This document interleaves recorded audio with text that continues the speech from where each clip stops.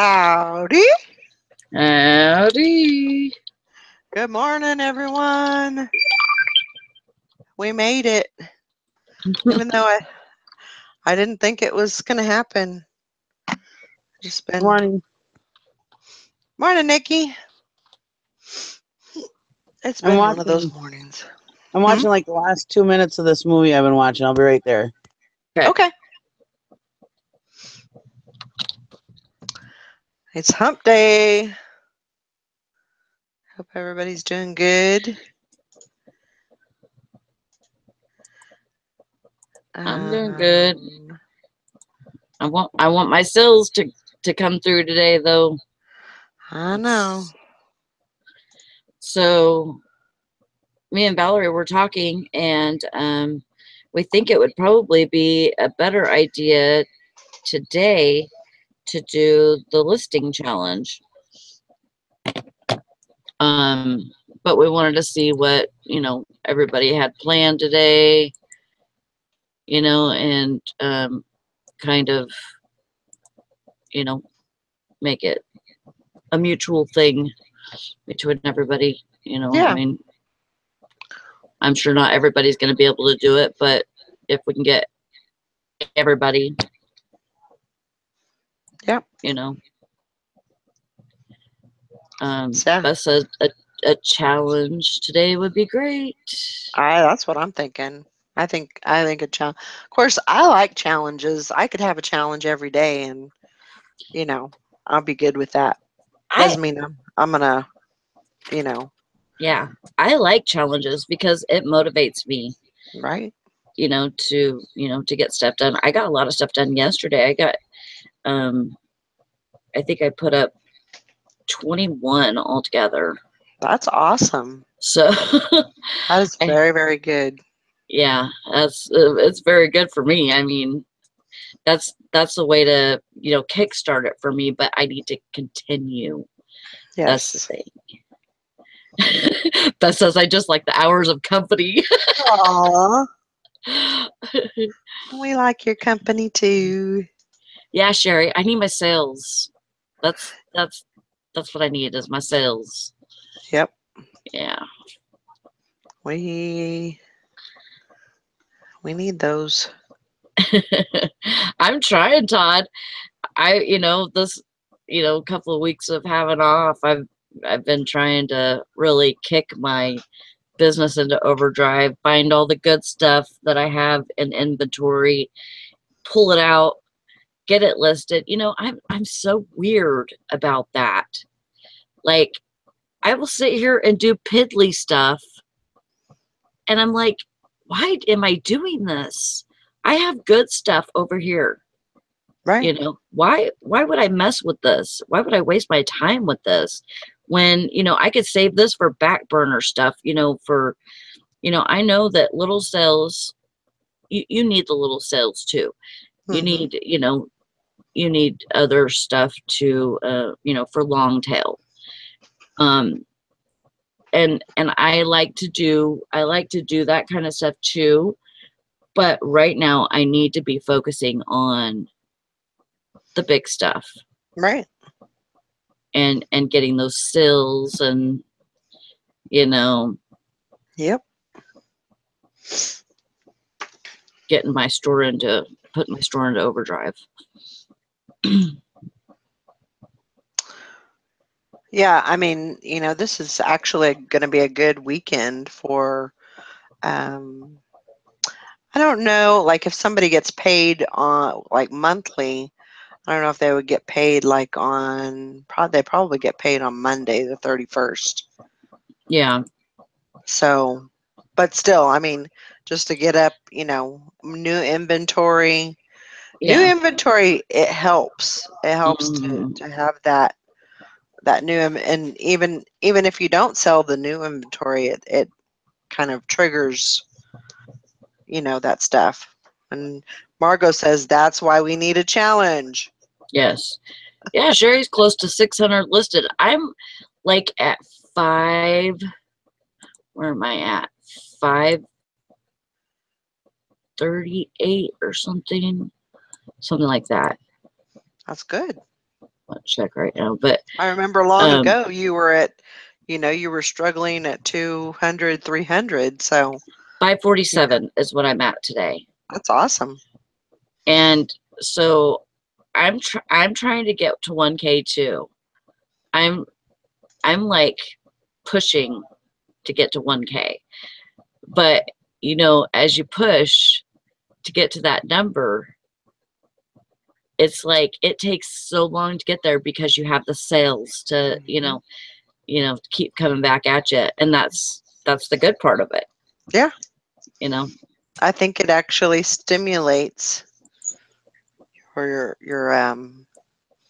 sales because you're getting close to that next 100, and I think it does stimulate them. I think I'm at 11.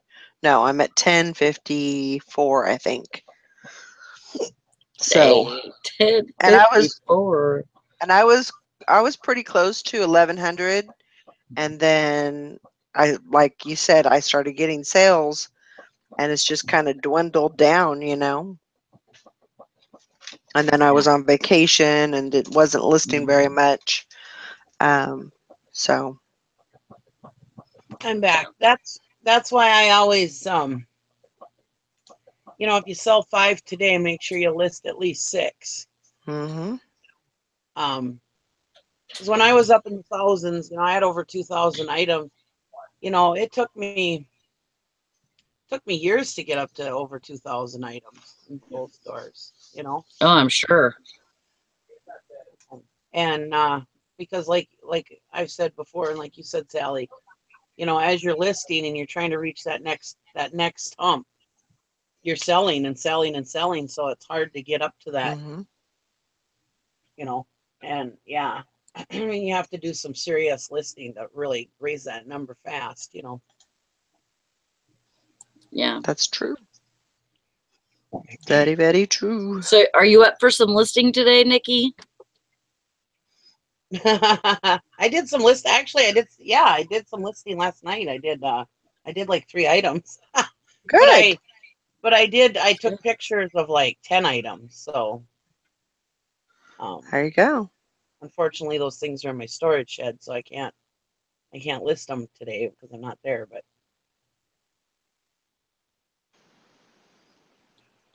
well, dang it! I'll do it later when I go there. I'm gonna go there later. I'm okay. Well, being lazy this morning. I watched the movie Going in Style. It's these 3 old guys who are planning a bank heist. Yeah. Yeah, it has Morgan Freeman and I can't remember the other guys' names. Morgan Freeman. Yeah. And anyways, it's hilarious. I highly recommend it. Going in Style. Yeah, Going in Style. I haven't sat and watched a movie in a long time, and I thought this morning, well, I'm gonna watch a movie. Where they hang out. So was it on Netflix? Huh? Was it on Netflix? I don't know if it's on Netflix or not. I have it on Showbox. I'm not sure. Okay. I'll look and see if it's on Netflix here. Funny movie. I like Morgan Freeman. I do too. He usually has pretty good movies. Yeah, he's really good. And I like those types of, like, what is it? The Bucket List and what is it? Holiday with Queen Latifah. Oh yeah. Those types of, it's like a tragedy, but then you try to make a good thing out of a tragedy type of thing. Yeah. So. You remember the kids that used to call her clean your teeth up? No. I don't remember that. When she first came out, like, playing in movies and stuff, I think it was the oldest, Joe. He says, Mom, what's her name? What's that lady's name? And I said, Queen Latifah, and he goes, Clean your teeth, huh?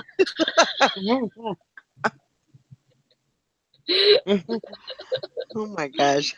And so that's what It's not on we told her. Netflix. Okay. No, I'll it's not take a on look. I'll take a look and see if it's on Hulu. Might be on Hulu. Yeah, I'll look there too. Yeah, so that's what we called her all the time. It's clean your teeth up. That's funny. My I daughter. love her. I think she's cool. Yeah. Sorry. No, it's fine. I was just gonna say my daughter is. She's gonna get me one of those Firefox. No, it's not Firefox. It's like an Amazon Fire Stick Oh, okay. thingamajigger. And that way, she can watch any movie, like any movie that's in the theaters. She Yeah. can. I mean, there's just anything that you want to watch is on there, Yeah. and you pay. She said sometimes they go for like $60, and it's just a one-time fee. So you get the stick, you put it in your TV, and the sky's the limit, basically. Jailbroken. Right. And I'd rather do that than pay, I think I'm paying like $20 a month for my Hulu and Netflix. So Yeah. Yeah. I don't know if you could get like premium stuff though, like the stuff that's only on Netflix, the stuff that's only on Hulu. probably not. I mean, I don't know. But I know she said like Walking Dead is on there. You can watch those the same day that they come Yeah. out. It's not pushed off for a day or whatever. You can watch football games, which I like to watch. So I think it'd be worth it. Even if I did, I probably would get rid of Netflix. I probably would keep Hulu if I kept one, just because I like Hulu better than I do Netflix. Yeah. But Well, those are the so same things like Roku and everything, right? yeah, it's something like that. Yeah. It's see, like whenever you get a Roku, you have all those don't you have all those already programs that are on there, that you can download off of, or you don't have to download, stream. You could stream off of different, channels basically Right. on there. And I would think that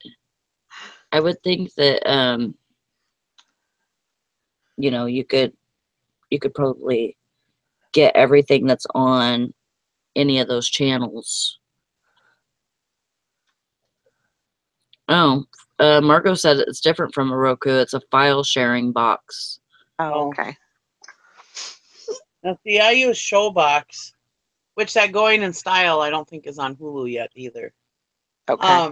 But I watched that Showbox, and it's an app for the Android base, and I use it on my phone and my tablet, and it's all completely free. I just love it.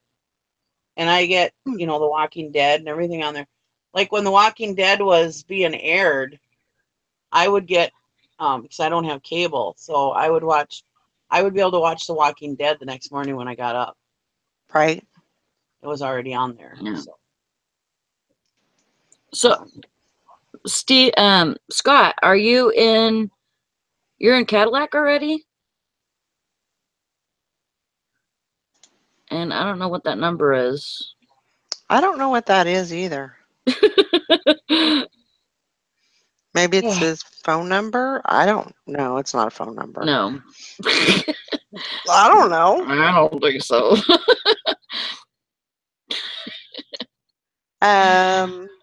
So Hank Allen Cash wanted to know when we're planning on doing this challenge. Today. What time? If we Want to start at 10 or 10 my time. So 11 Eastern? Yeah. Well, No, yeah, she's what Eastern. time? Yeah, yeah. I was saying 10 Eastern. 9 o'clock your time. We're still Okay. on the show at that time. Yeah. Oh. We'll Do you just want? we'll just extend it on Valerie's channel. Oh, okay. Are you sure you can do it on yours?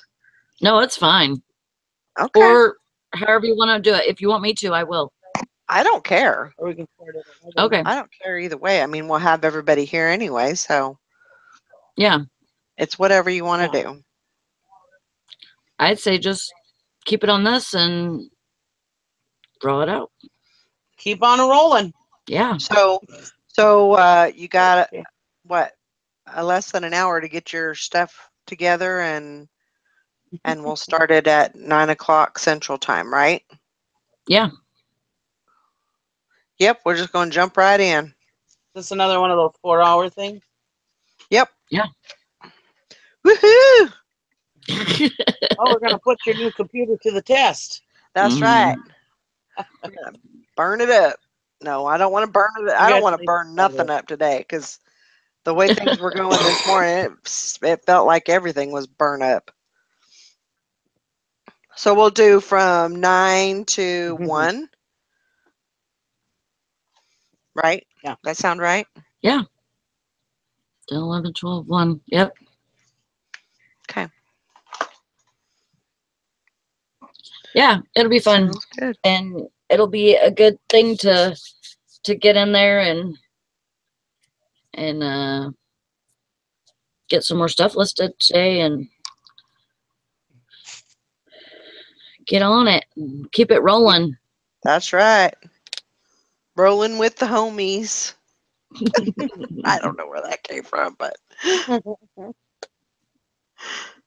I do. Clueless. Yep. Julie actually made a onesie that said that. Oh, really? Mm-hmm. Oh, that's cute. Yep. Oh, the Comfortable Life said that they can't do the challenge. They have to go to the doctor. Oh. Well, I'm sorry.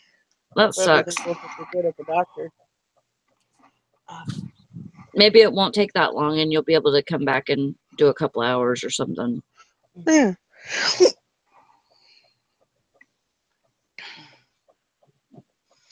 You know, and that may be something to think about too. Maybe we should do a challenge like in the evening.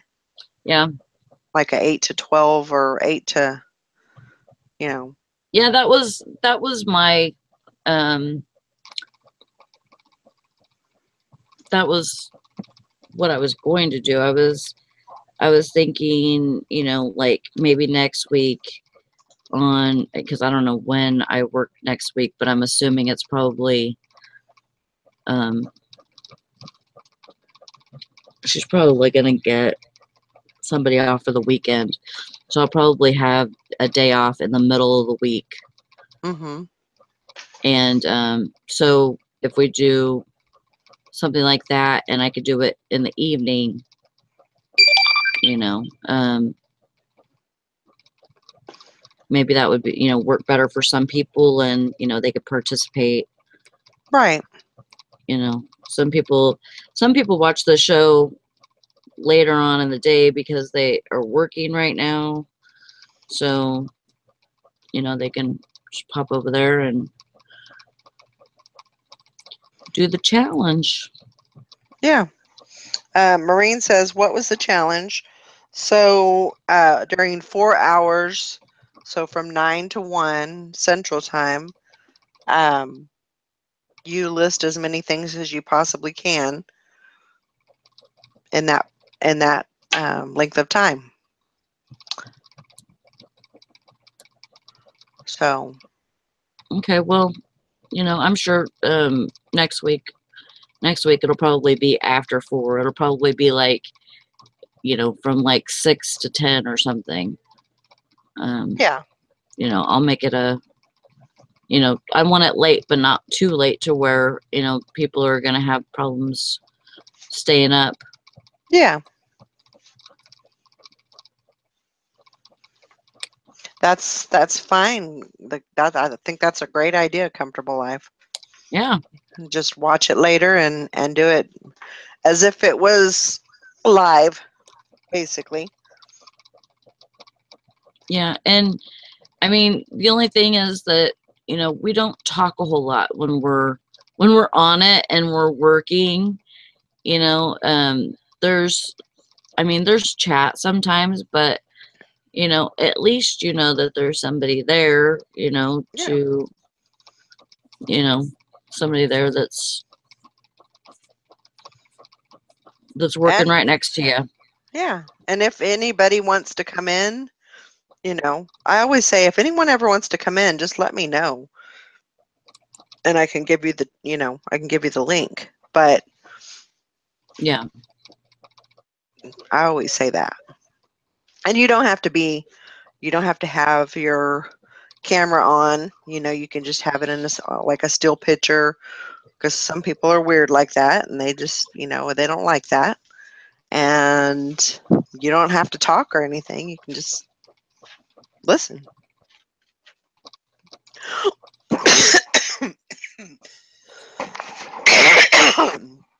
Ew, sorry. Goodness.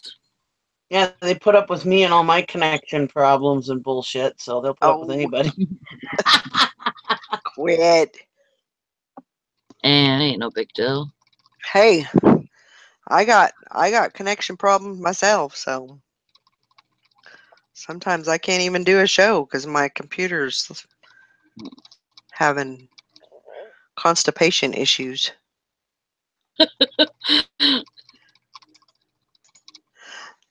So, That's for sure. yep. Hopefully that's not going to be the case anymore. Hopefully that'll be Yeah. pretty limited.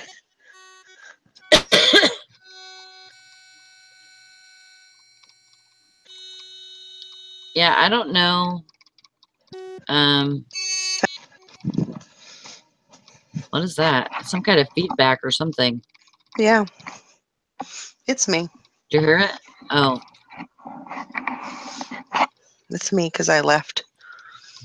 Oh, well, don't do that. Well, I had to get my phone. Yeah, some guest appearances. Woohoo!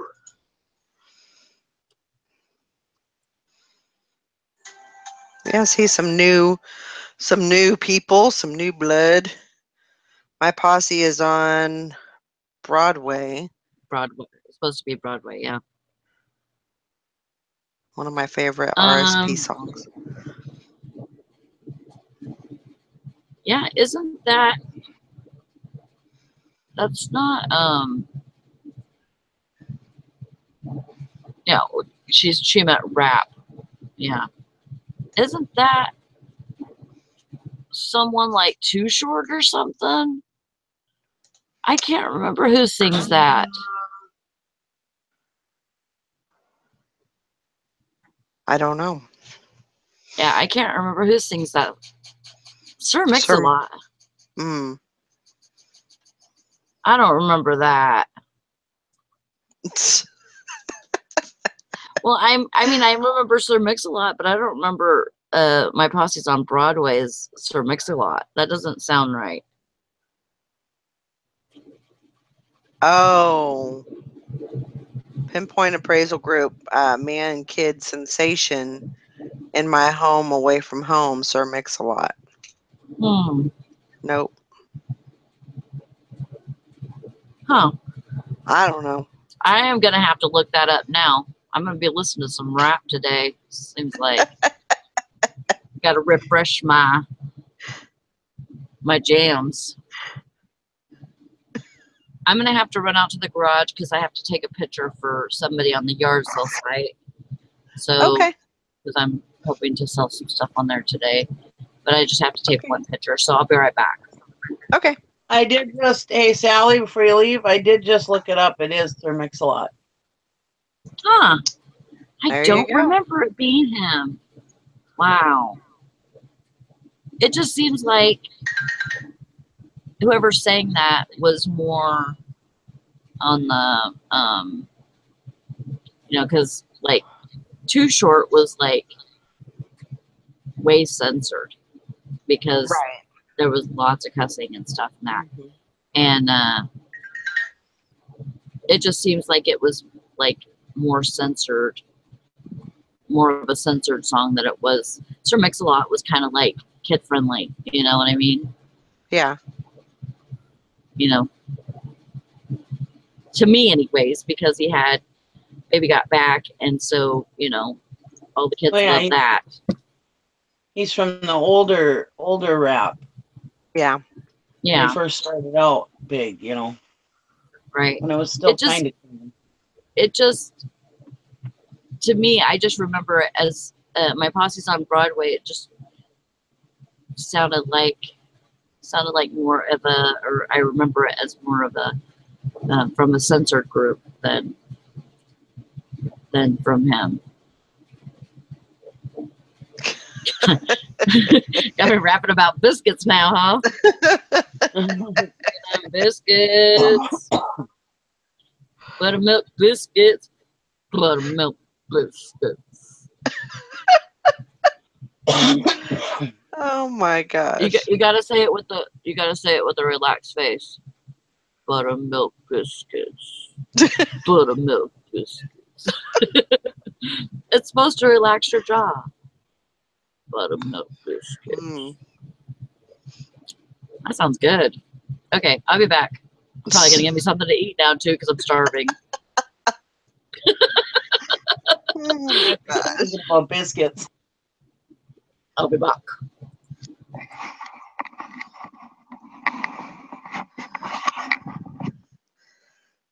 So yeah, I had some like I was saying, with my charger not charging and the computer not working correctly, and it's just one thing after another. So I thought, well, I'm sitting here and doing nothing. I might as well get my clothes ready for listing. So I went ahead and steamed them, put them on a hanger, and did all that. So I was busy. Well, at least you prepped when you couldn't do something else. That's good. Yeah. I used to do that a lot with my list. I do that a lot with my listing. Sometimes, like if it's something real easy, like a book or something like that, when I'm sitting there watching TV with my husband or whatever, I'll sit there and with a pile of books and just do my text listing, and then Yeah. whenever the movie's done or whatever, I go take my pictures. Right. I mean, that I think that has a lot to do with, your time management and I mean, yeah, I could have went and I could have just sat down and watched TV, until everything else got fixed or whatever. But you don't get anything done when you're doing that. So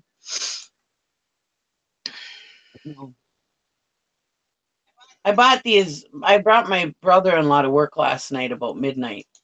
Well, it was about 11 o'clock. He was eating a plum. I was like, God, I haven't had a plum in years. This is kind of a dumb story, but I don't have anything else to talk about.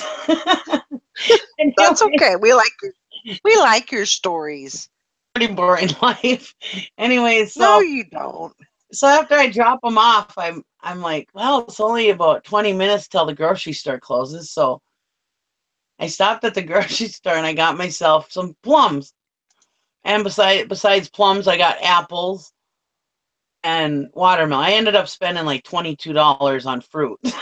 Anyway, at like 11:45 this morning or last Oh night. my gosh.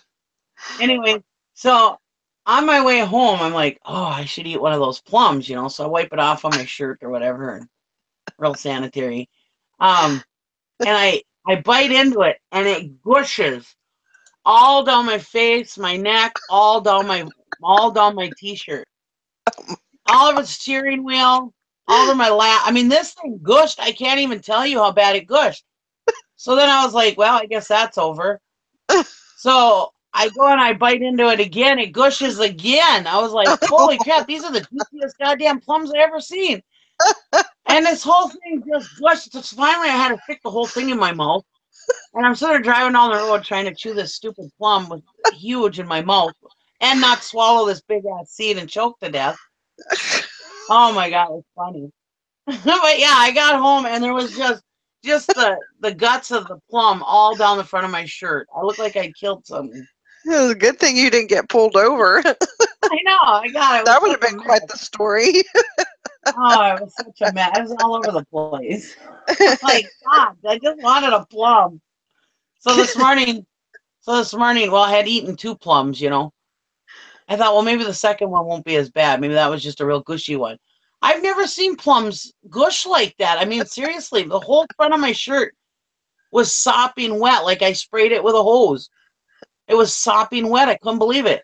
Wow. And so this morning I told my husband, I said, hey, you want some plums? He goes, what? Plums. I said, I stopped at the grocery store last night. He goes, at midnight? Craving plums. Shut up. I gave him the rest of the plums. I said, here, take this to work. I said, but wear a bib before you bite into them.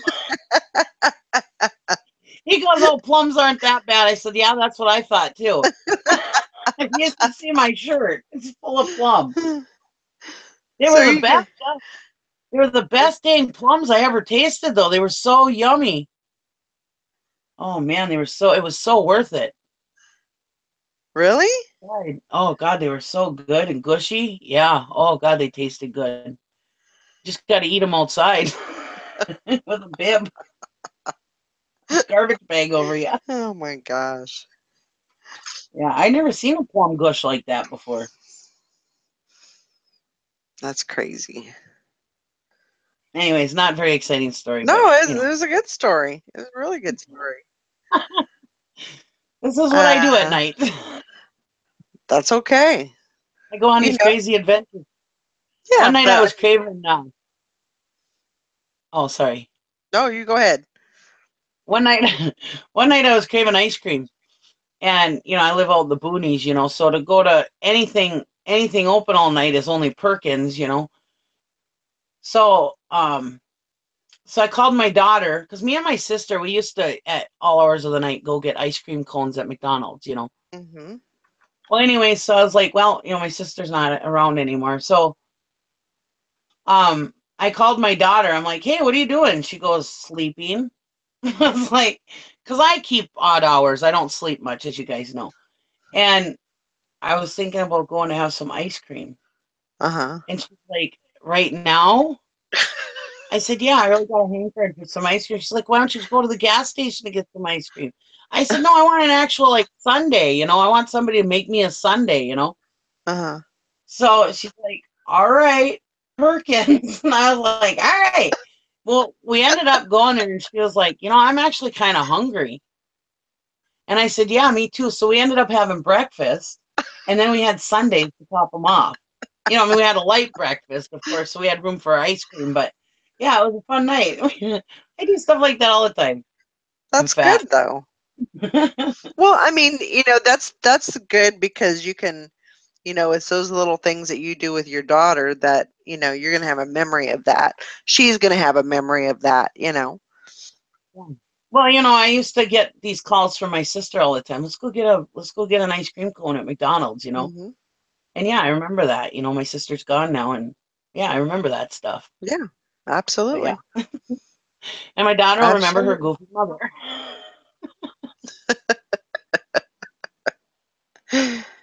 Yeah, that'll be good. That's one thing that I'm looking forward to is, making some memories. Really, I mean, what was it? It's been like 7 years since I had actually spent like a holiday with the kids. Because we were here every, Thanksgiving, Christmas. We didn't travel or anything. So I've missed a lot of, holidays with them. Yeah. And I'm really looking forward to, being able to spend the holidays with them and everything. So that's going to be really cool. with me, I don't know what I would do if I didn't live by my family. I mean, yeah, Yeah. I mean, I live 25 miles from family, but still, I mean, I can go there anytime, Right. you know. Yeah, I don't know what I do. I lived down in southern Minnesota for like 3 years, me and my husband did. And that sucked. Get Yeah. down there, Mm. but great house. It was a 6-bedroom farmhouse. I just love that house. Wow. Anyways, but yeah, I got lonesome for my family. Well, tornadoes came through too, and I was scared, but I got lonesome for my family. I was like, I just want to go home, Yeah. you know. I mean, they'd come a couple times a year or 3 times a year or whatever, but because I just lived down in southern Minnesota, so it was only a 5-hour drive, you know. Right. So I mean, it wasn't as bad as like you know. But but yeah, you know, you like my brother. He lives in Michigan, and Mm-hmm. it's about if I don't take the ferry, which is really expensive, it's a 17-hour drive. It's quite long. I mean, it'd be faster for me to come see you, Yeah. you know. And that's a commitment to go on that 17-hour drive to go see him. Then you got to spend a few days, you know, and then 17 hours back. I mean, it's hard Right. to go back and forth, you know. Yeah. We used Yeah. to That. do it when I was a kid and my grandma was alive. God, we used to Mhm. do that. My dad would get off of work. I mean, we'd just go for the weekend, you know. Yep. My dad would get off of work and drive right through, and we'd visit with grandma and head back, you know, before Yeah. work Monday morning, Yep. you know. But It's crazy how, how people did that. And to mhm. me, yeah, my feeling is that's too long to be on the road to have to turn around and come back home. Stay for Yeah, 6 hours and then, you know, leave. But yeah, you do what you got to do. yeah, yeah. We used to go. God, we used to go to my grandma's probably every couple weeks. Hmm. But Yeah.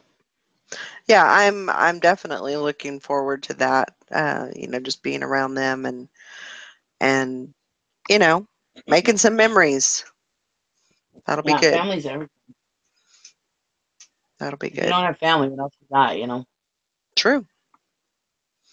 That's true. And of course I'll have to, definitely come back on the um and see my in-laws and everything, but Yeah. I got Yeah. people all over. My brother's moving to South Dakota, so I'm Oh, going to have geez. people all over. Yeah, he was in the Marines and he lived in New Jersey. He lived in Fayetteville. Is it Fayetteville?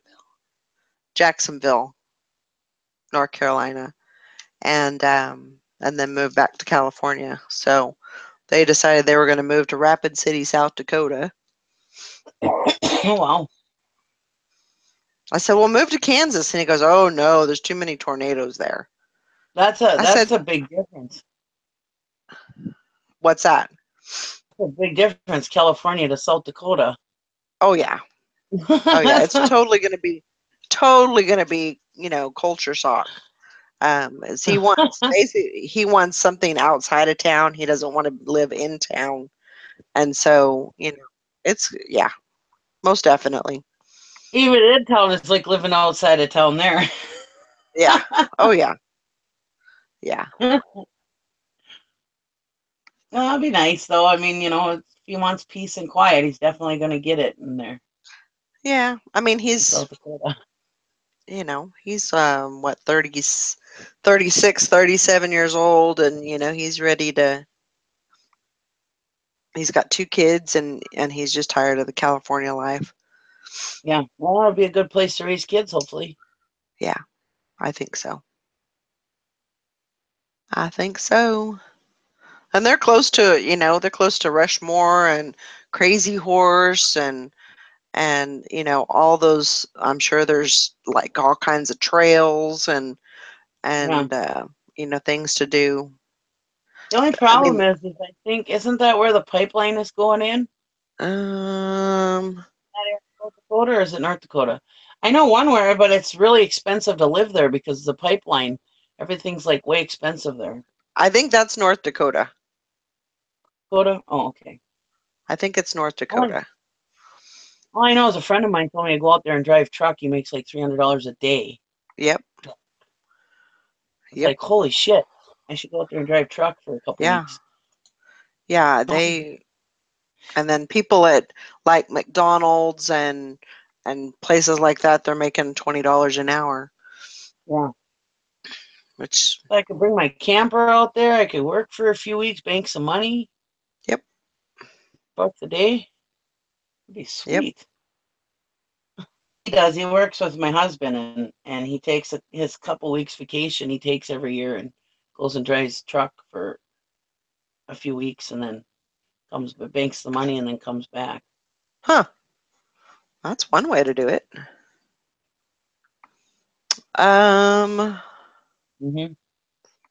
Let's see. Tiffany says, has sales been picking up for everyone? You know, I think yesterday I had 5 sales.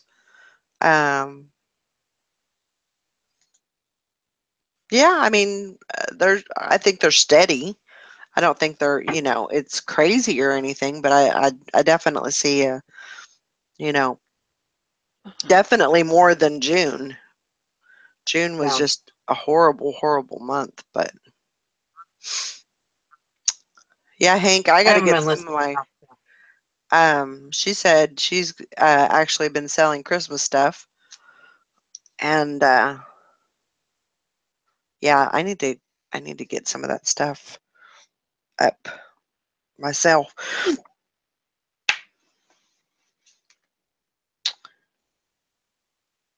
People like that Christmas stuff. I told you before, you know, July and August have been my biggest Christmas month sellers. Really? Over the years. Oh yeah, July and August. Huh. Yeah. That's kind of different. Sell most of my Christmas.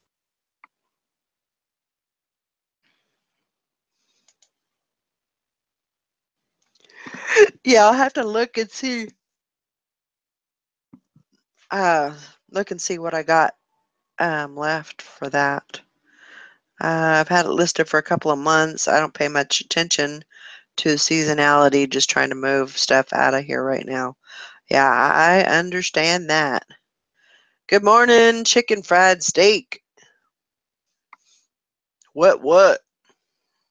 Yeah, I don't usually pay attention to seasons either, and yeah, my Christmas stuff, usually when I get it, I list it. I don't save it. But like I've said, you know, when I've had Christmas stuff listed, most of the time I usually see it go July and August. Yeah. That's great.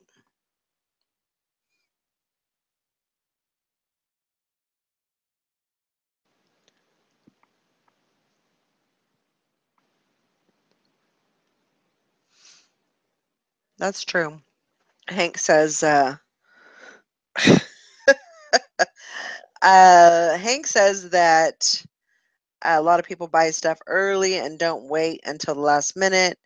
I personally do. I don't want to wait till December to buy something and hope it arrives in time. Yep, that's true. Well, you know, I mean, people are getting their Christmas up earlier and earlier every year too.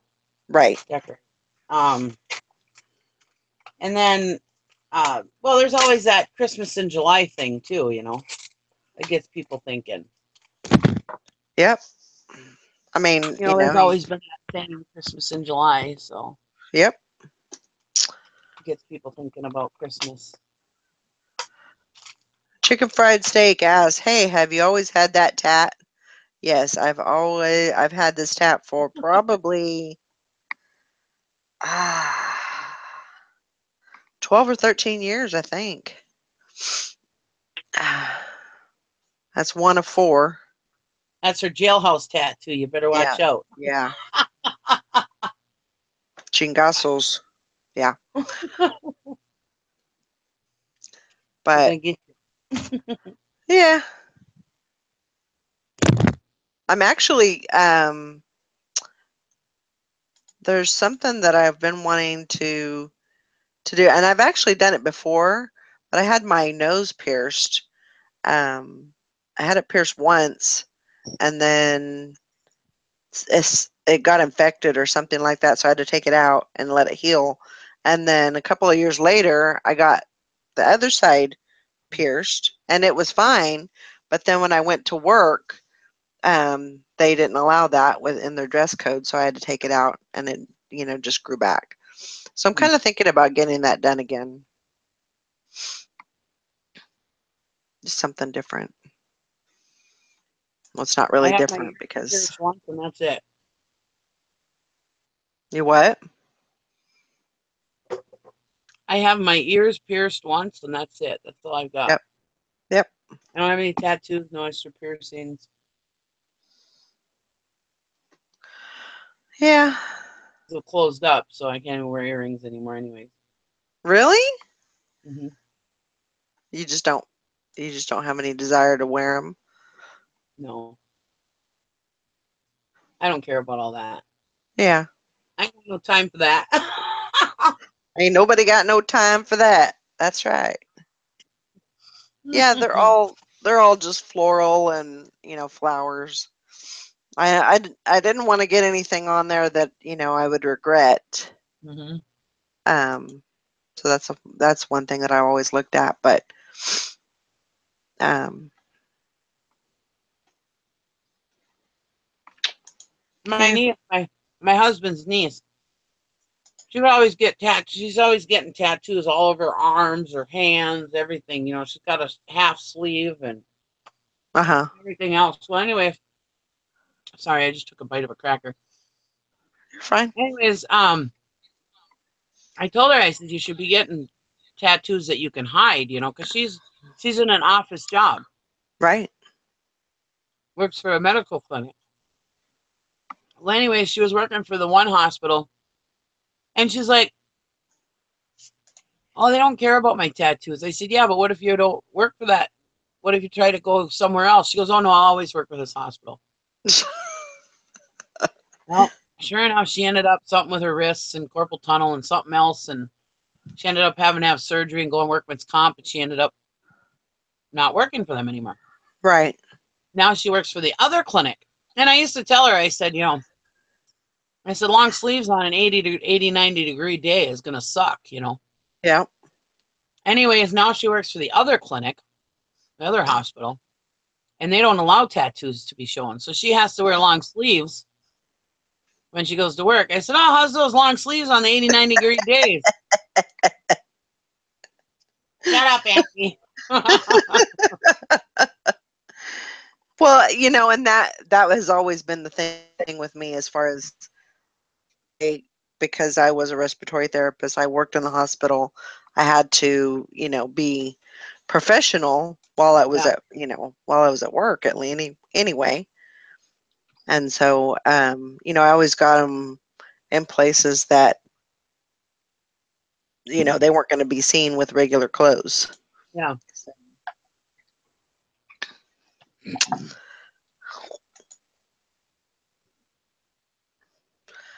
Let's see. Anything wrong with tattoos, you just got to be smart about it. Yeah. I mean, you don't want to get something that is, I don't know, that you're going to regret, Yeah. 30 years down the road. Are you going to regret that? And what's it going to look like when you Uh, start tagging? well, yeah, that's important. Yep. Let's see. Hank Allen Cash says cleaning out the office has made me go, WTF? This is good stuff. Just languishing in the darkness. If it ain't listed, it sure won't sell. That's true. Yep. Chicken Fried Steak says, what I just did. What I just did. Now I got a garage full of boxes of low turnover junk. Well, it all sells. You just got to get it listed. Crap remote madness. Yeah, Hank says, I assure you long sleeves on most any day in Florida sucks. Had them all come back and they did a huge excision on my back. Advised to wear sunscreen and long sleeves every day. So hot. Mm. Yeah.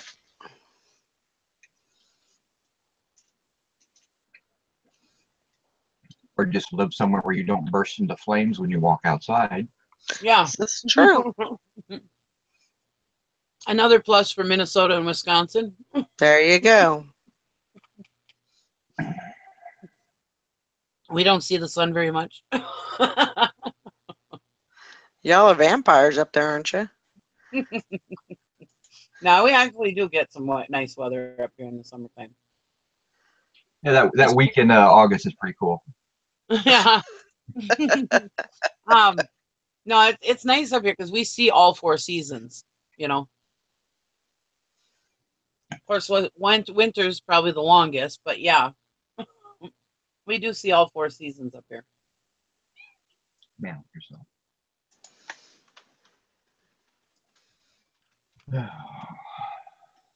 How you doing, Eric? All tired.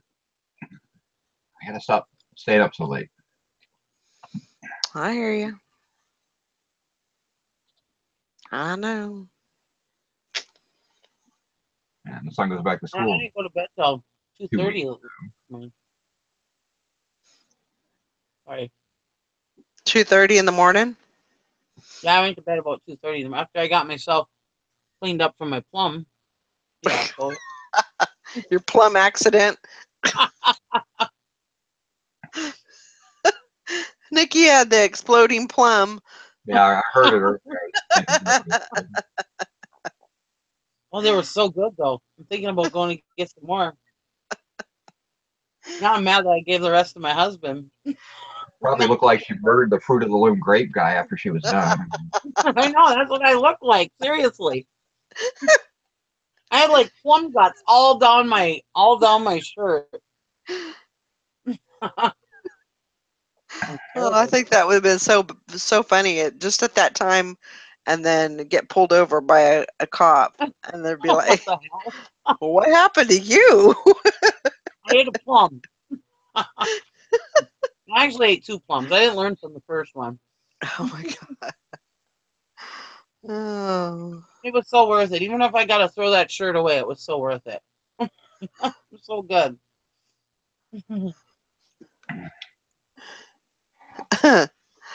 Let's see. Beth says most people would buy a beach house if they won the lottery. Not me. I would buy a wintertime house on a mountain where the snow is asshole deep. Yeah.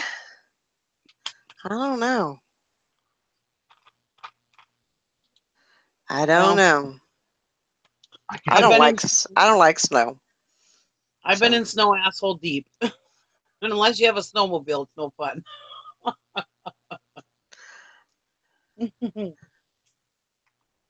I don't like going out when it's cold. So I don't know. I'm okay till it gets below 0. That's when I don't like the frigid cold. I don't mind a nice. Can you really tell the difference? Well, exactly. I mean, once it hits that certain, yeah, hell no temperature out there. I mean, who's really wandering around going, it's only 20 below today. I think it's like a summer breeze out there.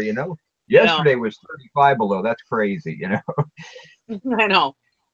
But yeah, when it gets real frigid, that's when I don't like it. But I don't mind, the nice winter day after it snowed and it's like, 15, 20 degrees. It's not bad.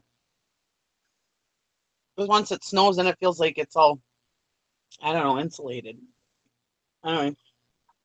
It's memories or what, or you get warm inside or what. But I like a freshly day after the snow. Well, Beth, she says she lives 300 yards from the ocean.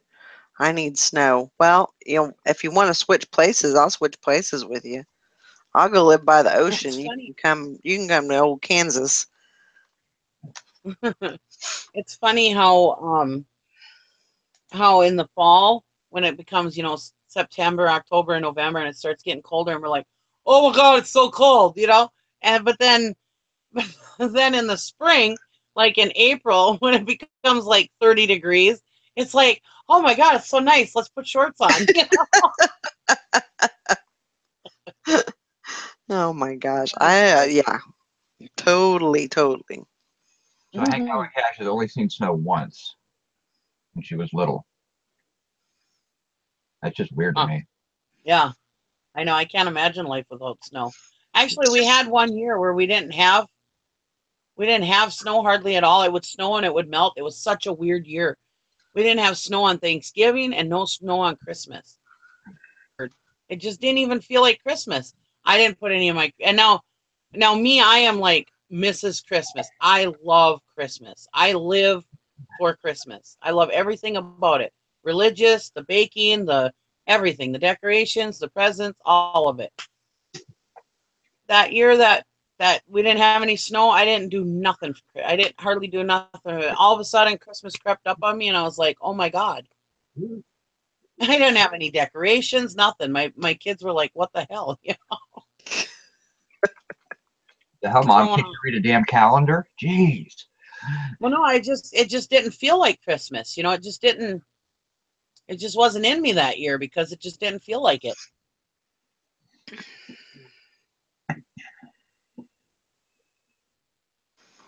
Yep. Well, where's Sally? And when we get that big snowstorm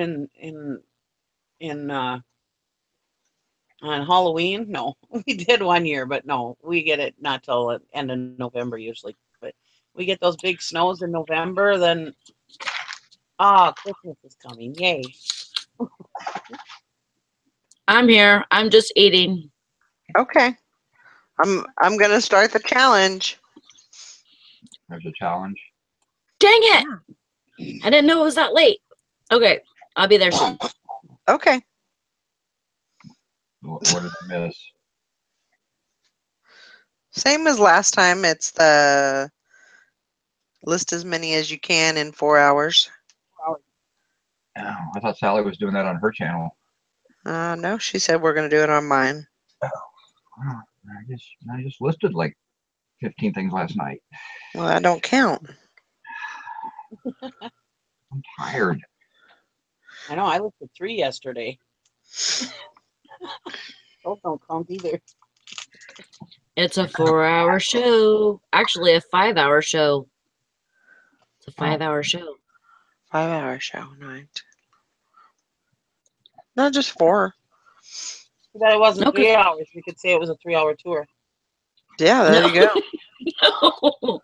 No, it's a 5-hour show because we already did 1 hour and we're doing 4 more. Gotcha. Tea and fur.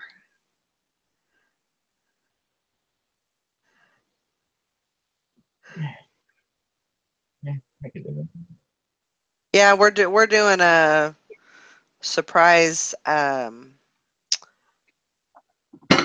listing challenge. It started 2 minutes ago. Silver hair stacker. Surprise! Challenge, whether I win. You're Actually, late.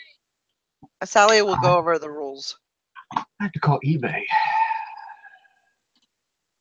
Does anybody notice, ever looked at your bill and wondering why it jumped so high all of a sudden? Oh, I know.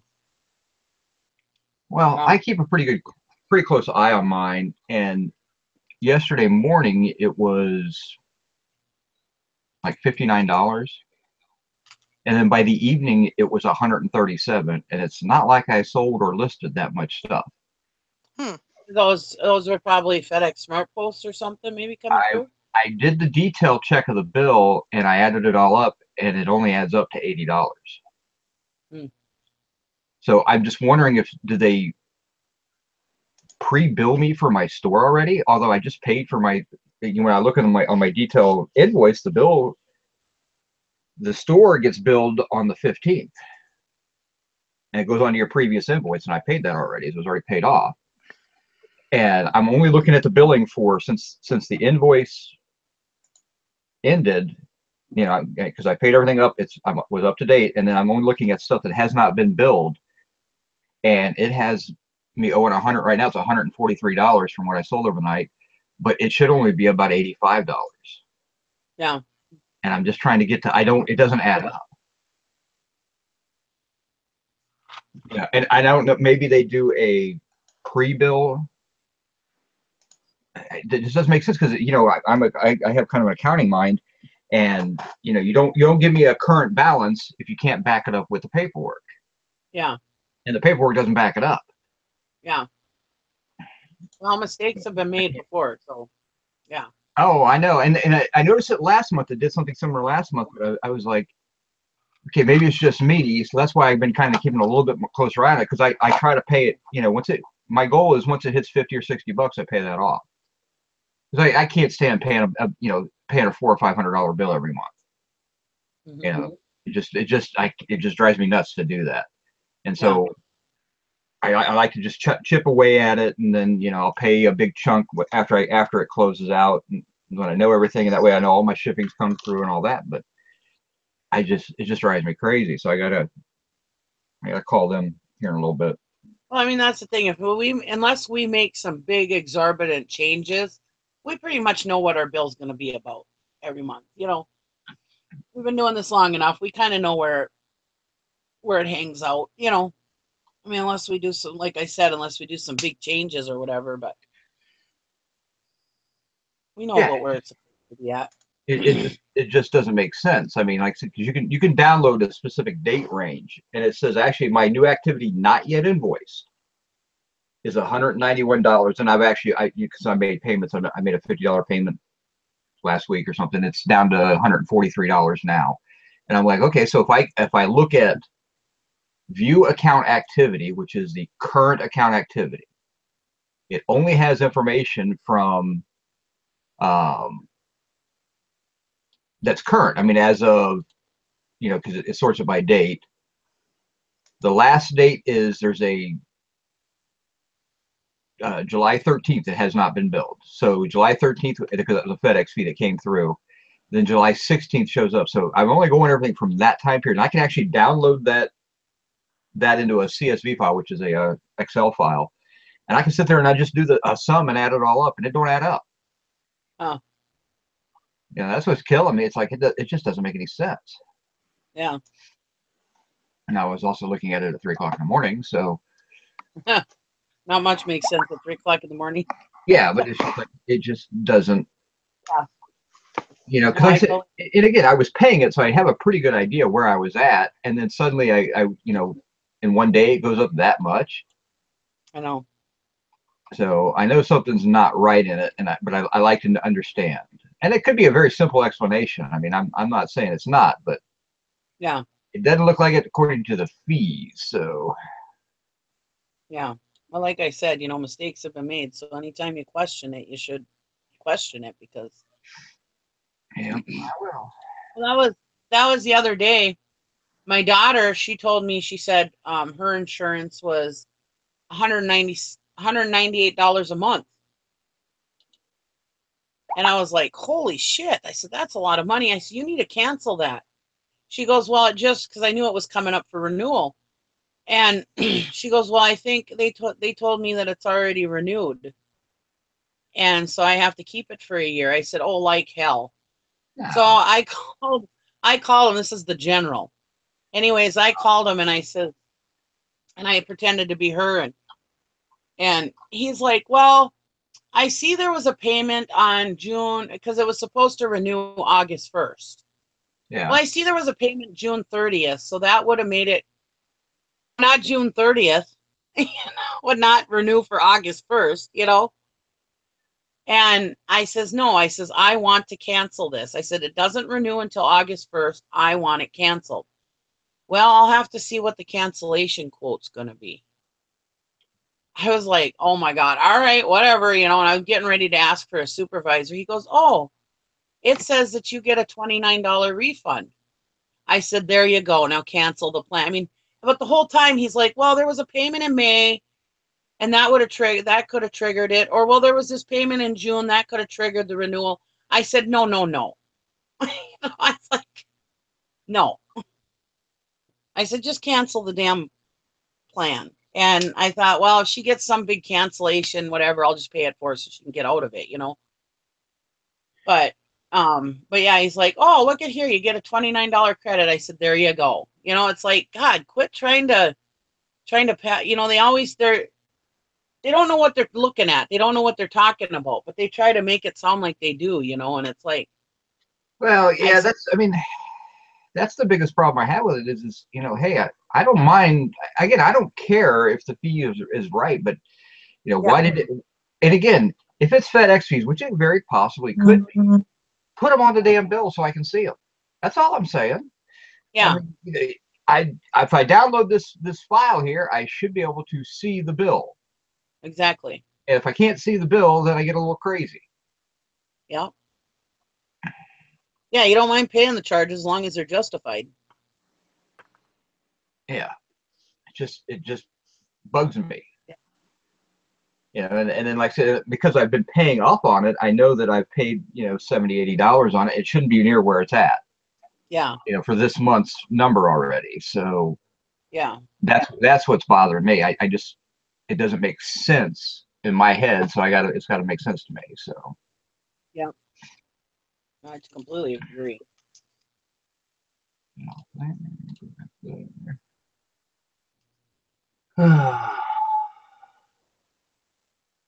There was no whiskey involved last night, Jerry. I don't do accounting and whiskey at the same time. Those two are incompatible. Yeah. Just like whiskey and listing are incompatible. I used to work a job where I was in charge of a building security. It was a long time ago. And I worked a shift, and the next two guys had called off. So I was working the 8 to 4 shift. I had a day shift. And so my 4 to 12 guy called off. And it was a brand new building, so we only had like 4 guys that were trained for it. And then the midnight day guy called off. And you know, I had to have somebody come in, and so I got the other guy to finally come in at 8 o'clock the next morning. So I'd worked 24 hours straight. And we used to keep notes about what was going on in the building at night. And I remember it was like the 4 o'clock, because that's the worst time for me, is like 4 o'clock in the morning. Lucidly remember writing stuff down in my logbook, and, you know, this is what's going on, you know, check certain areas, things like that. And got relieved, came back, had the guy work 12, and I came back at 12 because these guys were really sick. So I came back, and we started just doing 12 on, 12 off. When I came back, he's like, what were you writing in the log last night? I'm like, you know, the usual stuff. He's like, what? You might want to go back and look at it. And literally, I remember lucidly writing this stuff out, but all it was like an inch-long scribble. And I'm like, huh. I remember writing it, but he's like, yeah, apparently the brain and the hand weren't working because you were so tired. I'm like, I was out. I mean, you know, after about 12, 14 hours, I took the gun off, and I'm like, you know, I'm not going to carry this. I'm not competent. Someone can shoot me. You know, it'd be fine. But, you know, I worked for a bank at the time. But, yeah, it was a little crazy. So, yeah, I try not to do too much detailed stuff when I'm really tired or been imbibing. That's it. Maureen, we appreciate that. I had to grab me up some shoes. Maureen's going to make some sandwiches. That sounds good. Who Good is? wife. Maureen. Oh. Apparently, hubby said something about going in the kitchen and making a sandwich, and that's what she's doing. Yeah. Well, dang it. You need to tell him to fetch his own sandwich. You got stuff to do. We're teasing you, Maureen.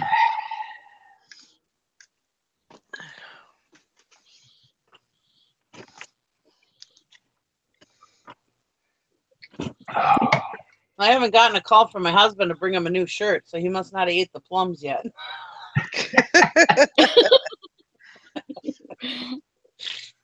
You're just waiting for him to come home and be covered in plum juice because he just was too stubborn to call you and say, you know, what the heck? I told him, be careful when you eat them. See, I'm the type of person that I would go out and buy another shirt instead of making that phone call. Yeah.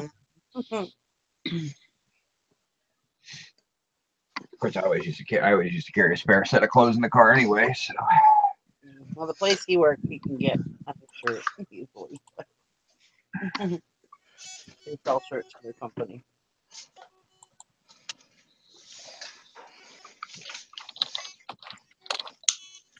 And my sister's, or my brother's girlfriend, it was his girlfriend before he passed. She works there also, and she always has extra shirts in her desk. So if he needs a shirt, she'll give him one.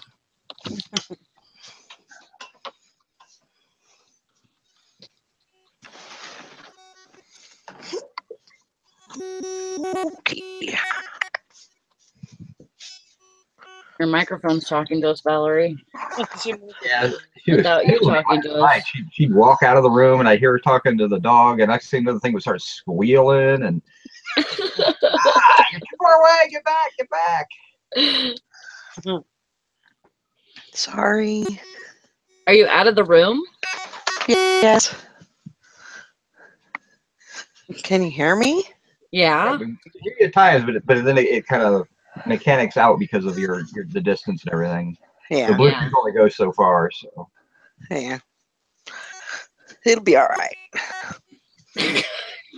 Just sounds like aliens are in here. That's okay. Take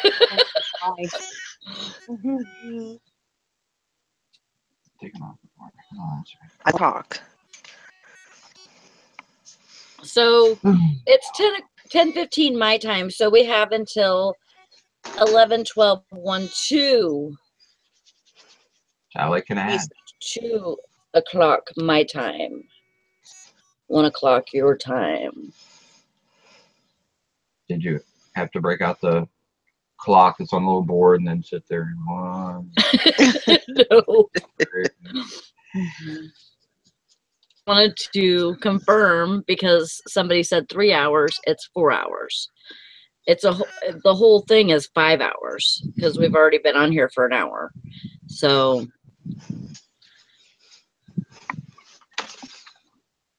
Oh, hey, if anybody has a Office Max near them, they have composition books for 25 cents. Okay. I haven't bought a composition book for myself since high school. I think she meant for your kid. Oh, Luke doesn't. That. Sometimes I like to keep them around just to jot stuff down. Or my daughters, they use notebooks for college and stuff, so I picked up some for them. And I have a phone with a memo button. I don't buy. The only thing I do on paper anymore is my monthly bills. I have to write them down so that way I know exactly where I'm at. I mean, I've got them. Well, there you go. You need a composition book.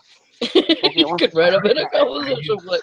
Notepad and a little folder, and and I got everything's there, and that's actually August's bills. So I'm halfway done paying August's bills already. So.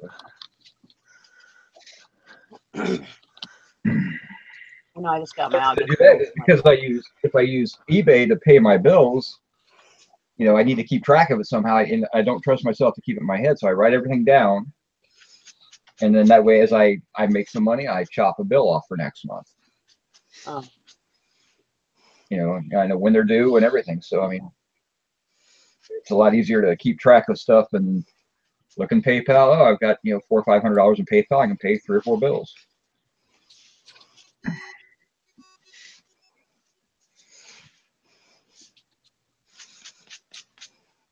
I'm trying to figure out what to put on that. I'm going to be on that auction show in September. What I should do. People, leave me alone. You're gonna have to get yourself all prepped and ready to go. September, it shouldn't be too dark in the storage unit by then.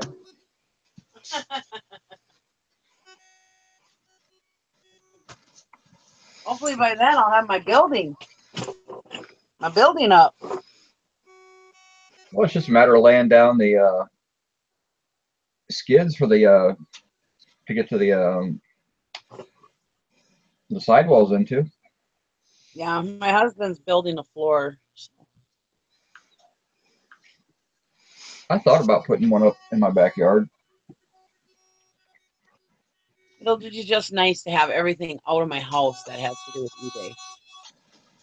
Well, I was just thinking it'd be nice to get my lawn and garden stuff out of my house or out of my garage. You know, because I've got a riding mower, a push mower, and the lawn and garden, the typical lawn and garden stuff everybody has. Yeah. And then I could have half my garage be my auto work stuff that I have. I mean, I've got, I got table saw and drill press, and I've got a sandblasting cabinet and stuff. I mean, I got a lot of good tools and stuff, but I don't really have any way to get to them. And then I got half the garage would be great for inventory. So it would make things a lot easier, because right now when I go to do something, I got to pull the lawnmower out of the way if I want to get stuff, because like I said, I still use half the garage for inventory, but Yeah. it's not organized inventory. And that's the other thing I'm going to do this weekend, I think, is organize the garage inventory. It's not supposed to be too hot or rainy. I don't have anything planned for the weekend, I don't think. Let me think about it. I absolutely hate that people that have strong, super strong accents are allowed to make sales calls.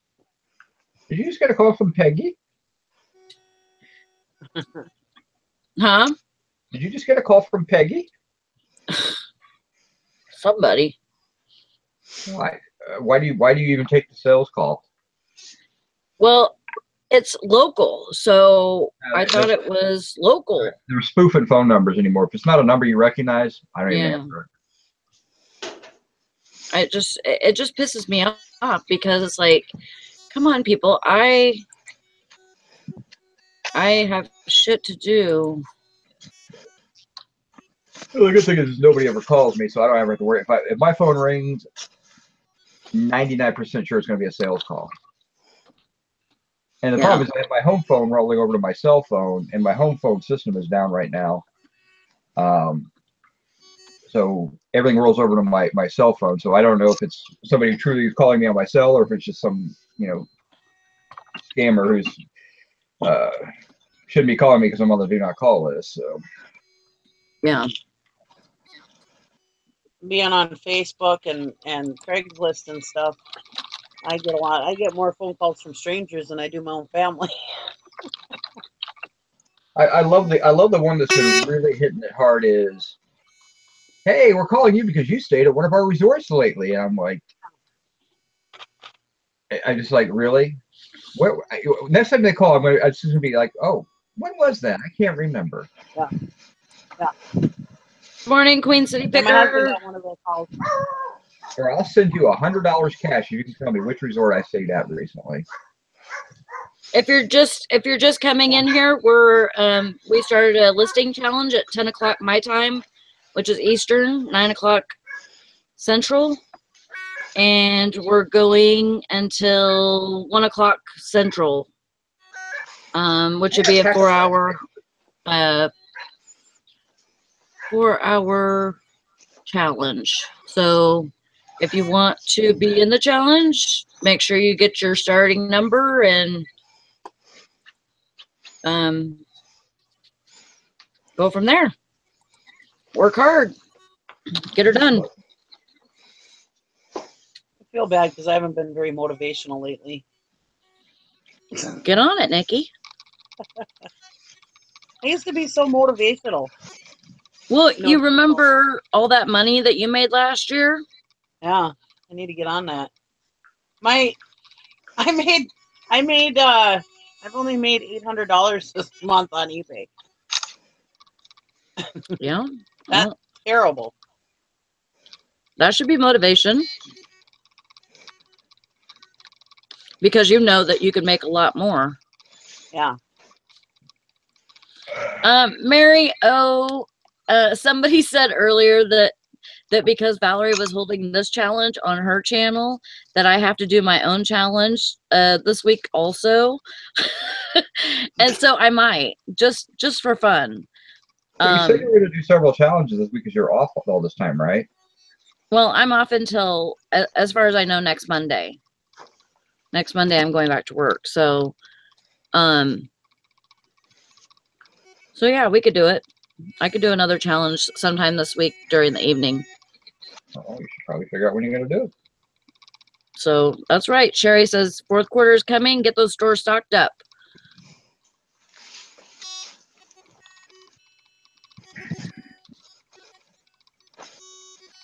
Yeah. Question now's for the time to get your question for stuff the ready. panel. Sorry, Nikki. That's right. How many pieces of unlisted merchandise do you have in inventory? Will people keep building buildings to store their stuff? Yep. I have a lot. I can't say how much I have. That's how much I have. Now, me, I'm not building a building so I can have more stuff. I'm just building a building so I can have all my stuff in one area. I can have my workspace in just one area for everything. All my inventory, all my unlisted stuff, my office, everything all in one place. I don't know. I probably have. If I had to add my unlisted up, probably got between 1,000 and 1,500 pieces. Yeah. I bet I got more than that. I have more than that. You'd be surprised. You may not realize how much you actually don't have. With clothing, I know I'm counting my clothing in there too. I mean, I've got like a total clothing is usually 20 to 25 pieces. I have a half of a garage out there that's not organized at all. Yeah. But half a garage full of unlisted inventory. Yeah, me Plus, too. I just put 9 boxes out there of unlisted inventory. So I have a lot. I mean, if you've gone through your inventory, you know it's good stuff. Right. You know, and I did go through it, and I tossed the bad stuff. And thing is that last year at this time I was running out. I was on like 10 pieces, and I would have to go to the store and find a couple of pieces, you know, because I didn't have a whole lot of money to spend. I'd have to go find a couple of pieces, and you know.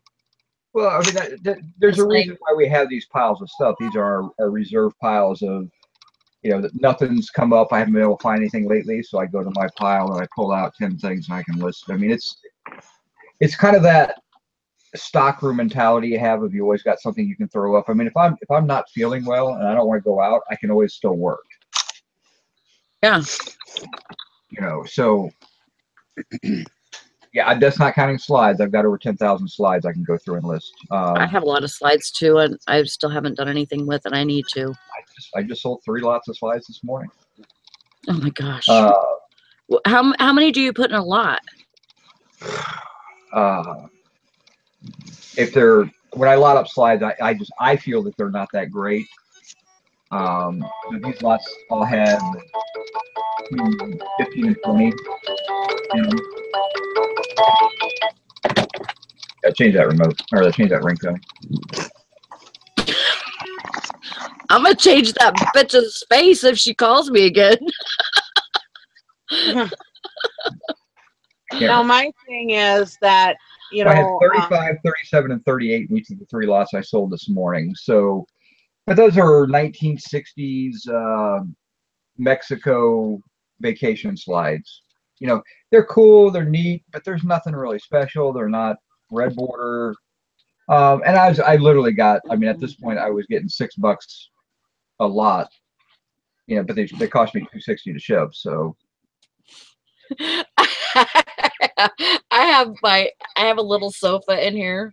It's like a rocker recliner type sofa, and I have it full of stuff because I've been messing around, you know, moving stuff around, and so it's holding some of my inventory right now. My dog just thinks that he needs to get up there. Not my chihuahuas. Hey, stay out of stuff. There's some plush up there. So he thinks he found himself a toy. I got to be careful with plush because my dog is a plush assassin. So are mine. But he just he thought he needed to get up there, and he's got this much room to sit in. Well, we bought my dog the fire hose plush toy that they get that's, supposed to be nearly indestructible. I will admit it lasted longer than anything he's ever had. It lasted a total of 3 hours before he had it shredded. Oh my God. So yeah, you can't, he killed a couple of my son's stuffed animals when we first got him. I mean, he guts them and just rips the guts out, and he doesn't eat any of it. He just wants to shred them. Wow. Probably some latent squirrel hate in there that he's trying to work through, but he's laid down in that little spot now. And this dog weighs about 30 pounds, and but he doesn't have enough room for his other leg, so his other leg is just hanging off the couch. Are you comfortable, Fuzzy? Are you comfortable? It's like, screw you, Mom. You're a hoarder. Well, that's the thing. I mean, it's stuff you own. You've already paid for it for the most part. Some of us don't. But, Shush, Eric. there's an investment in there, and you've gone through it. You've picked out your best stuff, and typically when I go, like I went last night, and I was telling the girls last night, I went to the thrift store for a change just because I was change of pacing it, and I was kind of waiting for. I picked up stuff from an auction, and I was waiting I told my son we were going to go out to dinner last night, and so I was waiting for dinner time because he's on a schedule, and so I had to wait for dinner time. And I'm like, well, there's this really good thrift store that I like to go to, and it was half off day. I didn't realize that when I pulled up because it was like a bomb had gone off in the store when I got there. So I'm like, I'll shop around, see what I can find. I bought three articles of clothing, pair of jeans, and 2 shirts, and then I bought all this plates and stuff back here. This is all mid-century China, and so I'm like, you know what? I spent $33, and so I come up now. I haven't listed the clothing or anything like that. It's kind of sitting over there. I got a pair of shoes as well, but that's all up and listed already. So, and I typically do that. I'll grab half of what I just brought home, and I'll throw it up real quick because I know it's going to be, fairly quick listing or simple listing. I mean, I spent $33, and if I get kind of close to what I'm looking at, it's probably $300 or $400 for the stuff. Yeah. I don't sell it in lots. I sell it by the piece. But that's what I do with auctions too. Some of the best stuff gets thrown up quick, so you get your money back, and it's back working into your pocket. And then the rest of the stuff, as you get to it, and then that's how you end up with piles. But it's also how you end up with good stuff that when it's a bad month at auction, I got to break into my piles. Yeah. Mallory, it sounds like you're working out on the treadmill.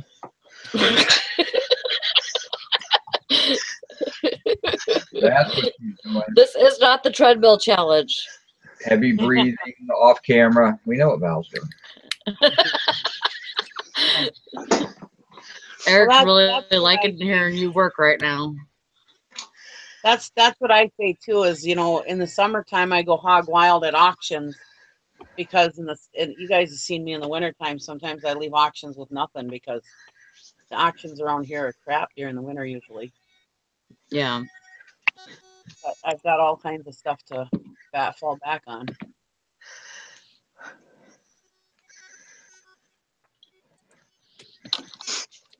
You never hear me say I ain't got nothing to list.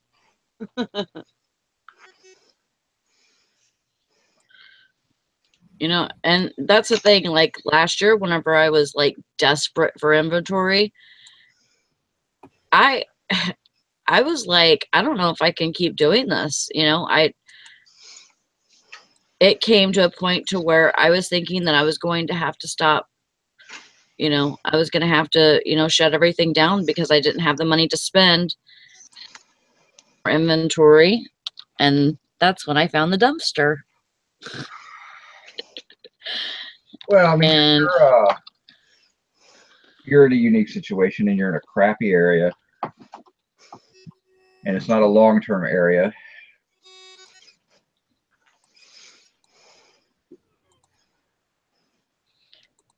Well, I just feel like, the universe gave me a reason to keep doing this. So that's what I'm going to keep doing. I think all things like that happen for a reason.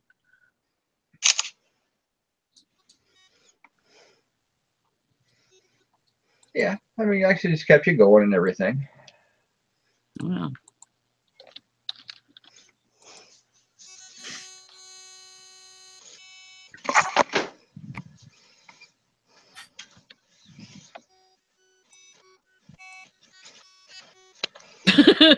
Chicken Fried Steak says, "Be right back. I'm going to go take the breakfast challenge."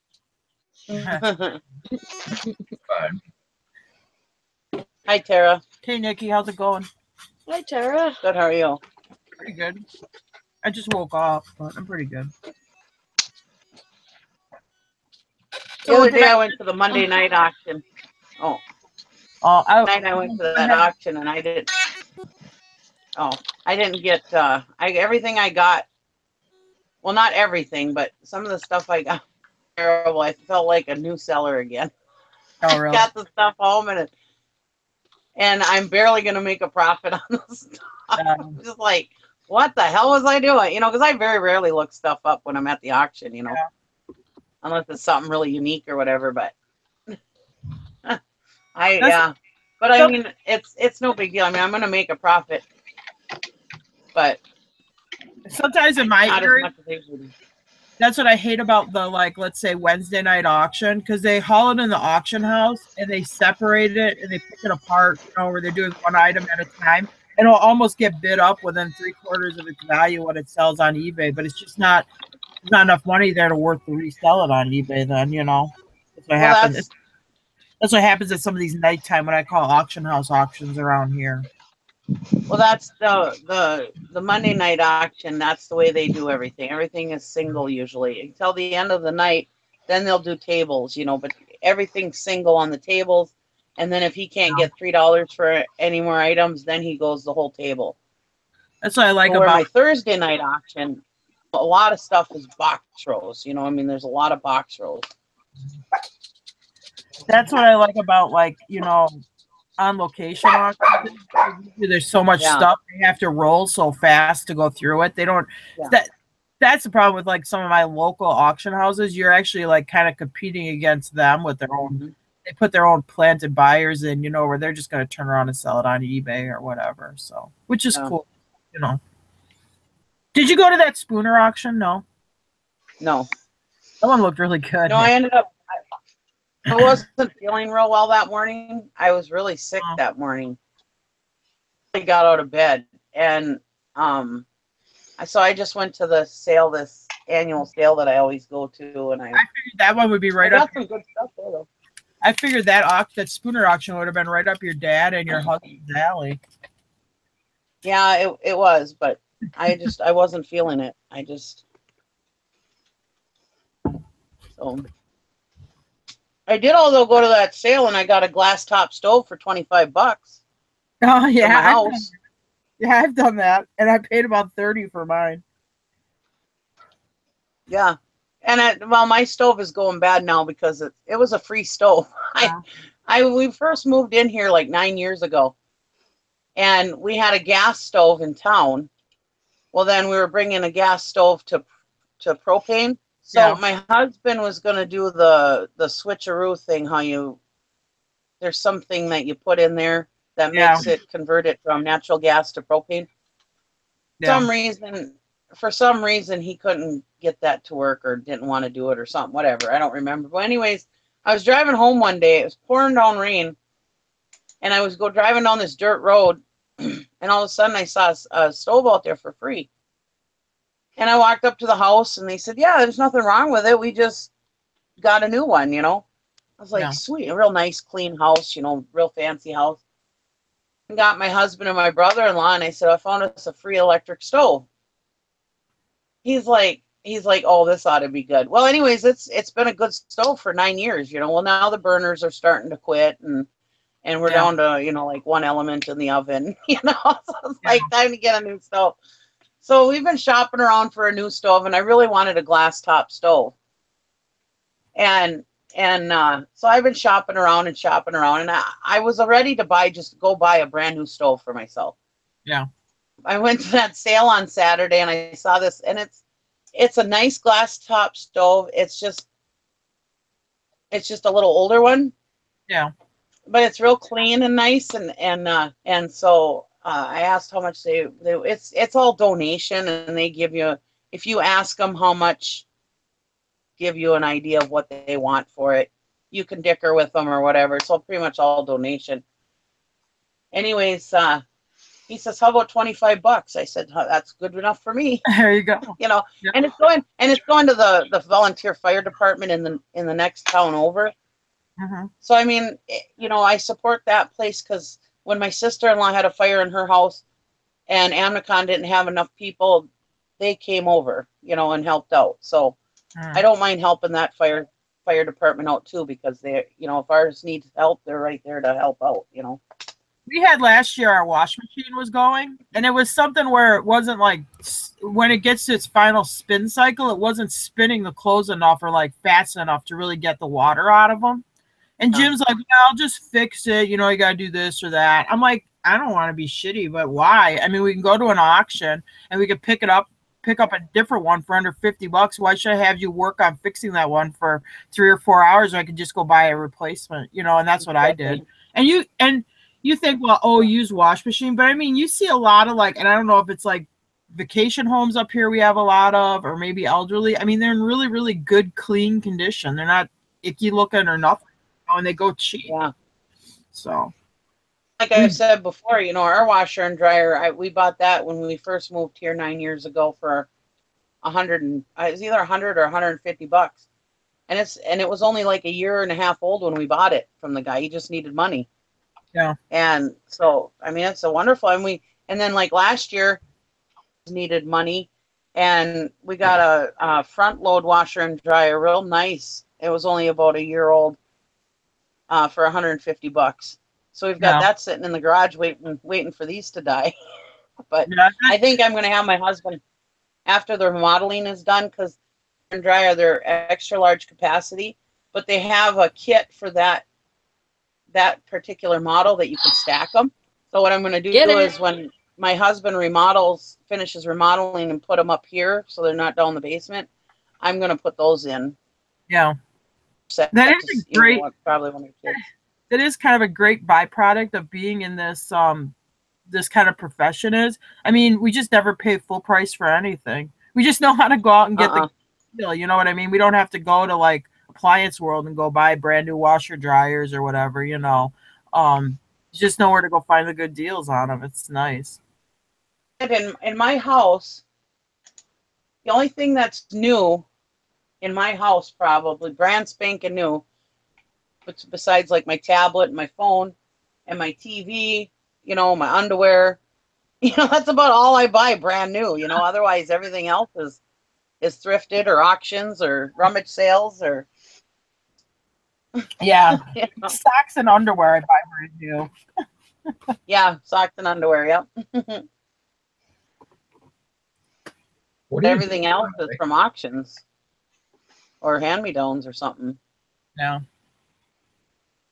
We bought ourselves a brand new TV a few years ago, though, because we did too. We had this one it was a hand-me-down for my mother-in-law, and this thing was huge. It was like a 40-inch TV or something, but it was a tube TV, the regular, whatever those older TVs are.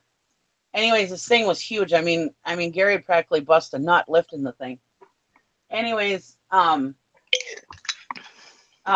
we decided to buy ourselves a TV for Christmas for ourselves, and because we had that thing we probably had that thing for almost 20 years, and it's like, you know what? Let's just buy ourselves a nice flat screen TV. Mm-hmm. Do it for ourselves.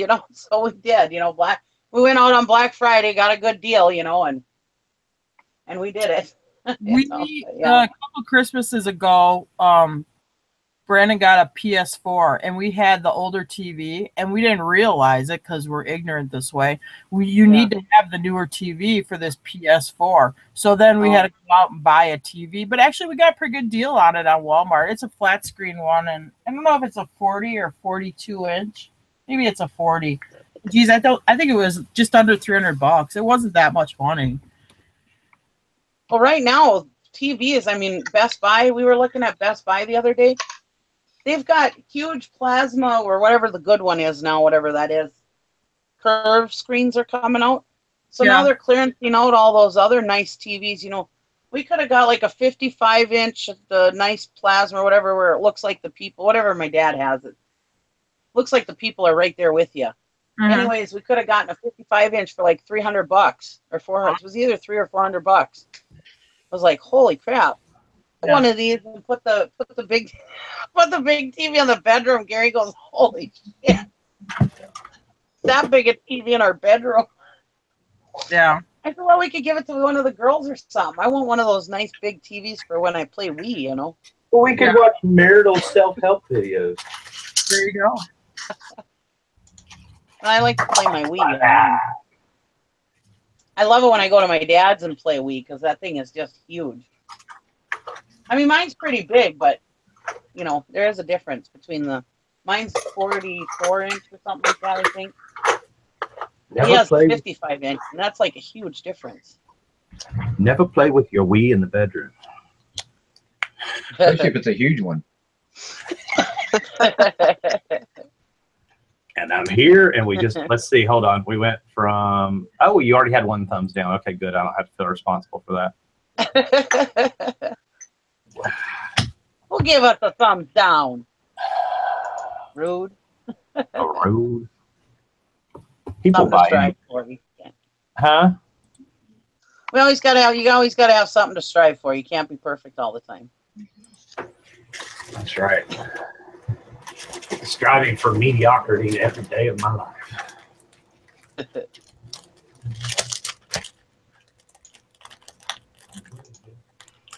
Why did it get so quiet?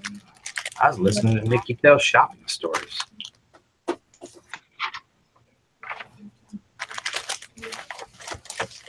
It's actually more fun to go find stuff cheaper somewhere and buy something brand new, you know? It's almost fun. It's like treasure hunting. Lord, we do that when we grocery shop. It's like the clearance challenge. Who can find the best clearance? Yeah. I told my husband, I said, God, you know, I wish we would have gotten married now so that I could show how good I could save on the wedding. I had my dad spent $28,000 on just the wedding itself, not the hall and the which sounds really cheap, but back then in '93, that was pretty expensive. That was a lot of money to spend on a wedding. And that wasn't even all the food and the reception and everything. And could really put on a good wedding for just cheap now. Because back then you didn't have all the access to what you have to now, you know. I mean, back then it wasn't normal for you to make your own flowers or make your own centerpieces or, you know. Now you can get all that stuff so cheap. Bring your own shotgun. I've had the courthouse special, so I don't know. And the night before, I talked Jim out of getting married, but he just wouldn't listen. Well, I told my husband I wanted to get married at the courthouse, but my Catholic father had no, absolutely not. We got married for 20 There's no way. I got married in my wedding blue jeans. Your what? My wedding blue jeans. Nice. In the wedding I wanted. $5 to get married. If we were going to have a big wedding, I wanted something like in the park or, you know, where we're just casual. But no, my dad was like, absolutely not. You will get married in the church by the priest, blah, blah, blah. You know, so, yeah. I always said instead of spending that money on a wedding, I'd rather have you buy me a truck or something like that. At least exactly on a wedding. Weddings are like college. Every girl needs one or thinks they need one. I'm not. I don't know. It's I don't know. I have my own opinions. Never mind. I loved my wedding. Don't get me wrong. I think it was wonderful and everything, and I appreciate it. My dad for doing it, but really and truly, I mean, I would have been just as happy with anything. You know, it's not the wedding. The thing is people get so hung up on that stuff, and as long as you and your husband are there and the officiant, that's all that really matters. You know, and your family. But yeah, but I mean, it can also be a special day. I think more so for the woman, because Kristen and I didn't have a wedding, and she didn't have regrets. But we went back years later and had a wedding vow renewal type wedding, because it was kind of the wedding that she never had.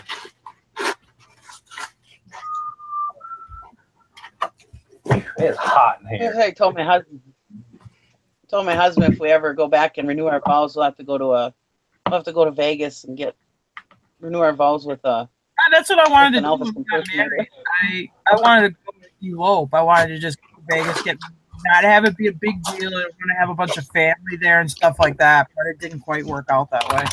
But anyway, because everybody thinks they got to make a big deal about it when we got married.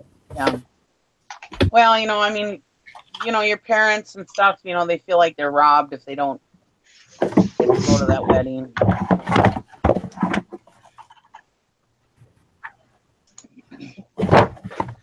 Weddings are kind of like college. Everybody thinks they want one and thinks they need one, but really in reality, to each their own. It's kind of the expected thing to do, in my opinion. Then again, I've never been one to meet the world's expectations. So.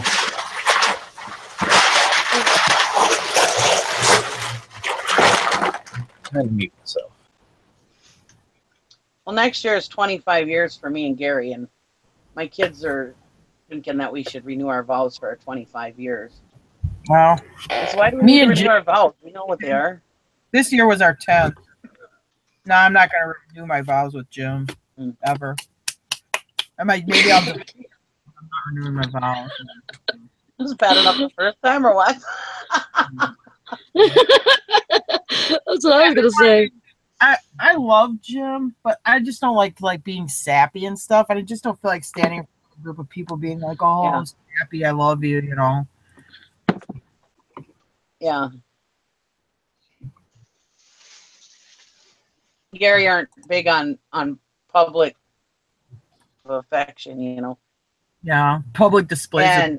And so, yeah, that's what it was.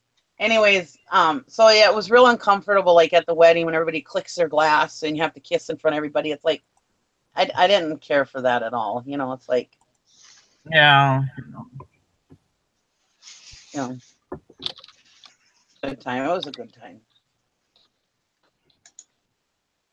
I don't regret it. I just don't think I needed it.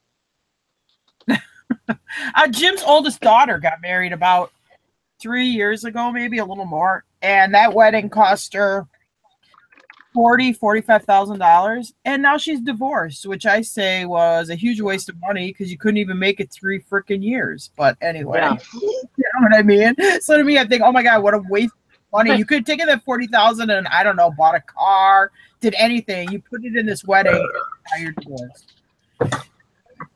It's a long-standing joke. My dad, he told me that, okay, because I spent this amount of money, and he figured it out for a year. And he says, now, if you guys don't make it 25 years, you guys will have to pay me back for the wedding. So I told my dad the other day, I said, boy, it's going to be 25 years next year. I said, we won't have to pay you back for the wedding. I can finally divorce them. Gary's like, thanks. I just been waiting for that 25-year mark. Now I can get rid of you. I always tell Jim I'm going to leave him because it keeps him on his toes. Good job, Sheriff. Yeah. The problem is Jim keeps answering that statement with a win. Yeah.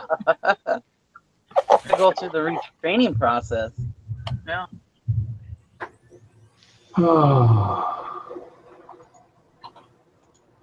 I got too much invested in this fool. I ain't getting rid of him now. Yeah. I wouldn't have the energy to go look for a new one. I'm 40. How old right now? Like 44. I'm like, if you dropped over dead, I just don't even think I'm gonna go find a new one, just because I just don't even have the time or energy for it. No. And looking out there, it's, you know, there's a lot of freaking weird people out there. Yeah. You know, I mean, I've got the, you know, kind of the guy next door. You know, it's really hard to find a guy like that nowadays. You've been looking, you said? No. No, I've not been looking. I'm pretty sure you said looking out there, it's hard to find a good guy nowadays. So apparently you have been looking. Your husband's not watching. That's probably why she's staying with her husband, because that way can't find a better replacement for him. I hope Gary's not the lifeboat and you're looking for the ship. No. He's my practice husband. Oh. No. I've just been practicing for the last 24 years. That just got No, weird. but well, I mean, when I get to thinking about my girls finding their mates, you know, and I look at what's out there, and it's like, oh my God, is this what they've got to choose from? You know, it's like, holy crap, you know.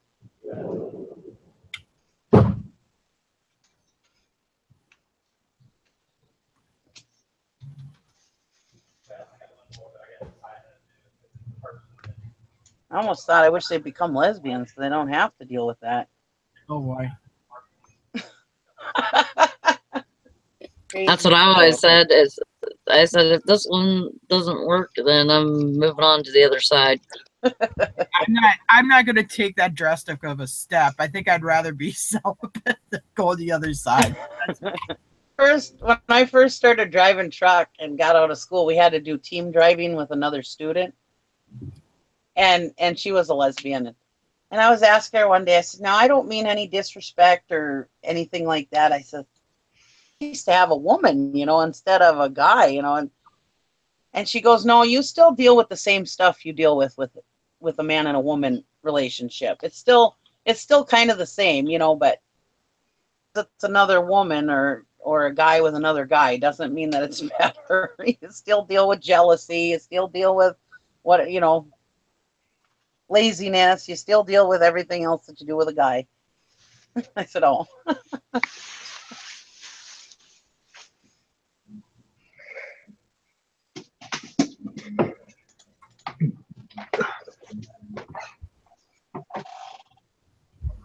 Come on, Eric, pry yourself out of that chair. The dog just about knocked me out of the chair because he heard a noise. Oh. He likes to get underneath my desk. But if I yawn or something, he hears a noise. What does it mean if an iPhone? Oh, sorry. No, go ahead. What does it mean if an iPhone? I found one kind of laying around. What does it mean if an iPhone says connect to iTunes? Is there any way around that? I think it's probably trying to get. Don't do iTunes. iTunes is the devil. It's the devil, Bobby Boucher. This is just I don't even know where this came from. I think I bought it from somebody. I want to just bypass that and go in and see if it's just set up. Can't you get to a reset screen or something? I don't know. I mean, it's been so long since I had an iPhone. I can only get that far. Where's my iPhone nerds like myself in the audience? iPhones again, Dusty. No, this one I actually bought from a friend. Called me. He's like, "Hey, you still do eBay?" I'm like, "Yeah." And he sold me 3 of his wife's old phones. This one was Windsor's old one, but Ding Dong forgot the passcode and then tried it so many freaking times. And I told her, I said, "Windsor connected to I can't get it to work," which kind of pisses me off because I was expecting, you know, the money from it to help pay for the, you know, the other phone. And now she's done it so many times it says iPhone is disabled. Try again in 6,963 minutes. Oh, 6,962 minutes. Sorry. Yeah, the iPhone's locked. Go to AT&T store. Huh? Go to the AT&T store. They'll unlock it for you. I don't think they can on something like that, isn't it? They probably could. Well, yeah, because because they would it's have that. They would have that. registered. Yeah, because they would have that EIN, that specific number attached to our account from where we bought the phone originally. Yeah. I don't know. But I don't know. Apple's gotten so weird on their security. I mean, anymore, if you don't, like that case with the guy that killed the people or whatever, and Apple just flat out told the FBI, we're not unlocking it. Yeah, and then they unlocked it. Did they? Oh, okay. Well, I'm sure AT&T will unlock that for you. But they won't for the FBI, but they'll do it for me. Well, All righty, Well, you're on YouTube, Dusty. Come on. Yeah. Kids now become a picker. Of course, you're going to unlock this phone for him. Don't know who I am. Laugh. Well, I would still try. I mean, so here's don't just go, oh, well, this random story that I saw in the newspaper. Here's that beer poster. That person, instead of shipping it rolled, wanted me to ship it flat in cardboard. Did you finally pay for it? Yeah, after I opened an unpaid item case yesterday. Dude, I sold an iron. Listen to the weird crap. I sold an iron, a steam iron, brand new in the box. Somebody bought it from QVC, still had the receipt for $49.95. I sold it for $150. Oh, wow. Overnight. I sold composition books. These came out of storage unit. I got cases of these. I had them lotted up per 5 count because that's how many would fit in a padded flat rate. I mean, I kind of measured and saw how many would fit before I listed them. Somebody bought 25 of those. It was like $64. Now see, go to Office Max for 25 cents each. I'm telling you, Bolo. I think this person with the beer poster is actually going to get a priority shoebox. Hi, Jason. Good morning, thrifting bitches and company. How goes it? It's I going. don't know what to say to that. Oh, look, it's a banana. Get a haircut. That's what everyone says. His head looks like a banana too, Get a haircut and a real job. Is that what you said? or a peach.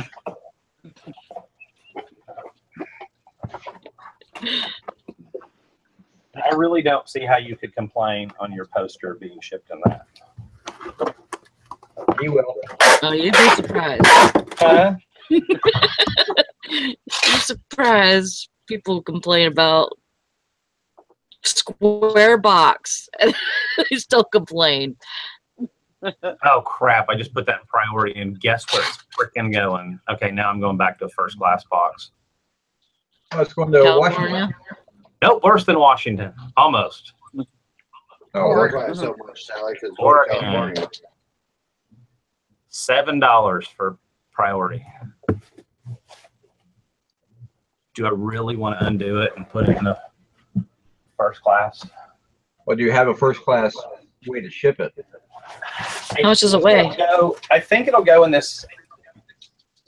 It'll go diagonally in this old Amazon box. Yeah, but what's that box weigh? About 8 ounces. So, and the poster is probably like 1.5 ounces. You know what? Here's the Just thing. for, I would ship a priority just for the insurance. yeah, but I get $100 with insurance on that. You know what? I don't feel like I've got better things to do today. I know. Don't worry about it, man. Sometimes don't sweat the small stuff. Did you tell the guy that you weren't shipping it flat? Negative feedback equals seller tape outside of the box. Yeah, I wrote him back and I said I, politely would have to, basically in a nutshell, I'd politely have to disagree. I said, if I take a poster that's 20 something inches long and put it between 2 flat pieces of cardboard, the first time something's heavy is set on it along the way, it's going to fold in half. I said a tube, which of course then I didn't do a tube because I don't have one, but whatever. I mean, how could you really complain? Right.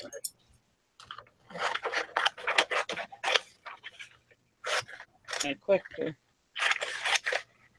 But it just struck me as kind of odd because they bought it, didn't pay for it for 3 days, and then want to question how I'm going to ship it. Yeah, you know, I had one just before. The guy didn't pay in 4 days. I filed, you know, a non-paying bidder, and this morning, he pays, and he leaves a message, and the message says, "Please ship as soon as possible." And I was like, "Well, you know what? If you paid, it would have been there already." Yeah, I would totally respond with, "Thank you for your quick payment. I sure will." And then I'd wait till like the 11th hour. I'll ship it as soon as my time frame is 3 days, so I'll ship it at 2 days, 23 hours. You know. I know, right? I should. No.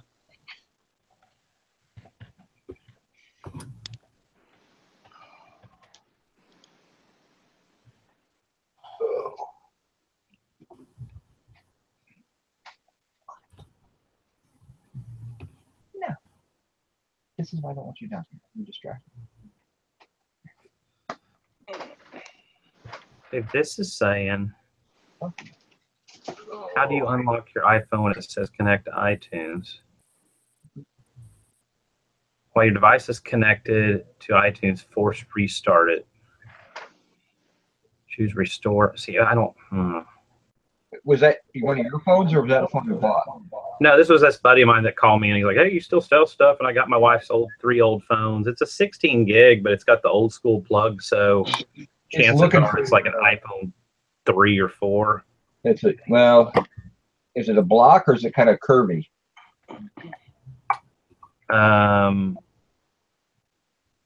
It is curvy. It's a 3GS. Yeah.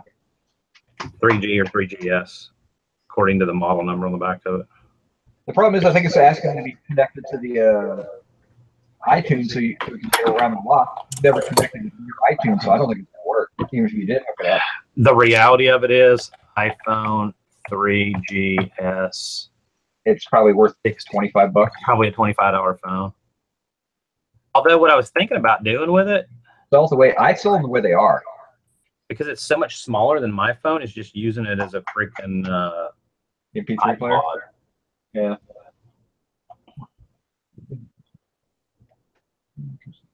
Unlock. Yeah, this might be a $40 phone. That surprises me. I think I still have the box for it. So he gave me all these boxes. I've sold locked phones all the time. I don't care. Hell, I don't even remember where the home key is on the old ones.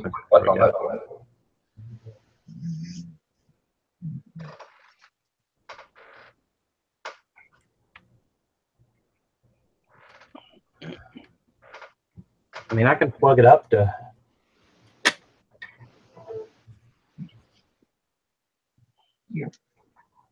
I can plug it up. I have to download. I freaking hate iTunes. How about a program takes over all your shit? I don't have a problem with iTunes because of the fact that they updated it, 3 times a week? There's no reason to use iTunes anymore with the iClouds and. No. Who's your good boy? He's a good boy. You are. He got his nails cut yesterday. He was really good.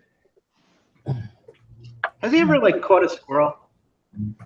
Has he ever caught a squirrel in the yard? He got really close once. Okay. I have a privacy fence around my backyard, and the squirrel was running on top of the privacy fence, and he was full tilt coming at an angle, and he jumped, and he misjudged how tall, or either that, or he just didn't have the leaping ability he thought he did. He hit the fence about 4 inches below the squirrel, and that squirrel probably flew 20 feet in the air, just flew off the fence. So he's really proud of that fact. Now, the other thing he can catch is snakes. He's a snake killer. Huh. 4-0, buddy, right? 4-0. They don't bite him at all?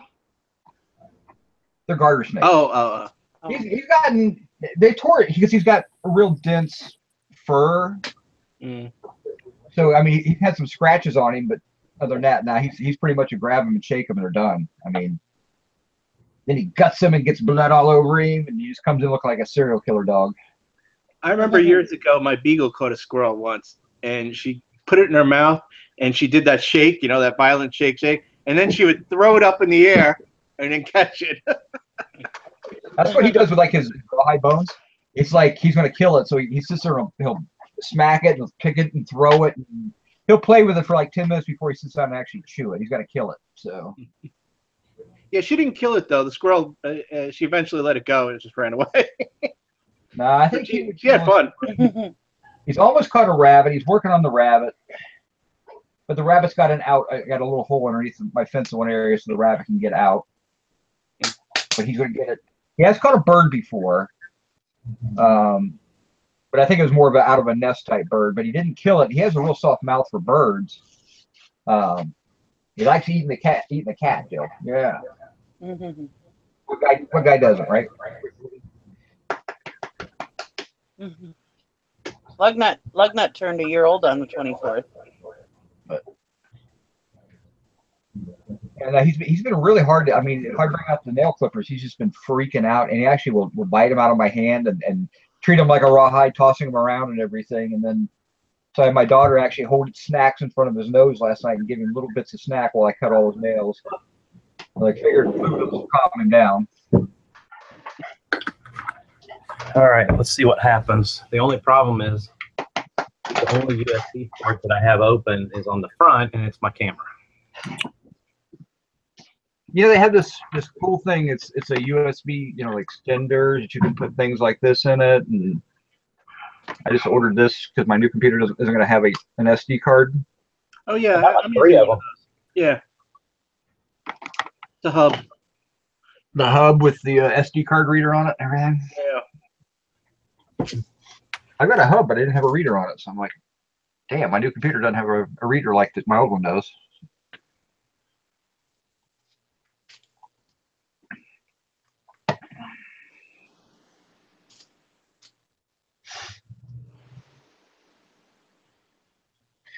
Like you and Sherry trying to work out some afternoon delight. She's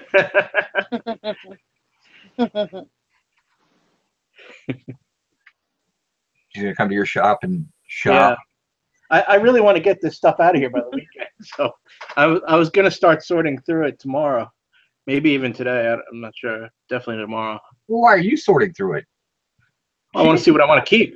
Oh, okay. There is some decent stuff. I did find a few more things too. If you get there fast, Sherry, you might be able to get to snake out some of the good stuff too. Yeah. Uh-huh.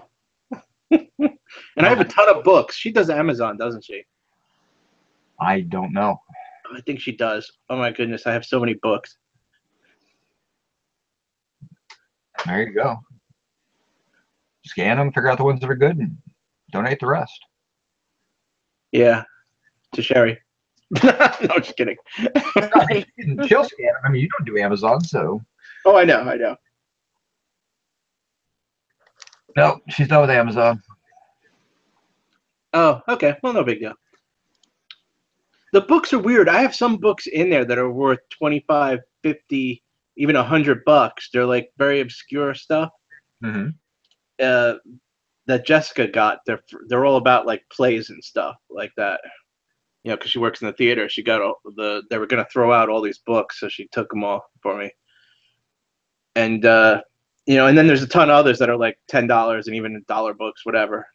I got to really sort through it. Yeah, that's. But I did look some of them up. There are some in 50 and 100 range that were solid sells. You know, I guess they're rare or something. Well, books are such a pain in the ass to deal with. Yeah, it's just they came in. I put them on a shelf in the far back room, and that's where I forgot about them. Just a little touch of culture in the Jason room there. That's all. Yeah. In the far back, right the bathroom by any chance, you know? Oh, I have more shit in the bathroom, right? I have half the record collection is in the bathroom. I mean, but you know, my bathroom's like 100 square feet. It's something like ridiculous. It's like a shed. Yeah, the bathroom's huge because of the previous tenants. Yes. There's like a shower back there. It's all tiled. It's like beautiful. It looks better than some hotels I've been in. Well, But you well, know, at least you got when shit in when the I bought bathroom. the place for square footage, I didn't need 100 square foot bathroom. I'd rather have usable like space. Yeah. I'd tell your landlord to get on that plan. I don't want to talk about it here, but already been done. Oh, really? Done. Saw him this morning. Price was the same that we talked about? Better Oh, nice. Okay. and bigger. Really? Bigger and deafer. My new LL record. That's awesome, dude. Yeah. So are you letting the crazy lady do her massage therapy in the bathroom while you do your other stuff on the other side? No, what are you nuts? Is that what you're talking about? Personal masseuse. He's like, no. That lady is cray cray. I ain't getting anywhere near that shit. I'm sure I she'll don't give care you a what she happy looks ending. like. No thanks. No thanks.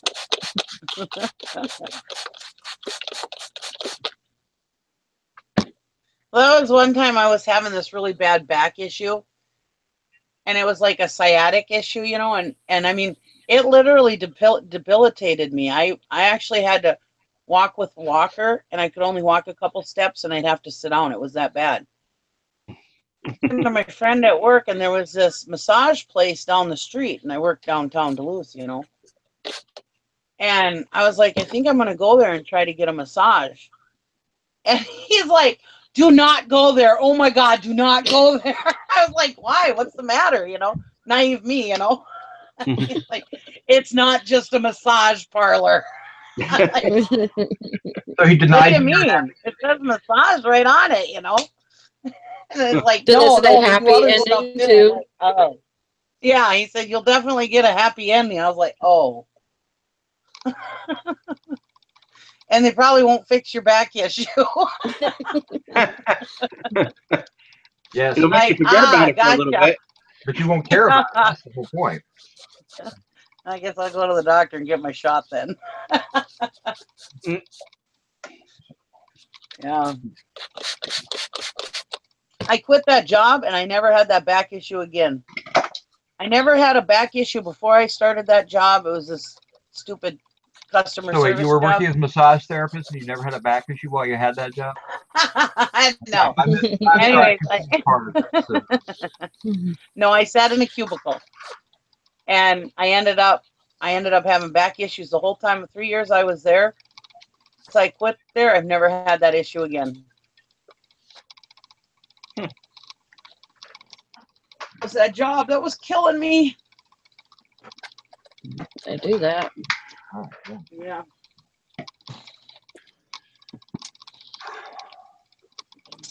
This is me today, Eric. Wait a minute. Oh my God, All I gotta say. we got to look something here. Storage auction. Wasn't that one going today, or did it already go? Tomorrow. What's it up to? It's at 510, I think. That's still a smoking deal. Oh, it totally is. So now you're thinking about it again because you got space. It's gonna be a bit, you know. They have to do some work, but you know the door. Yeah, I know.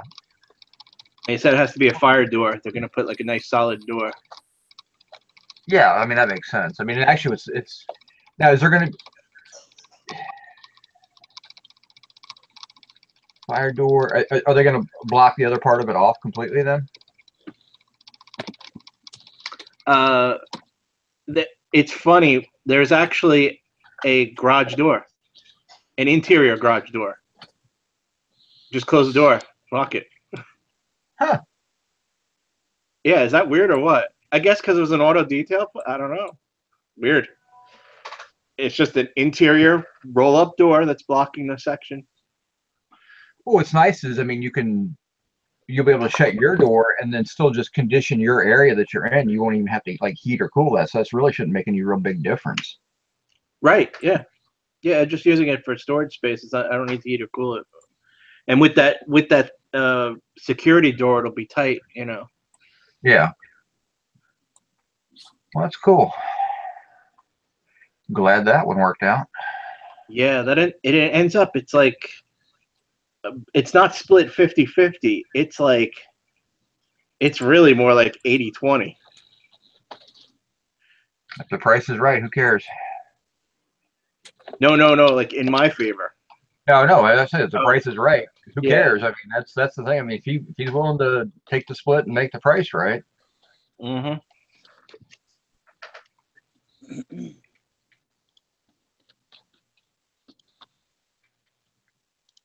Yeah.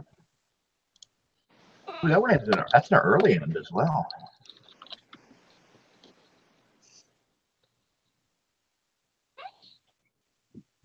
Very nice.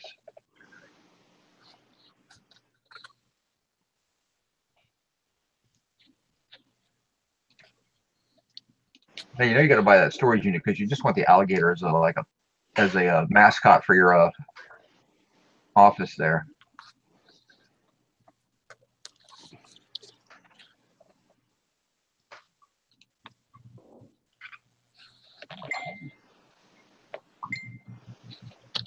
Oh, that's even better. Yeah, lock it up.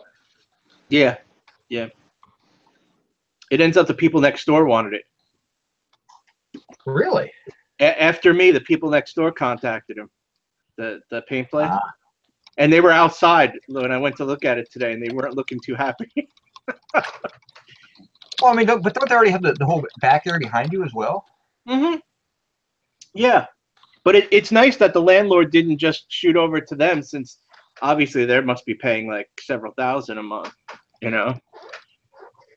They're like the but I think he's also got to look at you as in, you know, you are the total. I mean, you took the crappy area, and he might have also been thinking, boy, if I don't really do this, you know, there's a possibility he's going to want more space, and I could lose him as a tenant completely. Yeah, I think he was thinking that.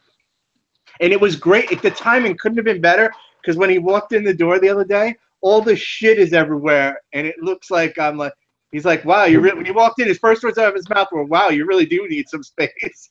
Exactly. I got to make some decisions here, you know. If I can't work with you, I might have to work with somebody else. Yeah. I kid you not, it's pretty big, Eric. It's the same size as this room, if not bigger. Okay. And this room is 450. So what's the time frame? This exact room, it's like an extension of it, basically. Nice. Same width and everything. Yeah. What's the time frame for when he's going to be ready? He said he'd get right on it. You know, he asked me, and I said yesterday. he laughed, but so. Well, I'm just saying, because you got to get shelving and everything in, so you got to go find that or order it or whatever. Speaking of shelving, I'm about to make a trip over to Gander Mountain, which is literally 1 mile to the left, and see what they got left. I mean, I know you don't sell a lot of clothing, but you should pick up, if they still have them, one of those half mannequins, if they're at a decent price. It should be. Yeah. Because I mean, like, so you get the occasional piece, and all you need is one. And I'd like to get a head mannequin for when I do get hats occasionally. Yeah. Those you pick those up at Hobby Lobby. You get the styrofoam ones for like $4. Oh, okay. You can buy those at like Michael's. Yeah, you don't have to spend a whole lot of money. A wig thing or something like that. I really need to sell mine because mine's actually a really nice, cool vintage '60s psychedelic one, and buy a cheap one. I'm actually going to get something. I can also use those for the eyeglasses, right? Yeah, if you get the ones that have the styrofoam ones, actually fit the eyeglasses really well. They do. Okay. Yeah, I think I'll run over there after that then. Because those eyeglasses are tough to photo. Yeah. Wait till Halloween time. Usually Savers have them for $2. What'd you say, Nikki? I said if you wait till Halloween time, Savers usually has those styrofoam heads for like $2. Oh no, I don't want to wait that long. I want to sell this shit. I'm sitting on almost $1,000 in glasses. Oh, I didn't know you had all that. Sorry. Yeah, I got them out of a storage unit. It was the guy who worked at Lens Crafter, and they're like, you know, there's some nice ones in there. You got $1,000 in glasses, and you probably got $1,000 in hats. Actually, I have a total of 22 hats times what'd you say, 25 a piece? Yeah, roughly. They're So like okay, new. $500 in hats. Yeah, 5. So it's worth it to invest. You know, I don't. And same with the records. I was about to get one of those little tiny easels to make it easier to take photos. You know. I never thought about. I just lay it flat, but that would actually work too. Yeah, just something that I could quick take it on, off, on, off. You know what I mean? I mean, I could lean it against the photo booth, but the back of the booth, you know, that I'm stretching my arm way back. Oh yeah. Well, see, I just flat lay them and then shoot from up. You know. Oh, the way my lighting is, if I do flat, it'll get the glare off the light. That's true. Yeah, especially with the most of them have the plastic covers on. You know, that plasticky material, the shrink wrap.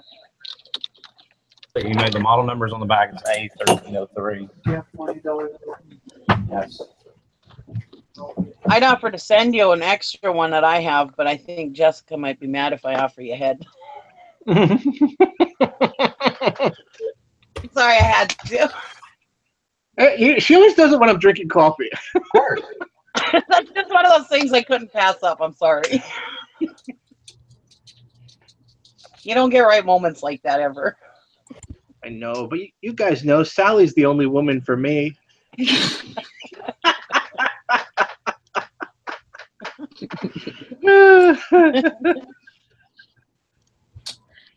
a dork. Jason's an only woman kind of guy, and I'm kind of an any woman kind of guy right now. So. Yeah. No, it's so true. What?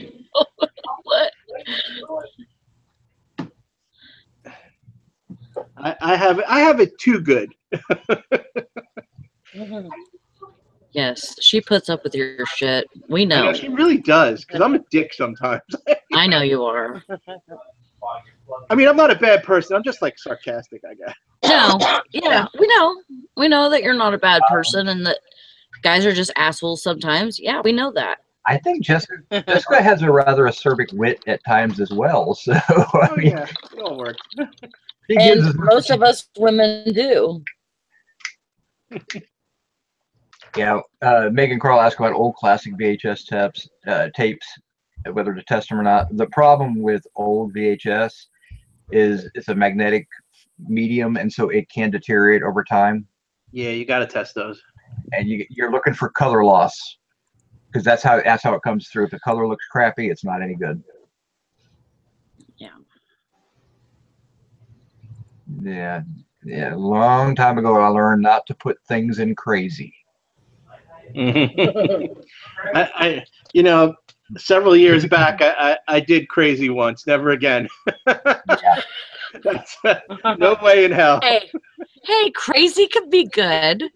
No. Crazy is only good when they don't know your real name. No, I mean, you know. There's a difference between crazy and crazy. Yeah. And I had the crazy. Yeah. Me and you are crazy, but there's a difference. James said it was. She still is. My first wife still is crazy. Even her daughter says, "Yeah, mom's crazy." So.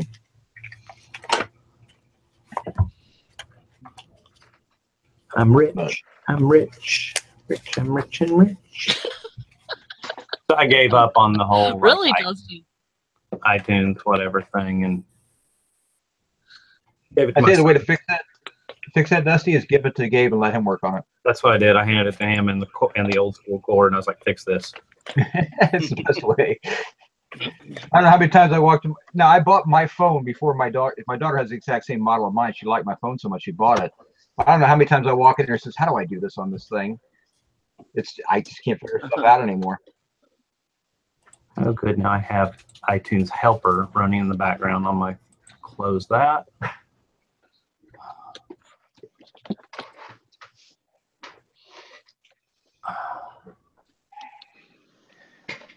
right, I'm gonna mute for a bit. I gotta ship some stuff. Have fun.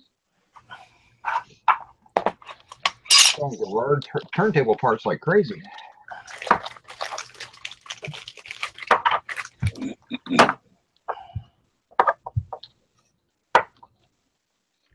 You're not doing anything today, Eric?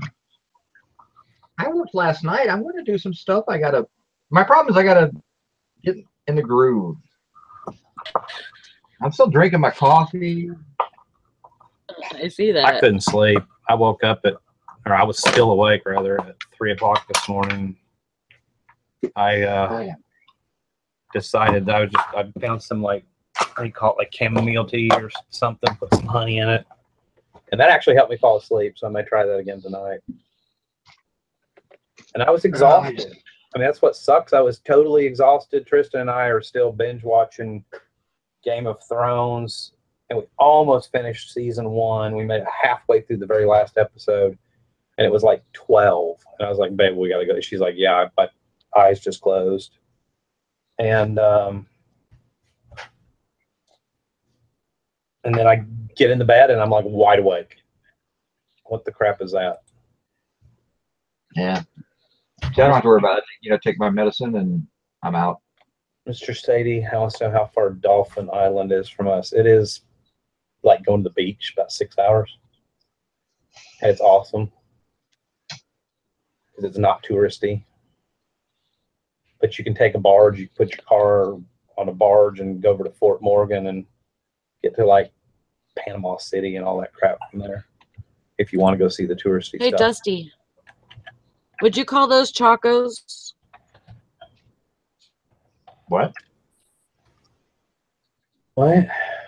What did you say? I said, No. Dusty, would you call those Chacos? What does it say inside? No, because they're not. They're some other brand. They're Colorados, but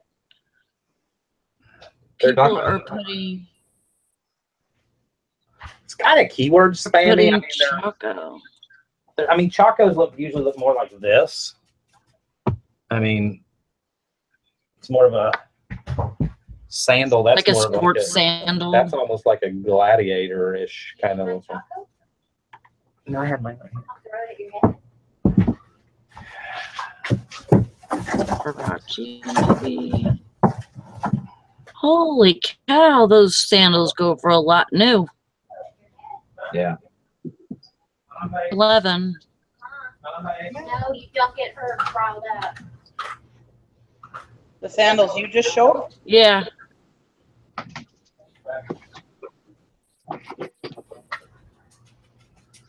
They're Colorado brand.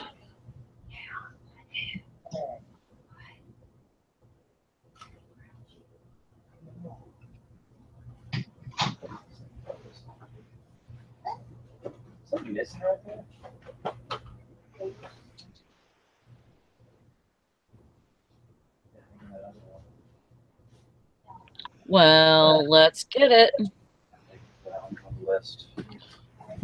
Yep.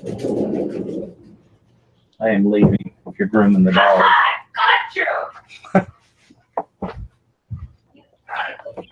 Dolphin Island, then you can go over into Fort Morgan. Oh, Gulf Shores and Orange Beach is what you take the ferry over for. It's really cool. That's Mr. Awesome. Sadie, if you're still there, that's where we used to go on vacation. It's, you know, Alabama beaches don't really get a whole lot of like whatever, but they're just exactly the same as Florida, like Panama City and Pensacola and all the rest of that crap. Except with like Pensacola and stuff, you actually have a barrier island, and you don't have that with Dolphin Island. Dolphin Island got hit pretty bad by whatever the last hurricane was a couple of years ago, I think. But I think they pretty much restored. We used to go down there, rent an entire house. It's a long, skinny island that runs this way. And it's literally from north to south. I mean, it's probably, I don't know, 4 miles long, but it's from north to south-wise. It's probably maybe half a mile. And then there's a canal that runs through the middle of it. So pretty much wherever you get, if you stay in the right area, you're either going to be on the bay side beach or the Gulf side beach, or you're going to be on a canal. Which the canal was cool because we set out crab traps and stuff. I sold something else. What in the hell?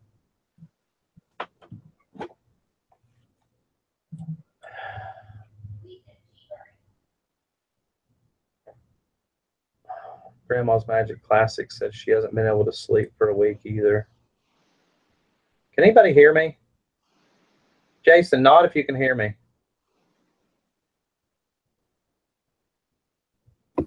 I can hear you. I just making sure because sometimes when I plug my camera back in, I have like no sound or whatever. So No problem. I just have my mic muted because I'm shipping. But I that do. would really suck if I was sitting here telling that whole story to Mr. Sadie and he couldn't hear a word I said. Oh, cool. He's going in September, renting a house for a week. I mean, we would rent a house. You know, of course, everything's up on stilts or whatever, but it was I think 2-bedroom living room, huge sliding glass door with a big old deck on it. And it was right on the canal. So we'd fish in that or whatever. And then we could walk like 2 blocks either way, either north or south. And we were right there on the beach. We could actually see the beach or see this, you know, the ocean from where we were at. And we used to rent, I mean, this has been 15 years ago, but we would rent that house. We would do it right after school went back, which is probably about when you like September. We would do it, I think, late August. I can't remember. And it was like $600 or $700 for the entire week. It was really cheap. There's not a whole lot to do there, like I said. So if you're just going to relax, you'll love it. If it's still there, there is a seafood market in town that has fresh seafood. They have great shrimp. I'm looking here. Skinner Seafood. Yeah, it's still on Google Maps. Great place to get fresh seafood. There used to be a country club there. I don't know if it's still there. It was really old and kitschy kind of looking from the 60s. And they had a restaurant and a pool they'd let you swim in. It was kind of cool. And then, of course, the end of the island, you have no, not aquarium. What do you call it? The Tris, what do you call the Dolphin Island thing? Sea Lab. Thank you. Which Tris went to that when she was young. That's kind of one of those trips that a lot of people in Alabama they do with kids as a field trip. Go down there and visit the Sea Lab, and it's worth seeing. We went because the kids were little, but all right. Gabe's texting me now.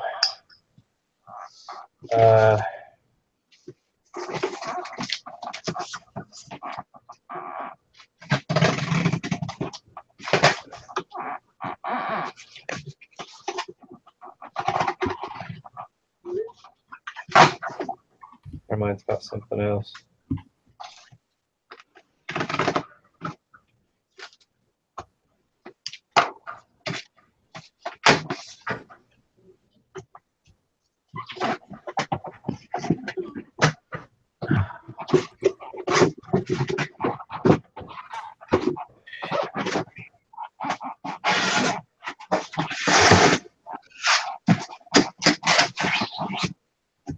I almost went to Classic said looking at housing prices is not bad. I'm telling you, it's like, if you don't mind putting your car on the barge to go over into Fort Morgan and all that, and you just go over there and spend a day, or Orange Beach and all that, and drive around, see all the shops and all that kind of stuff, and then you kind of come home to your own little private island. It's not touristy. There's no gift shop. I mean, there's like, I think like 3 little gift shops, but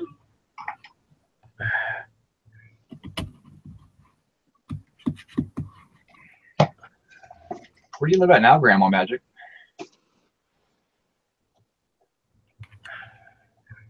I think she's in Michigan. Oh. I think.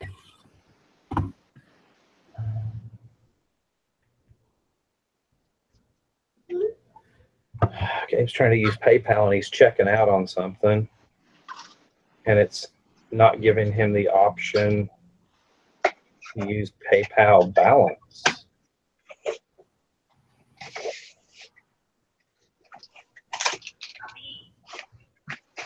Oh well. Guess he hadn't fixed that phone yet. Oh, she's talking about Alabama and Dolphin Island. Well, she's talking about moving, and I mean, I get money to move from Michigan, but kind of depends on what you're looking for. Oh, I missed that part.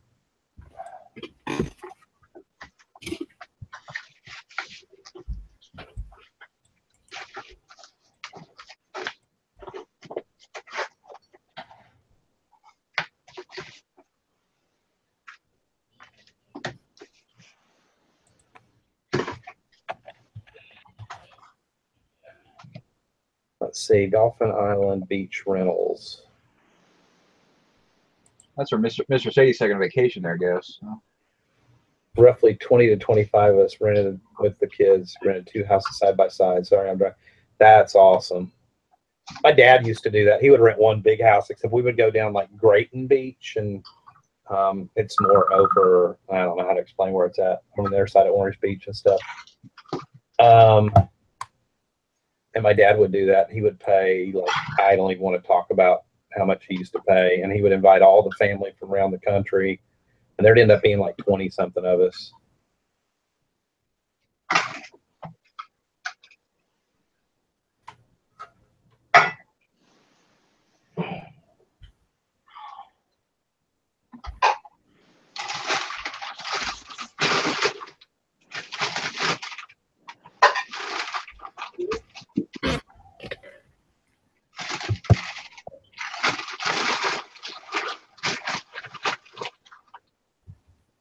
Hey, if you're having problems with it, why don't you come down here and do it from my computer, please? Because I can't keep doing this back and forth all the time. Handle that shit.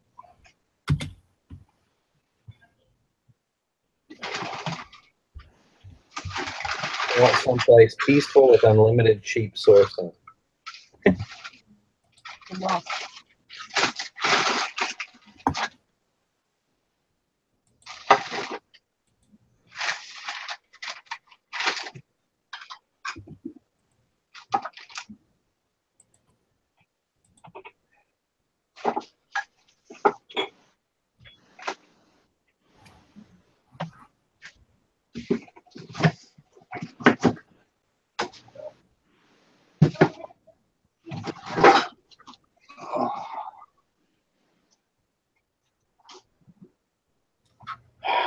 Shit.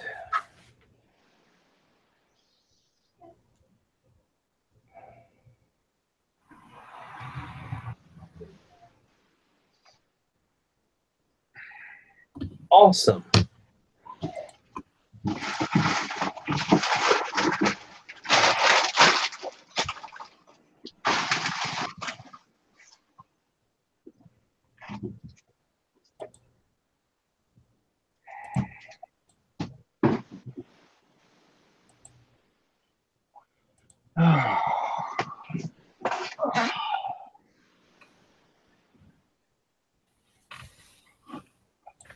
Well, I would recommend South Tennessee.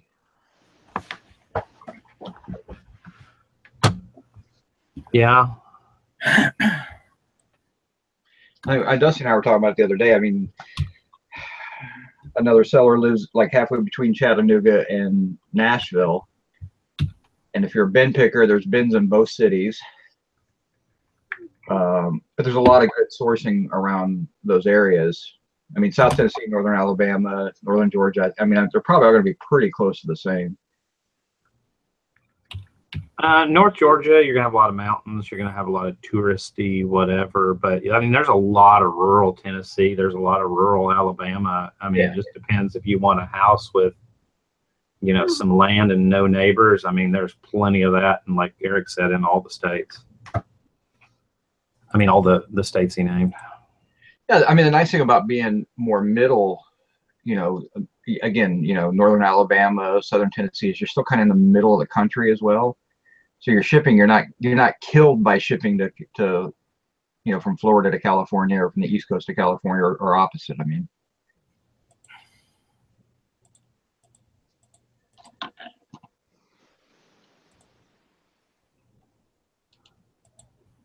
I liked Alabama when I traveled through there. I loved Tennessee when I was there. So Tennessee is beautiful. I love Tennessee. I like Lake Cumberland a lot too, that area. yeah. That's Kentucky.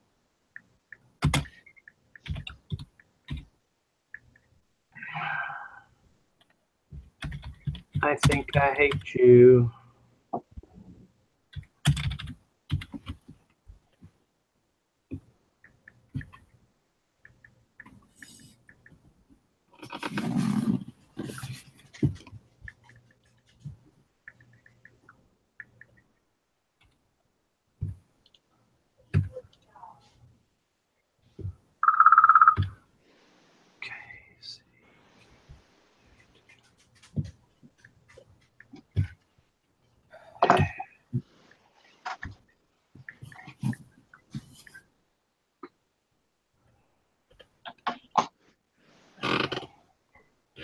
Oh my Lord.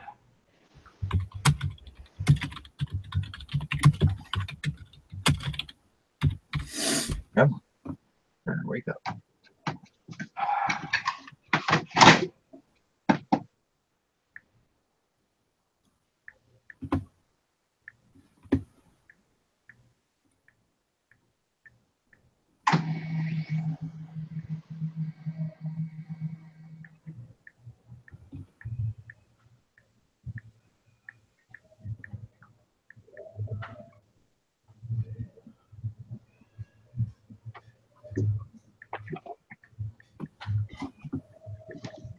Says we're awake.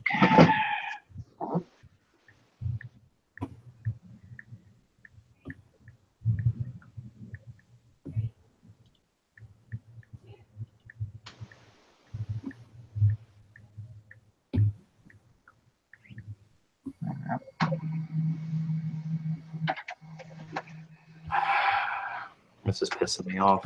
What are you trying to do now? Bank stuff.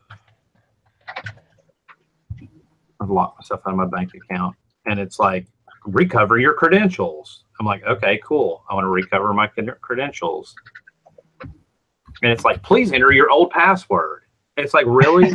Seriously? That's one of the steps to reset your password. Reset your password. You got to have your old password to reset your password. Your bank doesn't have a way for you just to call them and they can do it, or? Yeah, that's what I'm about to do.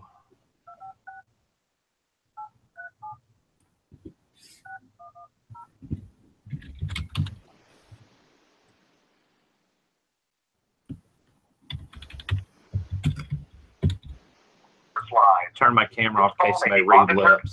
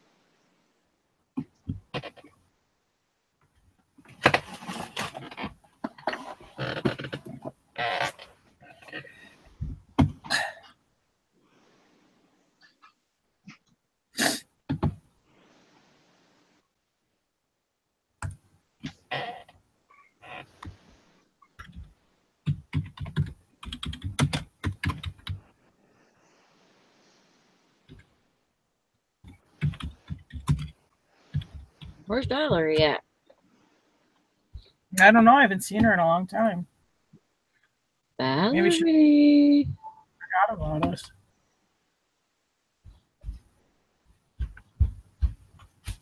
Yeah? What?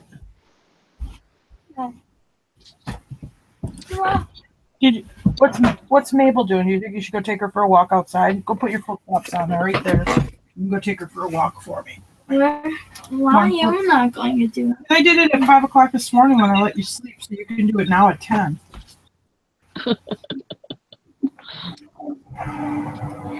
You don't need a shirt. Or else you got to do it at 5 o'clock tomorrow morning. I'll have you be the one that's getting up at 2 in the morning to take her out. What are you? Okay, now really, this is what you're gonna do. What?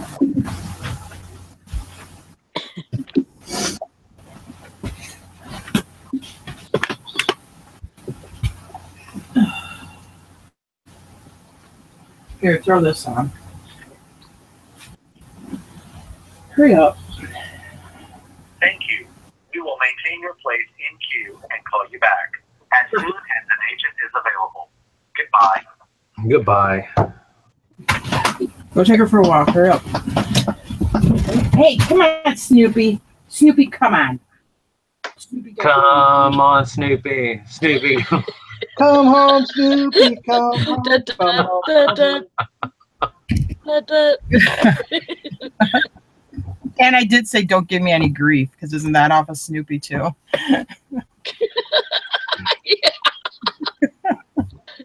Good grief. Yeah.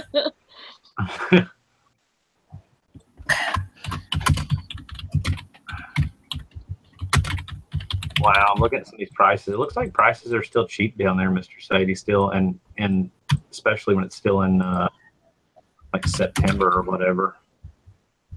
I have a friend that goes there every spring. Their kids are grown, so it's her and her husband. They go to Dolphin Island every spring. And I don't think it was horribly expensive even during spring break time. They really like it. I've never been there, but they really like it a lot. I mean, it's just a quiet, sleepy little island with not a whole lot to do. But I mean, you want to talk about beaches that you have all to yourself, especially in September. I mean, when we went with the kids, I think maybe we saw like 2 other people on the beach, and they're gorgeous beaches. Yeah, they look very pretty, and I know they do like a lot of fishing on the beach there, so maybe the fishing's all right there too. Hold on. Well, it's the ocean, so it should be.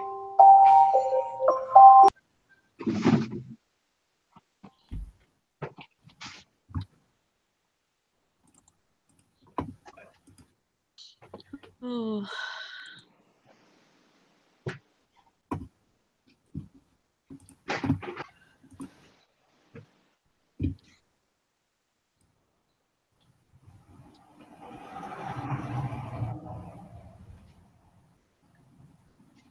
I don't know if anybody else does like a lot of shoes or anything, but I started shoes. I've started finding a lot of shoes, and they're really good shoes and leather and stuff like that.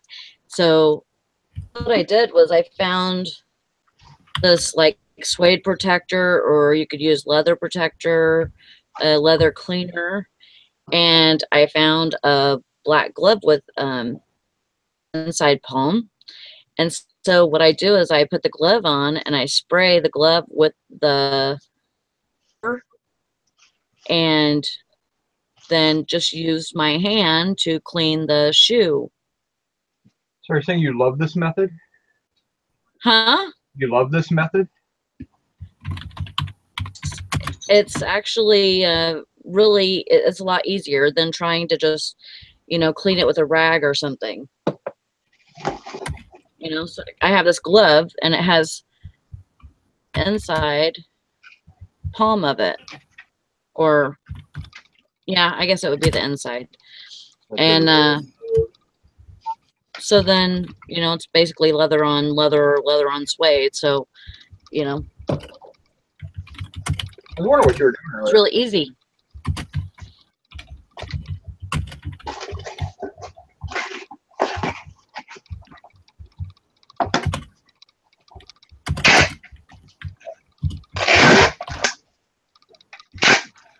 Hope everything goes well, Julie. Seems like she's been through a lot.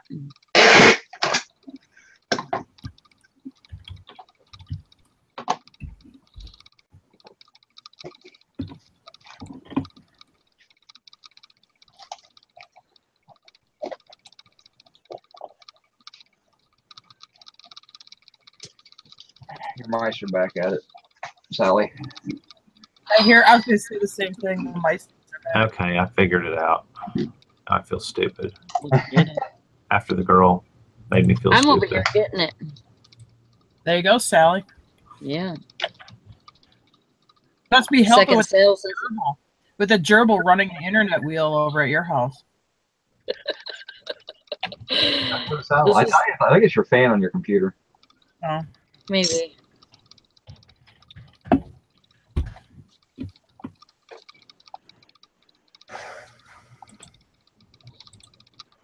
That's the second sale since I've been in this hangout.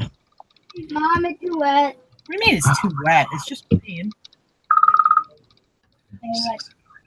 Give me that puppy. Did she go pee at all? No. Even not poop. You make her run around. Oh, your feet are all wet. Have you pooped? I'm not going to comment on that, Dusty.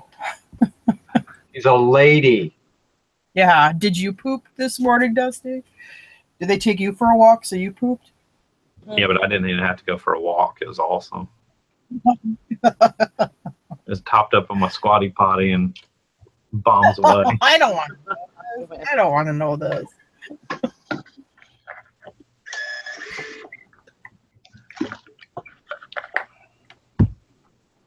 That was always my mom and my first comment when the kids would say, well, did you have a bowel movement this morning or today?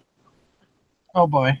Oh, we used to call it a B. Did you have a BM? I'm like, why can't we just call it food?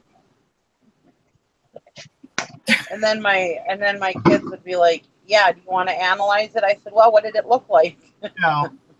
I'm at $294 in sales already today. That's awesome. Damn. Nice, way to go. Yeah, no kidding, man. What's up with that? Sir. I'm I at mean, it was zero. $150. It was $150 iron. I'm at zero.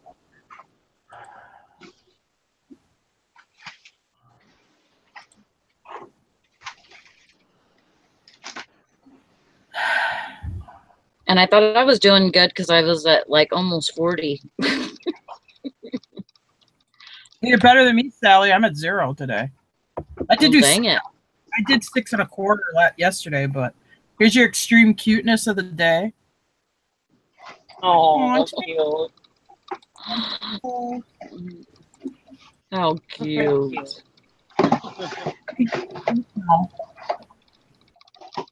Puppies just make your day. I love puppies. Yeah, they're fun. My lug nut turned a year old on the 24th. He's no longer a puppy. Yeah. Well, this one's little yet. That's what I told him. I said, you're a year old. You better start acting like it. Oh, boy.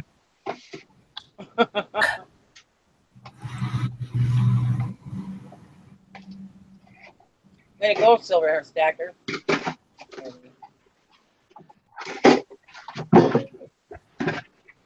I was working on one and eBay shot me an error.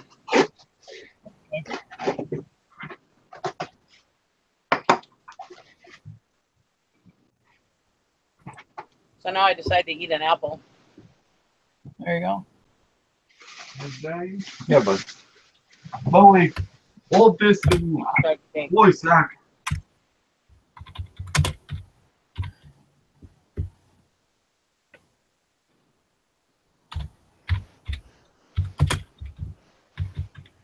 Right, Zig's got 2 listings.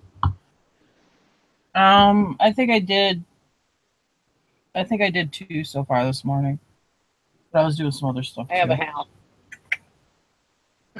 2.5. Huh.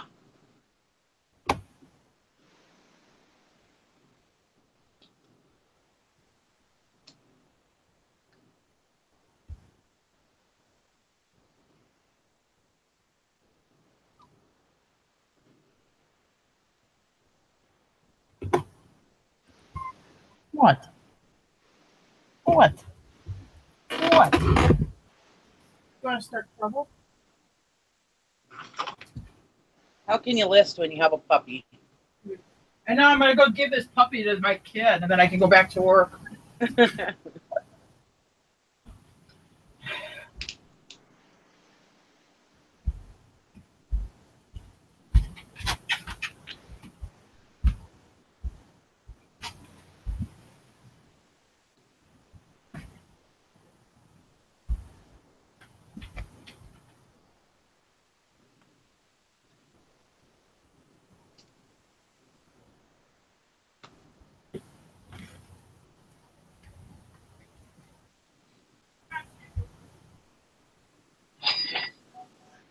Oh, I got a cha-ching. My half listing did some good for sales.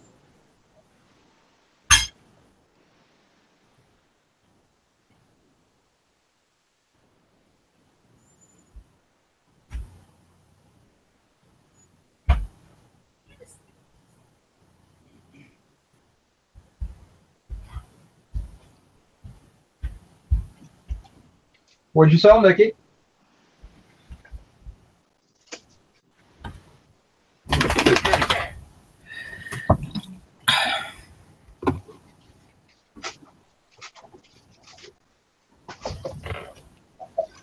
Get out of here.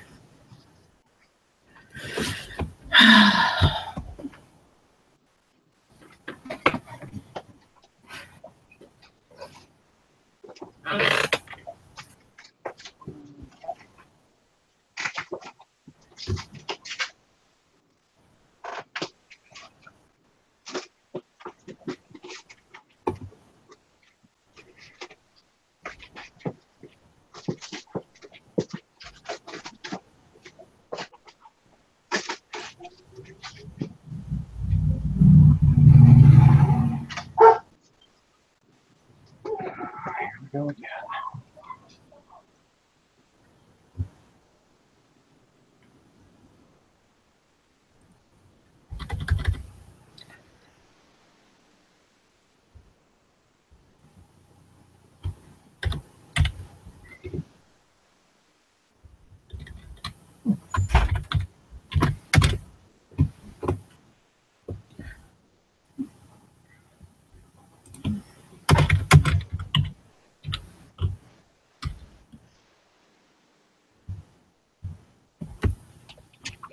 Hello, Reseller Niche Podcast. We're doing a listing challenge today, so if you want, you can join in and start working. Just Oh my God, I didn't even know that. didn't? No. What's the check? Oh, that is so funny. I didn't know there was a listing challenge either. It's the same. We're working until Oh boy. Good to know. sorry, it was kind of impromptu. We started an hour after Valerie's show started, so just do what you can. I'll probably be having another one in the evening sometime this week because people are asking for one. So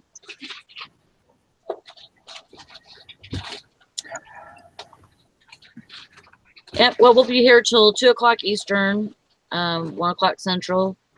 So if you get back, come on back.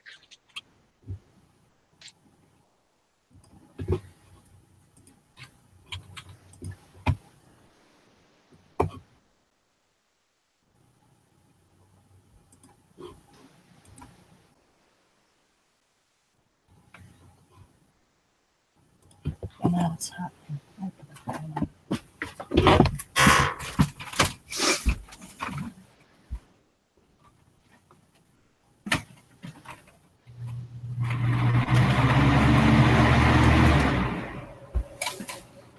Are you on this? Yeah. I'll just put that one over there.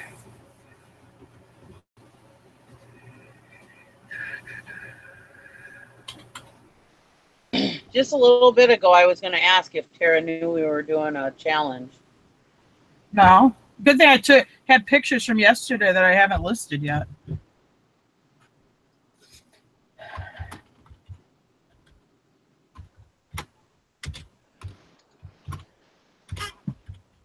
Of course they did, Hank Allen Cash. That's same thing that happened with me. They paid right after the postman got here. Is that the way it always goes?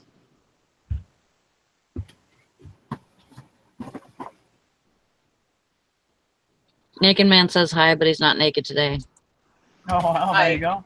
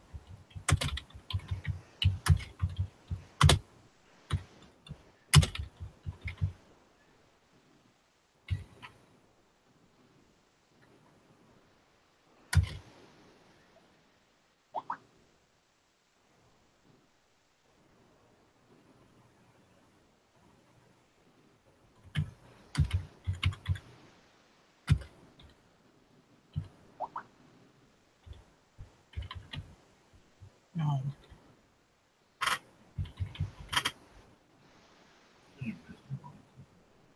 I didn't really think about it. Was I supposed to miss you? Oh, it's 10 o'clock in the morning. I put Hornet out with the other horses. How they doing? Well, they were okay because they were out in the woods eating grass. Then here comes Tasha, and she's in heat, so she's stupid. And then she comes over, she's doing her thing and baby talking and all that stuff. So then that brings out Bo, who's like, that's my lady, you know. So then he gives him a run. But so then I grab Hornet and I take him out way up in the north field because he gets himself up in these corners up here around by the barn. Well, And, you know it's Bo. Why don't you take Bo out? well, because it's Lala too. But they're going to have to learn how to get along because I'm sick of this shit. So anyway, so I take them out in the north field. And actually the horses aren't even hardly chasing him. They're too lazy because they're full of grass. So he's out there in the north field eating right now. And they're going to figure out how to get along or die. So You have to get along or die. yeah, they're going to figure it out. I'm going to die because I'm getting sick of this shit.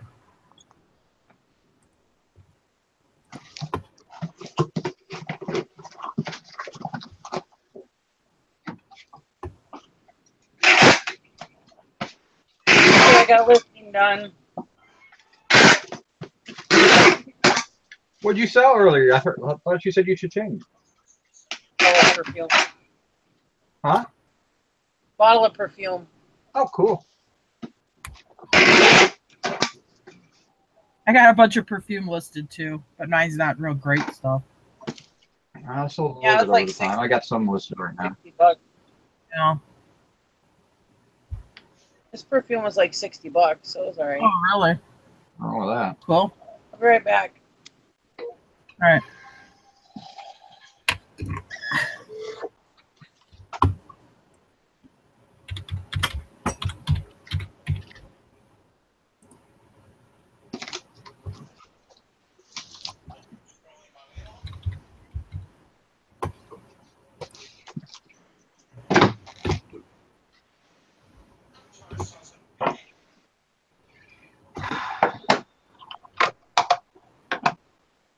I'll be right back. Gonna take some pictures, okay?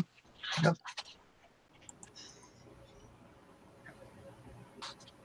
Thumbsies to you too, Jason.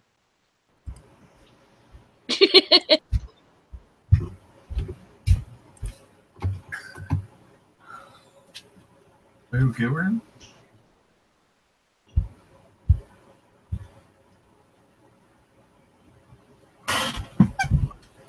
What's wrong?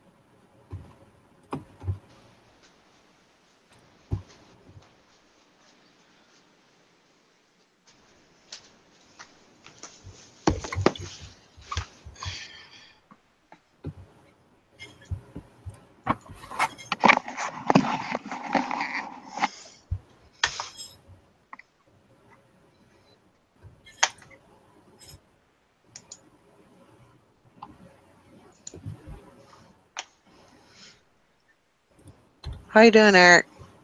I'm fine. How nice of Valerie to grace our presence with her 1920s bathing suit. Really? Really?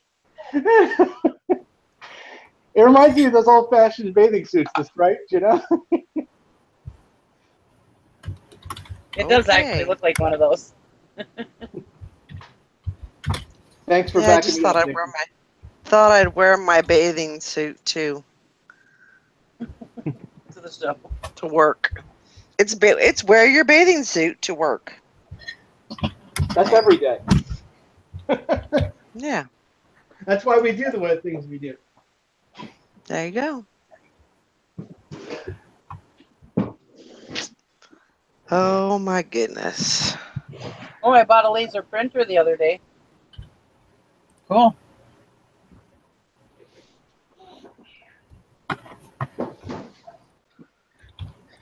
A brother. Distant number 40. It's good. I just kind of did it at the seat of my pants. I just bought it. I didn't even do any research or nothing. But.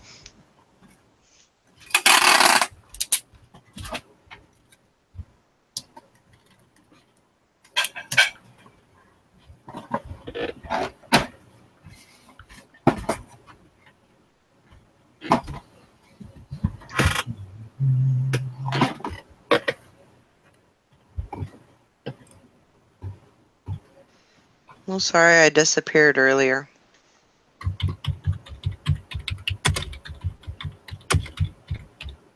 Isn't correctable TIBLE? I think it's.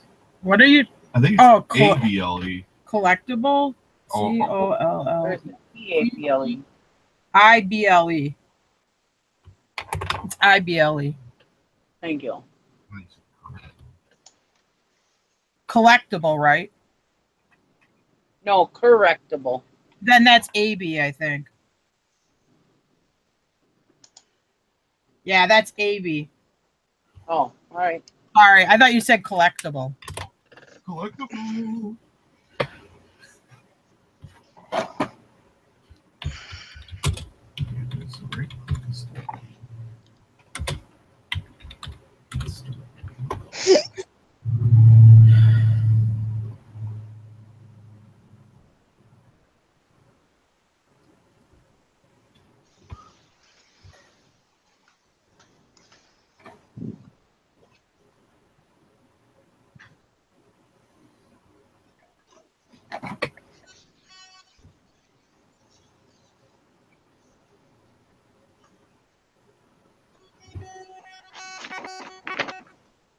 Okay, I got 2 items listed.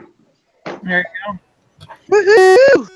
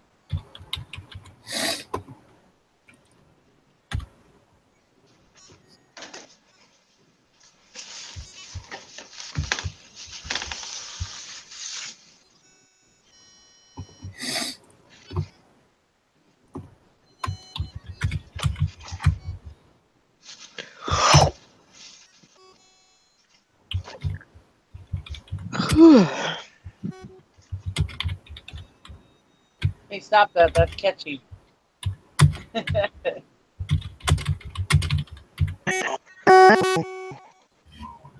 have genuines to the windows. What are you doing? Putting Windows Oh, you're 10 on these installing those computers. Windows Yeah, 10s. The last guy sold me good. I think this one works. This is genuine. So quiet today. Are you just selling the towers then? You're not, right? You're not putting the monitor. Oh, $50. You know.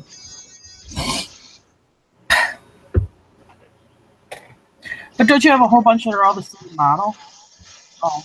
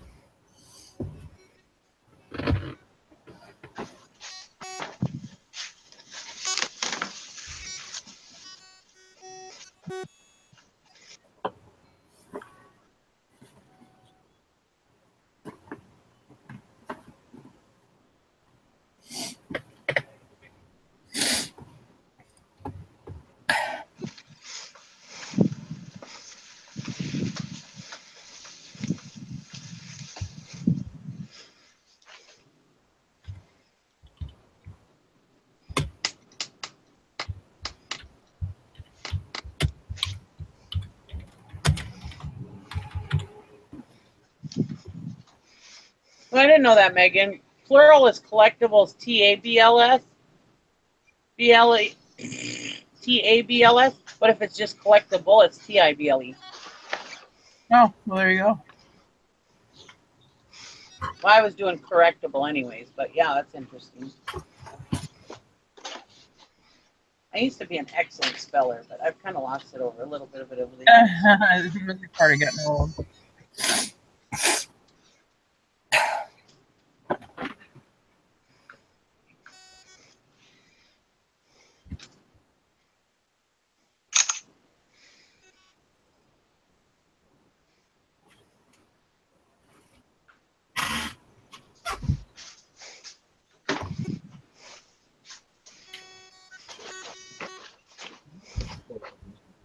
That other one I bought last night, it was freaking work. Oh, really? This one I paid, so it's not 5, it's 7 or something.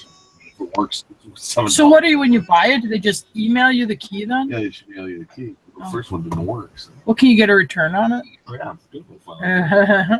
If we're going to give it a chance to give me a new key that worked, yeah, or I'll take the return.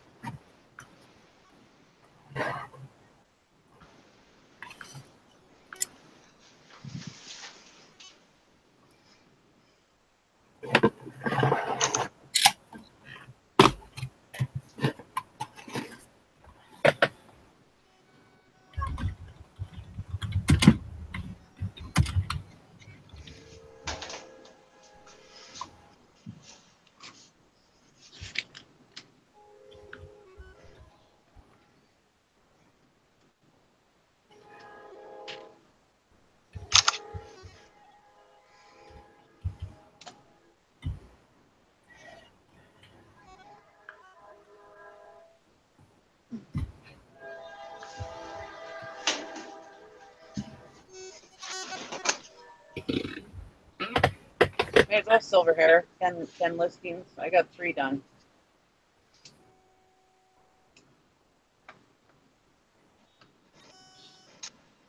What did I get 4?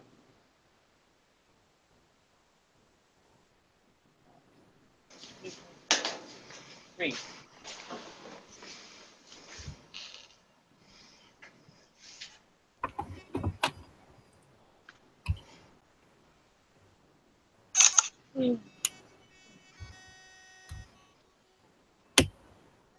Good job, chicken fried steak. 6 listings.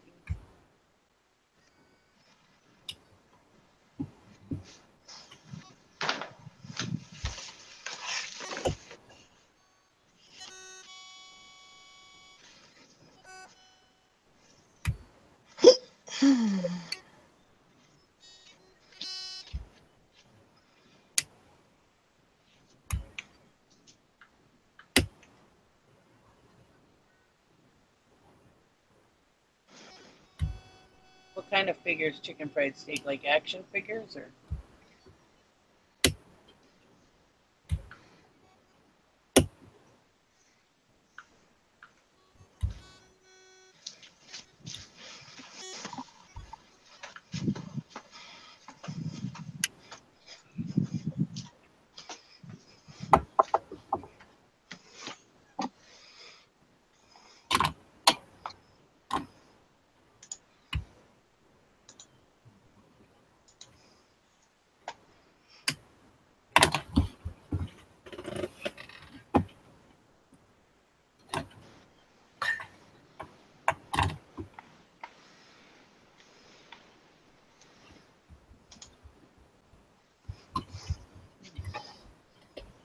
Well, there you go, Hank Allen Cash. Chicken fried steak's a buyer of action figures. Maybe you don't even have to list them.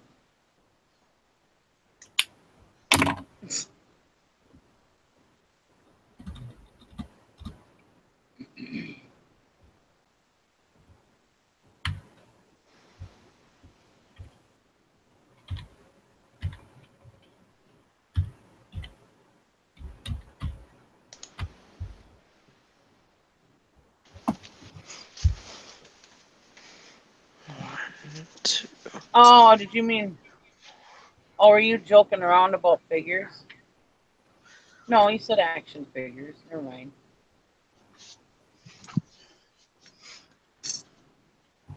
I guess I didn't understand the joke. Missed it.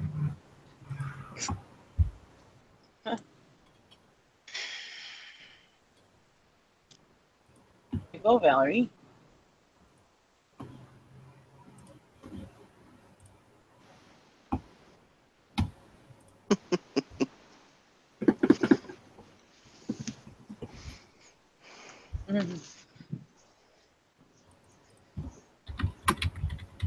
Hank's a woman. Yes, she is. Wherever.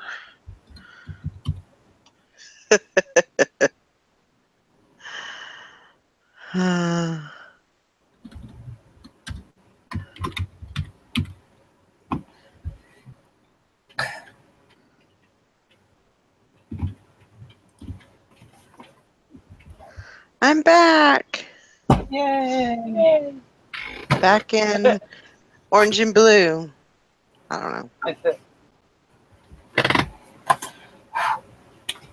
think, you know, Jason said, I think Annette, what was her name from the Mickey Mouse Club? Brunicello.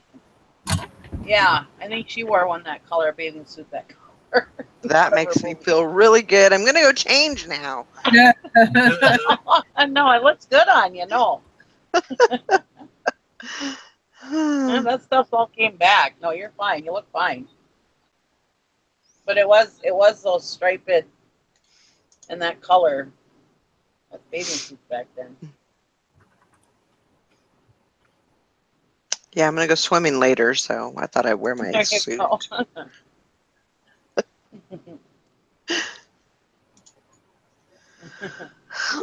It looks like you're about to run out and get a Nathan's on the way to the pool there. All right, Jason. I've had about enough of you. Click. No, Bam. I'm kidding. I'm kidding. It looks like you did get a tan though, huh? I am always very tan during the summertime. Oh, are you? I have olive complexion. Yes. It's just something I got from my mama. I get tan, but I get a light tan. Usually. I mean, that's cool. Most people pay for that. True. Yeah. Yeah, I'm usually always tan in the summertime, and then in the winter I just get white as a ghost, which I don't like. To me, I look better tan than I do white, but You're beautiful What's no the matter name? what you do, Valerie. They're still in Huh? business. yeah. When I was a kid, they used to call me the little Mexican girl.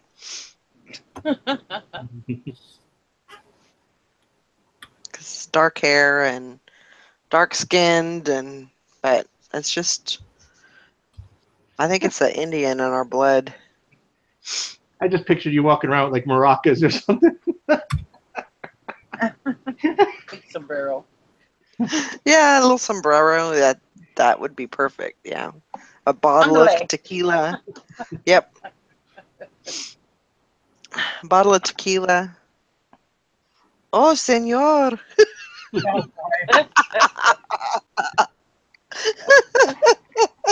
Hi, Oh, mi te amo. Now, hopefully, we haven't offended our Mexican viewers. This is true. No offense. No offense. No offense.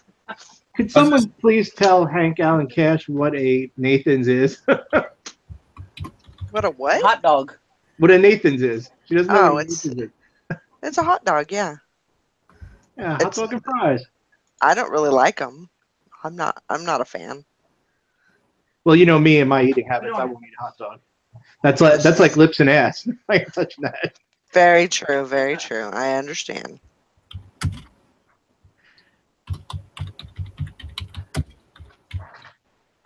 You're a guy. I thought you liked lips and ass. Oh boy. Would Nikki like yell that from across the room? I think so. Now I'm in my kitchen. Sorry. I walked away while you were saying. I was like, "Dang it! I don't think I'm close enough to say anything." But I'm gonna do it. If I'm not mistaken, Nathan's was like the staple at wasn't it Coney Island, I think, or Coney Park, or I forget now. Back in New York, I think that's where they. I think it is Coney Island. Yeah. yeah, out east you see a lot of Nathans. Out here you don't see Nathans. We don't have them, but they do sell Nathan hot dogs at the grocery store. I've seen Yeah. that. They don't have a Nathan's. I think Walmart. I think our Superior Walmart has a Nathan's booth with the Subway. Oh, really? They have down here, like in Jersey, they have them in malls Yeah. occasionally. Our mall just got bourbon chicken, for God's sakes. Oh, nothing. I thought you were gonna say something more like our mall just got a parking lot. We don't even have a mall. Duluth, We'd I have to mean. go like about 100 miles away to get anywhere near a mall. Tara's version When of a I mall say up we, there I'm is like when they do like a wagon circle. Yeah, no, we had this Village Mall that was like a grocery store and a couple other stores, but now they remodeled it, so it's a Pick and Save and a Tractor Supply. That's the big mall in town. Nice. Oh, when I say we, I'm not talking Poplar. I'm talking Duluth, Minnesota. Yeah, well, Duluth's a lot bigger than me.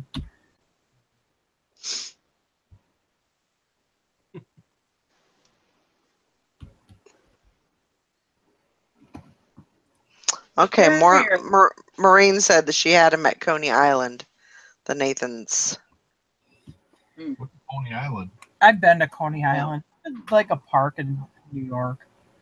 Yeah. It's like an amusement park.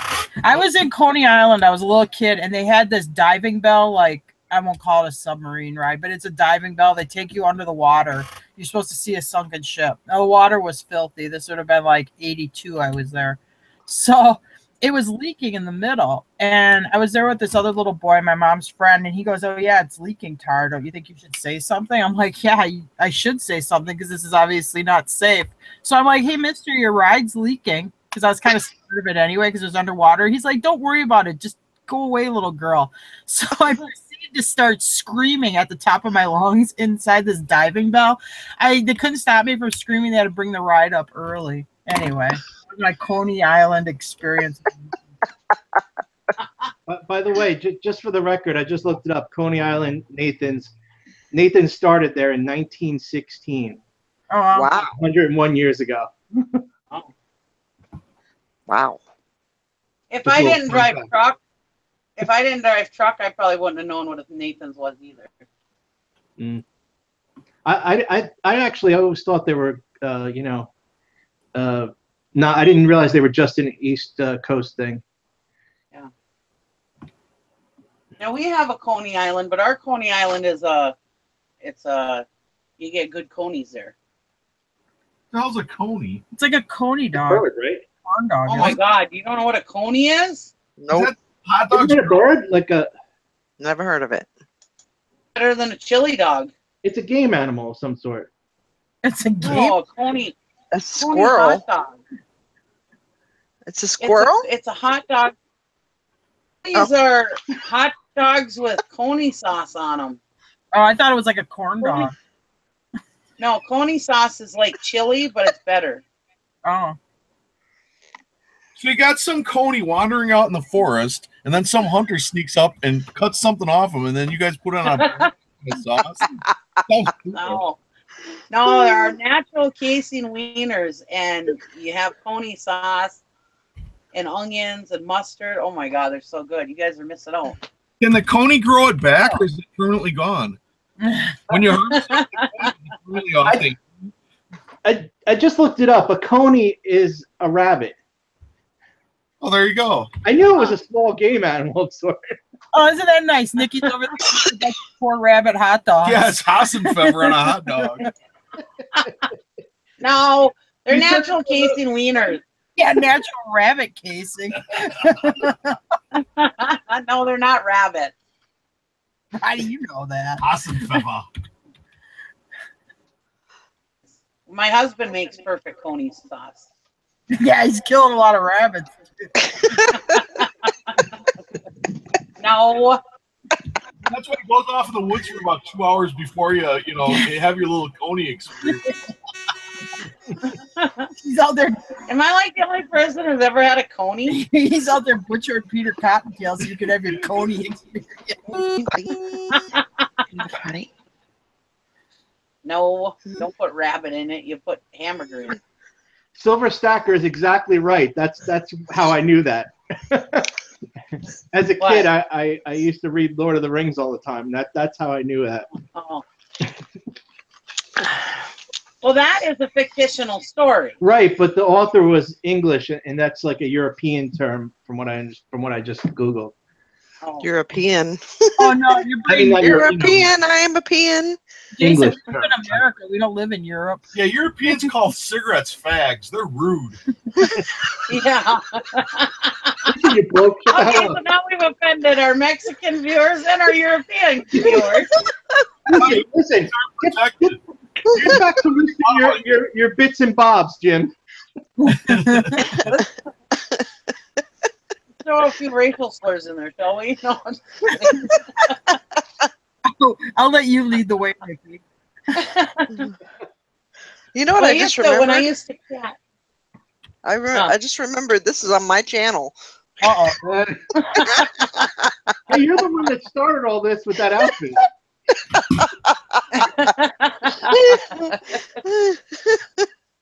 Oh my! That is true. When I used to when I used to have I used to chat a lot. Never knew Randy meant horny in other countries. Well, I love Randy Travis. That here too. And so I'd be on the chat going, I'm having a Randy moment. Everybody's like, woo, you know? Are you feeling Randy, baby? All I was saying was I was listening to Randy Travis.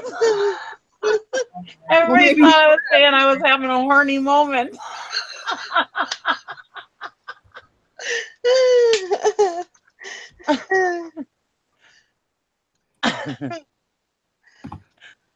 Yep.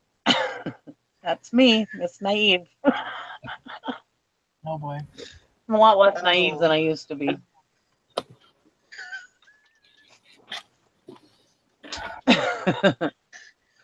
So Megan Carl says I have Nikki. So Megan Carl, you know what a coney is? Yeah, it's rabbit. No, it's not. It's a wiener. You guys say it like you say it in Wisconsin. It's a sausage. We used to go to the bar. There was this local guy. So he come into the bar. He was real funny and he was nice. But anyway, he come to the bar. He'd like look around because he's on the prowl. He bring too many guys in there. He's like, I'm not sticking around here. This is a sausage fest.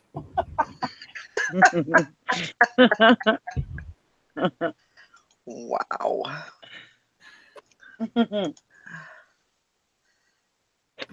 Real coins are natural casing wieners, and they're really, really good.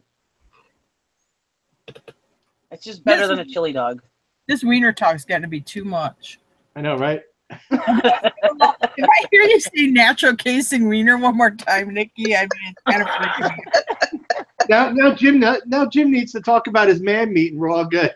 His throbbing man meat. I'm sorry. Wow.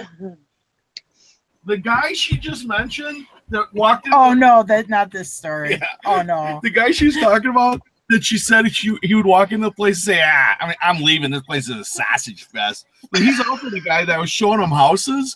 And I got to tell him about this showing we're going to go to the next day. And he's in his jacked up pickup truck while I'm talking to him. And I'm like, Stan, are you even listening to me? Oh, I used his name. Anyway, he looks at me, kind of gives me a funny look, and they points his finger down. So I look over the door at his lap, and it's some blonde's head. So that's what was going on in the bar parking lot. Yeah. So this is he was a real player. You didn't mean he didn't even offer to share? Yeah. Oh. Hey. Maybe that's what y'all do out east, but we don't do that over Yeah. here. In Wisconsin, if it's a three-way, it's with two girls only. No two boys. Oh my. Wisconsin law. Hank Allen Cat says his throbbing boomstick. Thanks, Jason. Now you got him going. I woke up the sleeping giant in quotes.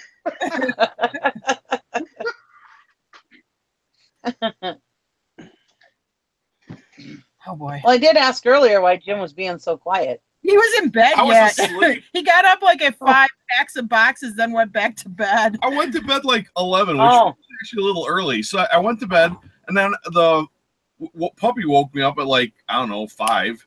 So then I'm like, well, I'm up. I want to load operating systems on some of these computers I got. So Naturally, that's what I always think of when I first wake up. yeah, and I'm shipping some stuff. So I do some shipments, while it's doing its thing or whatever. And then all of a sudden it started raining about 8 o'clock, 8:15. I'm like, oh yeah, I'm just gonna lay down for a second. I didn't wake up again until 11. I don't know, some of the rain, it just made me want to sleep.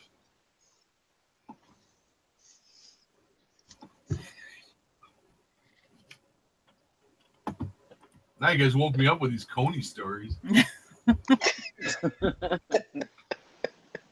Sorry to awaken you. I'll have to send you guys some coney sauce. Oh boy. I don't think that's legal. I don't think you can mail it.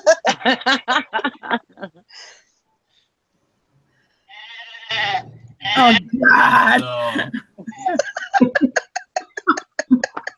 Jim, put that away. Oh my gosh. your channel, Valerie. I know it. Click. I love you guys. And just think about it. You invited us. I know. I've been here since the first episode. Yes, you I've have. No, been maybe here the second, since- actually. I was But, close you to know, the. that's your mistake, not mine. Mm-hmm. I think I came on in the first month. Yeah. Because we didn't know how to get me on.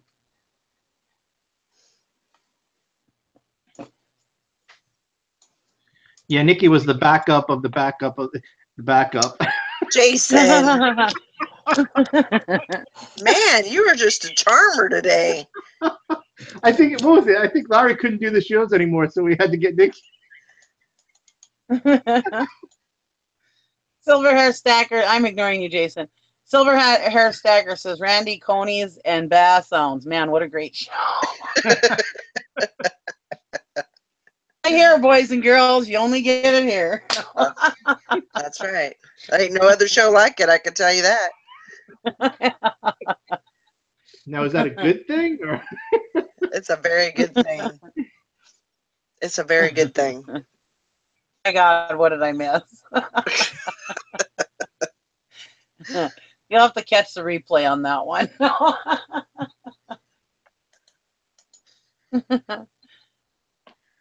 Where did Sally go? I don't I don't know, but I got to do some work again. She's not even on here, period. She was I see on. it. There she is. Sure. Oh, yeah, I see her now. Never mind. Yeah.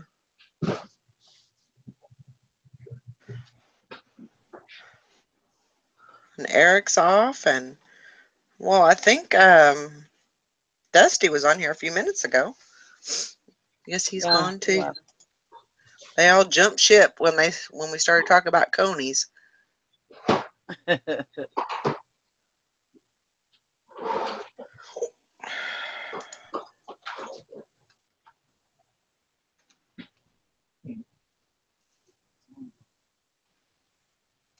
Now you got me hankering for a coney. I think I need to go to Coney Island today.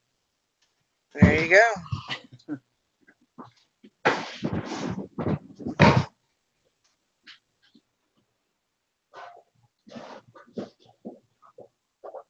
And no rabbits will be killed. Well, that's good to hear. You don't want no. I think a Minnesota pony is a dead rabbit. Huh?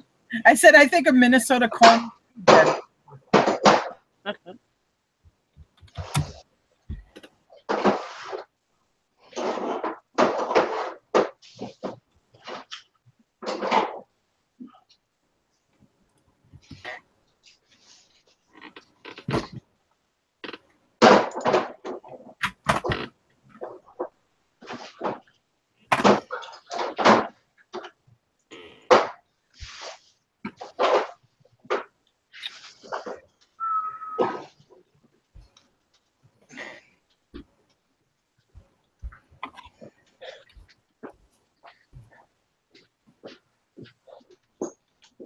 Oh no.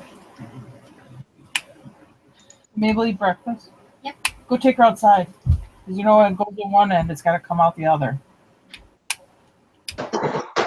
That's a good way to think about that. Yeah. If you put food in a puppy's mouth, it's definitely coming out the other end.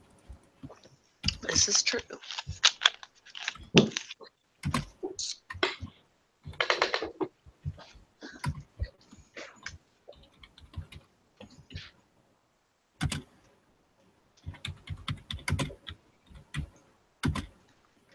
Oh, thank you, Hank Allen Cash. She said that were her favorites.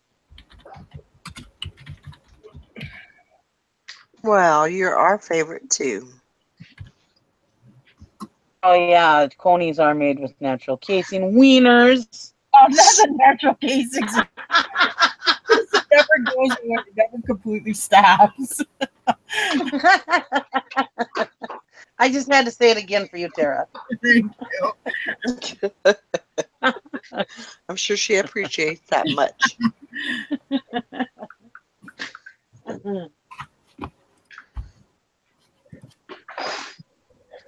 Where are you going?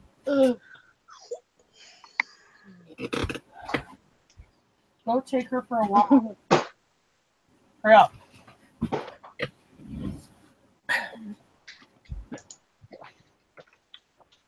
And thank you, Megan Carl, for that opportunity to say that word again.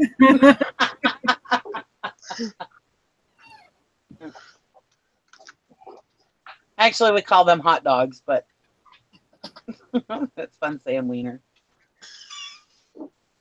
You're still talking about wieners? Jesus. It's a story that never ends. All right. You must like really the be song. Randy. It's like the song that never ends, but Yeah. the story. It's the wiener that never ends.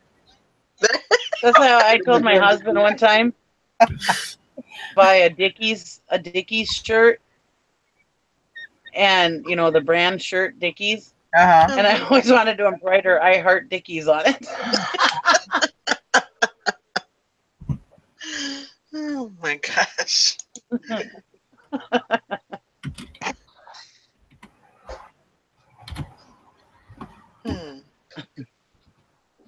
That was a funny name for a brand of shirt or clothes.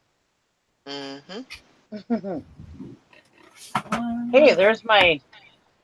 I signed up for merch. Maybe that's my first. There you go. T-shirt idea. I heart Dickies.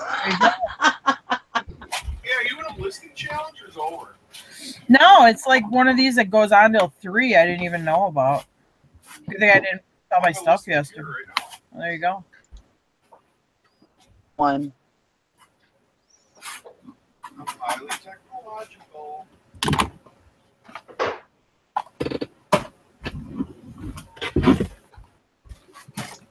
I got 3 in. That's pretty good.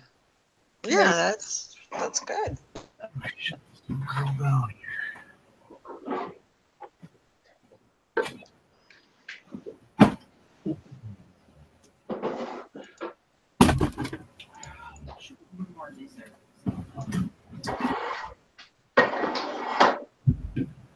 So we don't forget to hit that like button.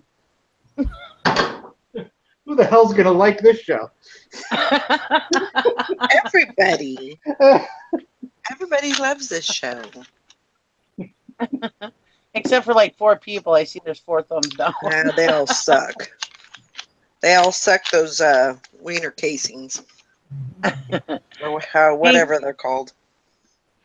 Hank Allen Cash said, "Don't worry, Jim.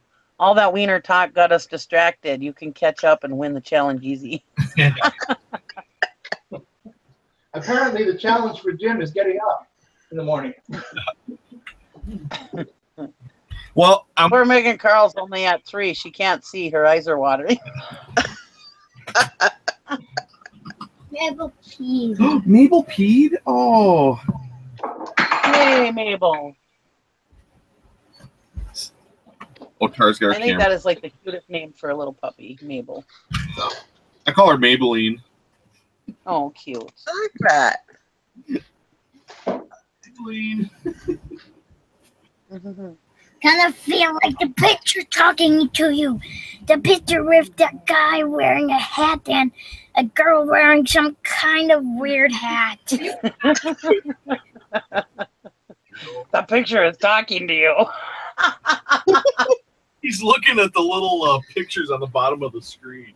Yeah.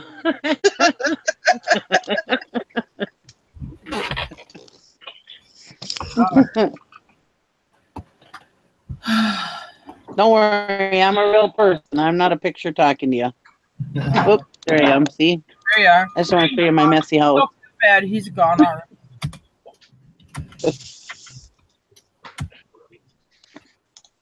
By the way, no animals were harmed in the making of this show. Yeah, there were no rabbits. Rabbits harmed to make the wieners. No squirrels either. Uh-oh, what's this? Hi, fishing and picking. Good boy.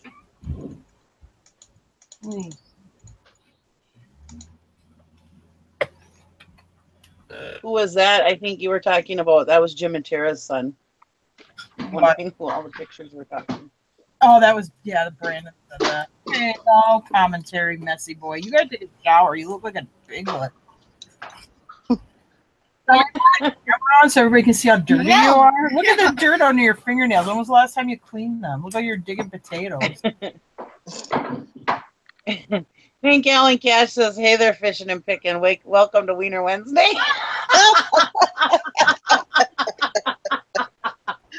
Oh my gosh. Hey, I bet you'd get lots of hits on this video if you named it Wiener Wednesday.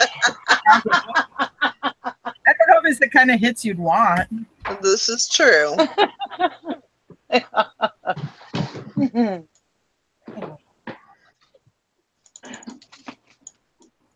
Yeah, we don't want those kind of people viewing.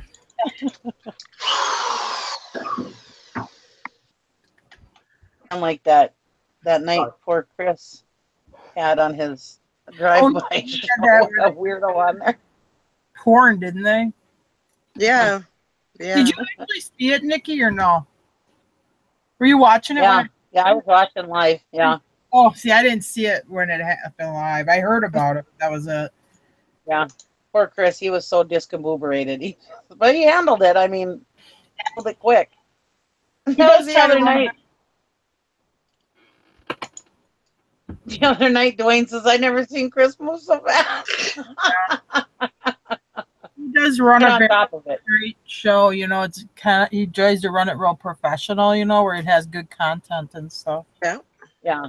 I mean, Yeah. he tries to stay on subject great and at it. stuff. You know, he doesn't goof around a lot. Good idea, though, that drive-by show. I actually kind of enjoyed it. Well, that's done now, isn't it? He's done with Yeah, that. he doesn't do it anymore. Now he just has his like early Sunday night show, and that's it. I think, right? Yeah. Yeah.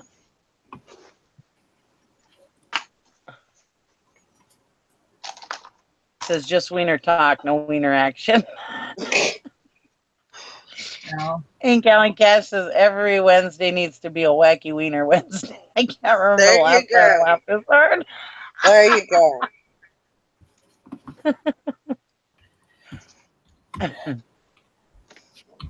The word wiener is like the word fart. I mean, it's just funny no matter what.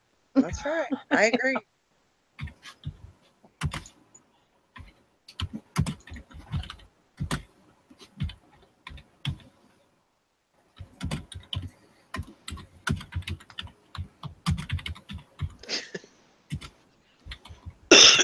Sometimes I'll be talking or whatever, and my husband, you know, somebody says something, and I'll say, "Ha, you said wiener," or "Ha, you said, you know, how old are you?"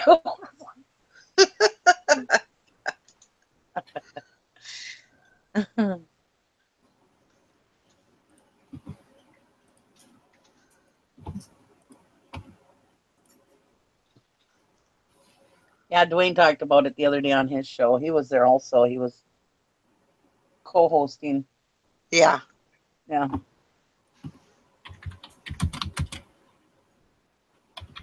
And they tried to let it go, just ban the guy, but the guy kept coming back, and so then they ended up just having to end the show and restart one. But wow.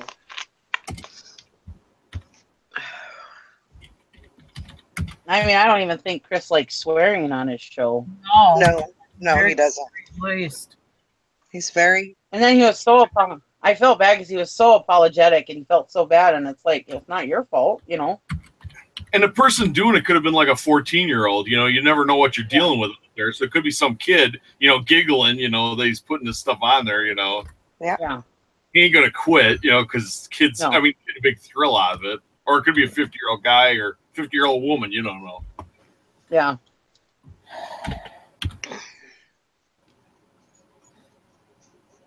Could be a 60-year-old lady choir director. You just never know. Oh, God. Could be somebody that eats a lot of natural casing wieners. You never know. Hank Allen Cash, he got on their video feed. Yeah, because that was the drive-by show. And back then, their drive-by show in the description, so anybody could just come in and start talking about the subject. Well, yeah, that kind of backfired. He did quite a few of those shows before it happened, though. I mean, it went a while before something bad happened. It did.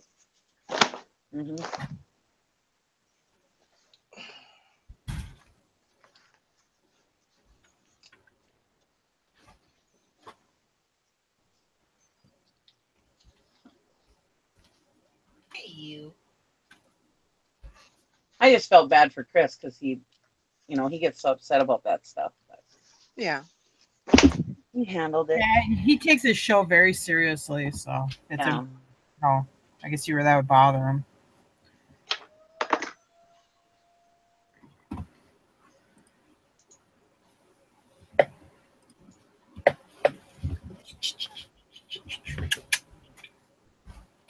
Oh, don't you think it's time to go to bed? Oh. Aren't you feeling tired? You are. That was a no. Let me see you. No, you look a little tired. Oh, yes. You look sleepy. Your heart's thumping real fast because you're sleepy. Big Tough Tara is so soft when it comes to the puppy. No, you're wearing this to a whole internet. Here, why don't you take this dog, go, and go do something with her? Like what? I don't know. Go play with her outside. I told you to go run her around for a while. But I want her to be after me, and the only way to get on the ground is to say Mabel, then stand up and then go. All right, well, just go do it. But the ground wet. Well, then go on the driveway. It's not as wet. But the driveway is dangerous. Well, then go on the driveway by the barn.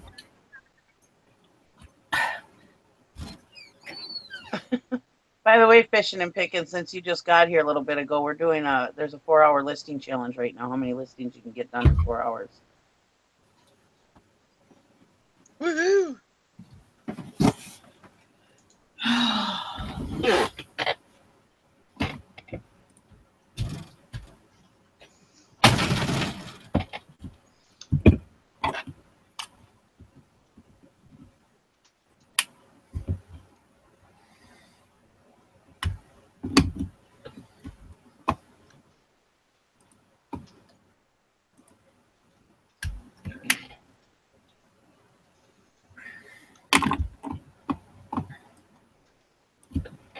Well, how do we top that?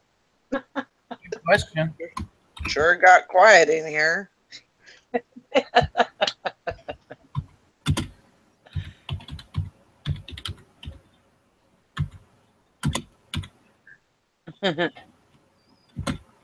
Said he told Chris they may be resellers, but they sell something else.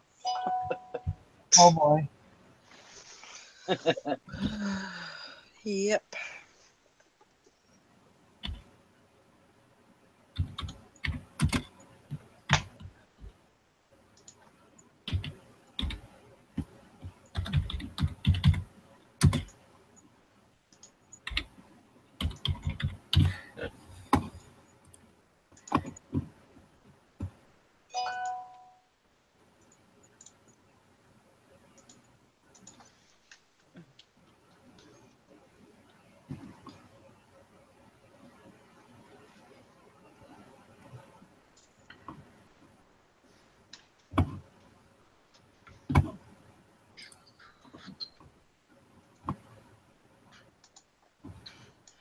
I found a couple things to put on that auction show when I'm on it. Oh, really? When are you going to be on it? In October? No, September 9th, I think. Cool. So what is this show that you're going to be on, Nikki? Dwayne's Mothership. Dwayne Hale, Mothership Products. He does an auction show every Saturday. Oh.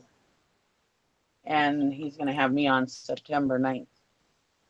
Cool. He was going to have me on in August, but I told him August is just too busy for me with Steam Show and stuff. Yeah. So, September. I didn't watch the one with Cincinnati Picker. Did he do good? Yeah. Half his stuff to Julie's daughter. Oh, really? Julie, how do you pronounce her last name? Ben? Oh, yeah, she's the one with the daughter or whatever. Yeah. Yeah. Because her cancer has now moved to stage 4, and well, that was her nice. husband lost his job and stuff. ended up giving them, what was it, like $800 or $900. Wow. Wow. Look at that, Mom. Maybelline car with no wheel. That's a fun show. Well, go watch her. Why'd you leave her alone? Go watch her. Hurry up. No, let's see if I run in the car. Run under. All right, well, go watch her though.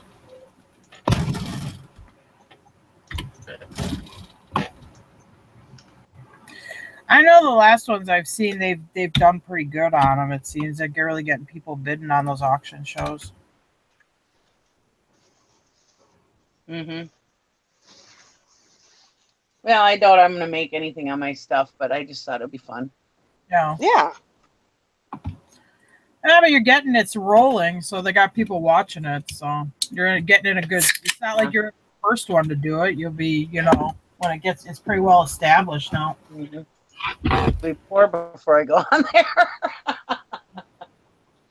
Everybody will be broke by the time I get on there.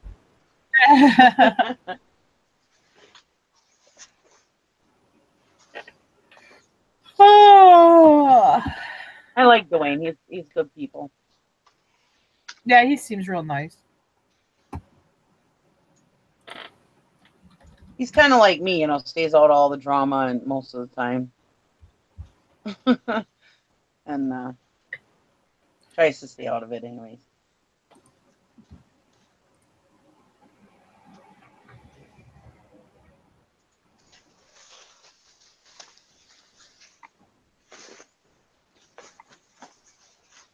I know that thing Chad was selling that day, that chicken thing. Oh, I think Silverhair got it. I was watching I didn't get to watch it live, and I was like, dang it, I would have bought that. It was so cute. Oh, yeah. The chicken thing. I There's think Silverhair won that. Oh, if I go to the flea market, I'll get you one. There's a guy here that does he does these wooden toads, you carve this toad and then it has a stick, and when you rub it across their back, it sounds like it's croaking, and he sells those chicken paddles where the chickens pick at the paddle. Oh, cute. Like, I think he sells them for like $4 or $5 or something. Huh. I just had 124 listings go off.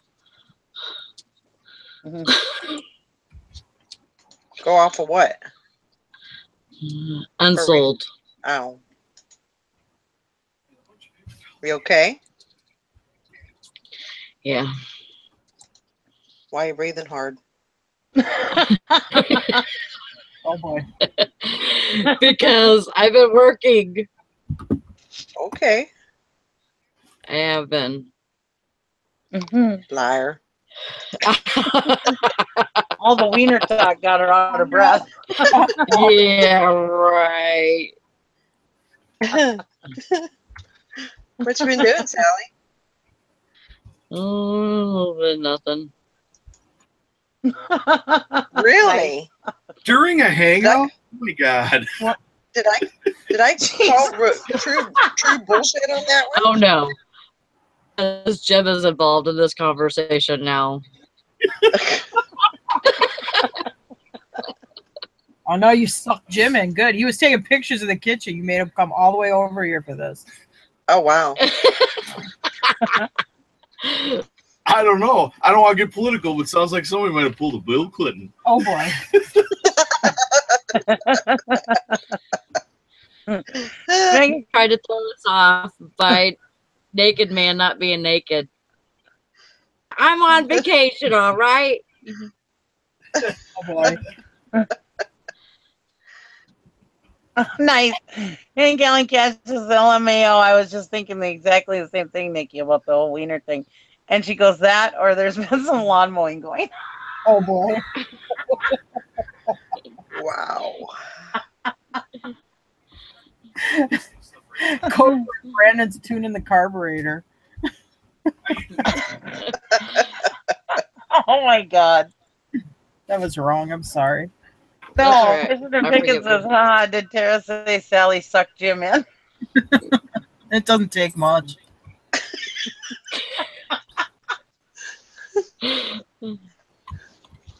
Oh my God.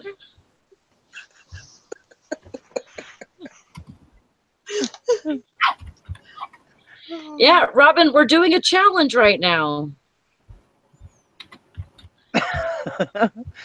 Is it sad that I'm so excited about that? No, it's nice that you're excited that we're here. Yeah, that's great. Come join us. Join in.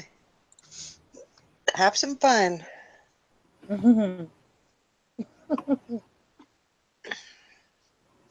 What happened to Jason? Did he fall or stumble? No, he's up on his table there. Oh, She said don't yeah. fall, or he said don't fall. Yeah, don't shoot. Way to go, Steve. I know you just jinxed him. No.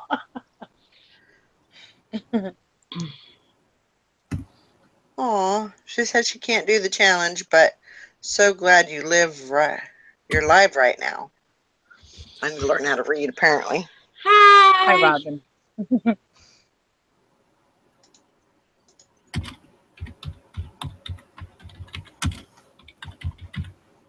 Sally, you doing all right? Yep. You sure? Yep. That sounded a little. Yep. Okay. I'm good. I think you're Excuse good. me. I think you're good to go.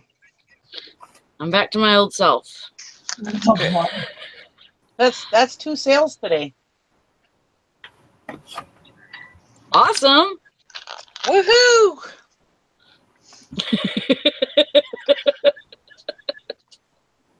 Whatever, Megan.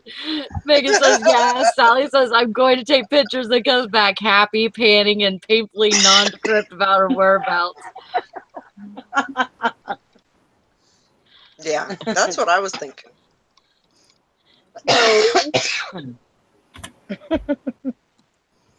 Oh yeah, Beth. That is. I think he is preparing to give us a dance show. Jason, you need to do a little dance there since you're up there on that table. Get up on that table and no. dance for us. No one Table wants dance. to see that, believe me. Oh, I got a whole list of people that say they do. Take it off. Come on, I'm trying to work here. I know. Let's turn the super chat on. There you go. Dance for that shit.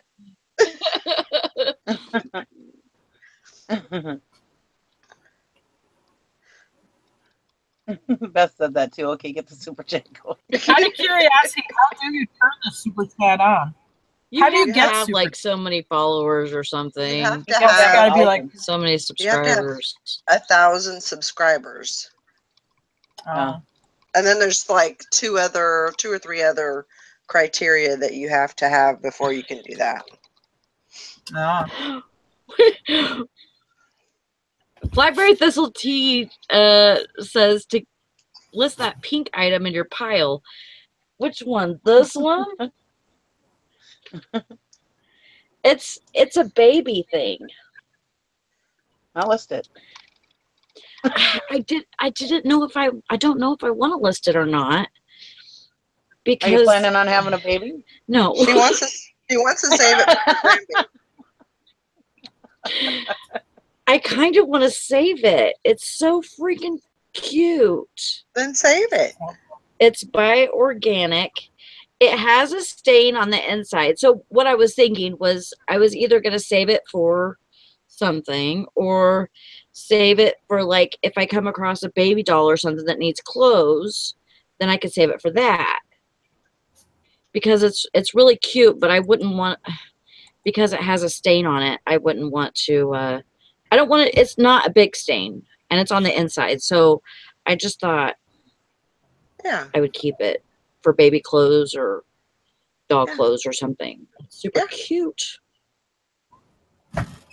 Nothing wrong with that. So give me another challenge. Is there anything else right here that you want me to list? Because I haven't touched that since I've been on vacation. It's my nemesis. Because it's like always right here. Everybody can always see it. And what would happen if you guys came on one day and that wasn't there? You would think something's wrong with me. Yeah. We would think someone, yeah. It's like part of the house We would now. think, oh no, Sally got robbed. Is she okay? damn well she'd never list that pile. I know, right? What'd you do? Throw it all away? There is a closed Wrong. burglar amongst us.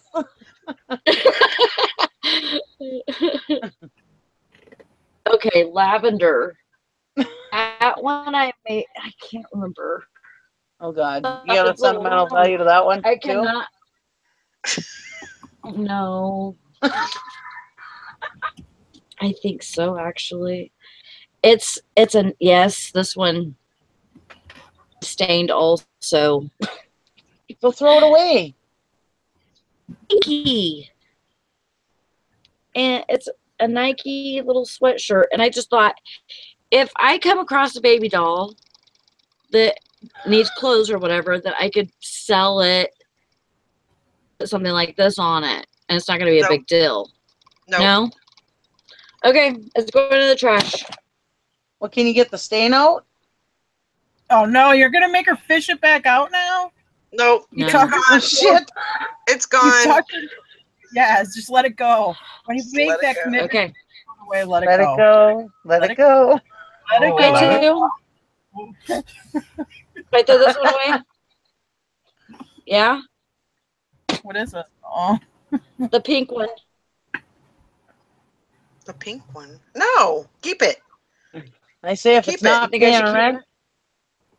hey, if it's not paying rent, kick it out.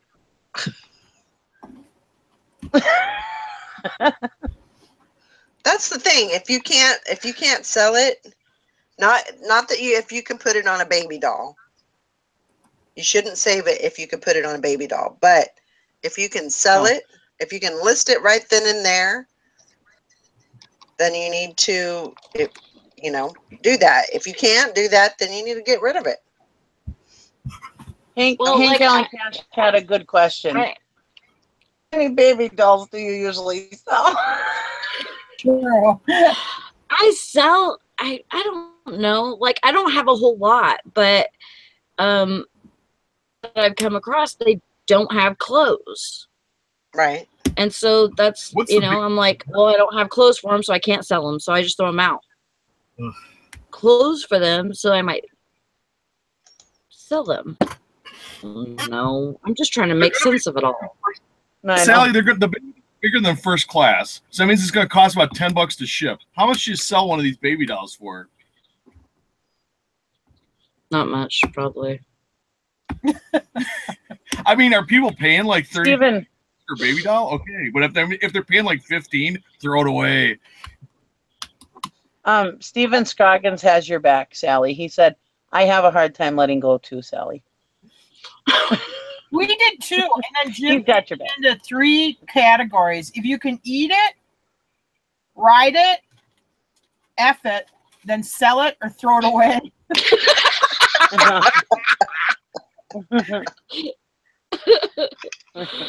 Fishing and Picking said Sally's motto: no gas, no ass, no grass. Right. I just like I say for a fart, if it ain't paying rent, kick it out. There you go. There That you was go. one. That was one. I have a hard time with, if I think I could sell something, if it was clothed better, then that's why I keep it. Hank But I Allen Cash understand. says, LMAO, I ask because I have to do that too myself. I hold on to the same stuff and keep running across it again. If you haven't listed it and haven't touched it have touched it more than 2 times, get rid of it. Yep. Yeah. Yep. You're correct. I think we all have those hoarding tendencies a little bit. Yeah. Absolutely. But how long have we been running this show now? Since what, November? Or no, more than that. It was actually December 6th, I think. Yeah, that pile's been sitting there the whole time. No. I've gone through it since then. I have, I promise. I have. Well, I can't even tell you about piles. I've got piles. I have nothing to talk about. Well, then shut up, Nikki. boy. It was just more fun making fun of you. No, I know. And I don't mind. I don't mind because there's, I have people in my life tell me too, hey, you need to get rid of that. And I'm like, but if I can save it and okay, Megan says, but clothes better doesn't include a permanently stained sweatshirt. I understand that. I understand. But if it has no clothes, is that better? Yes. No, it's not better. No. If nobody told you, Sally, I'm here to tell you. No, stained is the because stained they'll think it's okay in the picture, then they wind up getting it. Then of course they don't want it. Now you got to return with right posted or let them keep it, or you're out the money and stuff. So if it's defective, because you come across tonnage. I mean, the numbers of the poundage of clothes you come across to keep something that's like a zipper don't work or stained or it's torn in the crotch, just toss it. Yeah. Yeah. And if you can't take the garbage disposal, whatever, goes in the ditch. But get rid of it. Put it back in the Do it, yeah. I mean, because you have an ongoing supply of that stuff all the time. Yeah. So It's like a belt for something. you can be a little more picky. I have started being, I think, with stuff that I get. I mean, I haven't been there in a week and a half. I mean, I haven't even went because I really don't need inventory right now. I need better inventory. That's okay, Sally. That's exactly, and that's what I was getting at too. This junk inventory, because you look at it and you say, "Oh God, I have so much. Why would I go source more? I have so much." You get rid of that stuff, so that now you're hungry for more good stuff. It's like a rung on a ladder. That old junk was what got you started. Now you're moving up the ladder in rungs. You just And when you look at something, say, "Oh, I could get $10 for this." Screw it. If I can only get $10, move yourself up, not on $10 increments. I won't take nothing I can't sell for at least 20. Because otherwise, your whole day is spent trying to handle these $10 items that, unless they're first class, you're gonna lose. Even on first class, you lose. In my opinion, you can lose money on stuff. I mean, it's so tight. You got no margin. Yeah. Only take the stuff that's good. There may be a stuff, but only limit yourself to like the top 10 and take those, and you'll up your. For me at least, I mean, that's advice I give myself all the time. I don't always follow it, but that's it becomes your stuff becomes an anchor, and it prevents you from making more money. The junky stuff. Yeah, and I don't want to be that junky stuff's caretaker where I feel like I'm responsible now. Yeah, you're not the person who gave it away. It's not your fault. Right. Doesn't have feelings. No. You're not gonna hurt its feelings if you kick it out. When I was in the fire service, once in a while you get an owner. I mean, they're distraught. They make a crack like, "Well, you guys could have done this better, could have done that better." And what they would tell you, the fire or the car accident or whatever scene you're at, it's not your fault. You're there to do the best you can with a situation that somebody else created. It's not your fault. So I mean, like with this stuff, it's not your fault somebody threw it away. So why do you have to be its caretaker? You don't. Right. So just flip it. Or sell it to another reseller that's just starting out. That's got time to market that. Of course, then you have to talk to people, which I don't do. I'm with Dusty. I avoid people.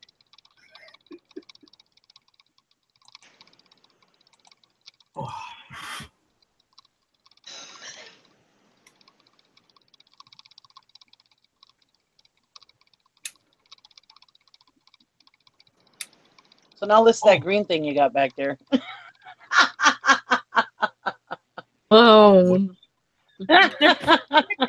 I'm actually going through my unsolds right now, trying to fix those because that needs to be done too. Yeah, in front of her storage unit, and then we'll do the same thing to her. Don't take that shit, Sally. If anyone's fixing it out, it shouldn't be her. We measured the building. It's for sale. It's 13. It's 125. It's 13,125 square feet of area. Not 1,300. 13,000 square feet. Okay, that's what we got to deal with. And I would say probably 60% of it now is in a crap category that we got to get rid of. I mean, we have old rubber dolls and other crap. Old HO train sets that were crap when we bought them, and now they're dirty crap, you know, because they've been laying around stuff. Go. It's just got or like when his parents moved and she dumped all the leftover rummage sale shit on us, and or the St. Germain's, we got that leftover stuff. And when you're doing it, you're in the point where it's like, well, it's too good to throw away, but you don't really want it. You know? Well, when you're doing it, thing unloaded now, so we don't really have time to sort through the stuff. Well, now we're paying a fiddler because now we got to go through and sort all this stuff. And so, yeah, I know where you're coming from. And sometimes you look, it's like, I feel just bad throwing this, like bicycles. I'm going to take about 150 bicycles to the junkyard, and they're going to pick them up with one of those big grabbers and crush them all. And most of them are rideable. Right. But for $1 or $2, it's not my. I've used them. I got what I needed out of them, and they're going to the crusher. Oh, and nobody buys them. Jim, you do the same thing with ex-wives, right? What? What about the ex-wife? He does the same thing with ex-wives. He takes him to the crusher? No, oh! My ex-wife sent me to the crusher. No, his ex-wife dumped his ass. Yeah. She brought a new guy and sayonara. That's a great idea, actually. Hank Allen Cash says, do a live show and call it List It or Pitch It, and we can all come on and help you clean out. That is a good idea. That would be fun. Yeah, it is. I might actually do that. Take it a step further and come over and help.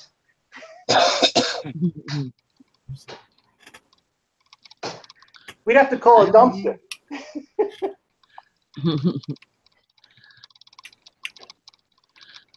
She says, I say that because I need somebody to do this with me. Sometimes it's easier if you have another set of eyes and reseller opinion about the quality of an item or worthiness. I understand that.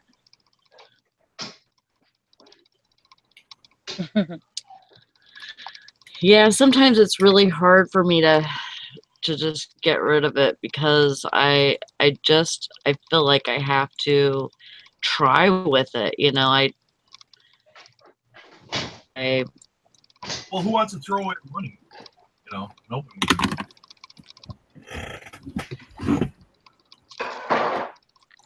Yeah.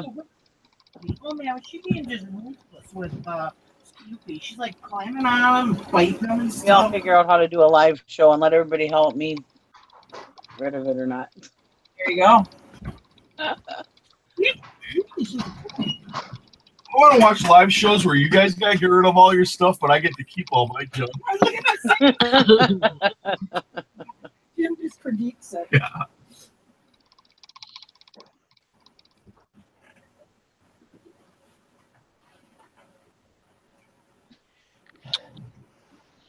Yep. Real, that's for sure. Mm-hmm. Isn't there a thing in the bulk listing where you can change like a whole bunch of listings from fixed to auction? Yes. I thought so. When I can't find it. It's under format duration. Well, if I go there, it says, okay, edit listings in bulk or individually. I'm going to do bulk, and it says format, no change or change to. Right. So change to fixed price or change to auction. Okay, so below that is, okay, so format change to, and it says auction style listings. I want to change all the ones that I have that are fixed price. I want to change them over to auction. So to do that, I would go under auction style. Wait. Are they active listings? No, they're ones that I need to relist. A relist. Okay. Yeah. So you can even hit relist as and I mean, I think you could do it either way. Hold on.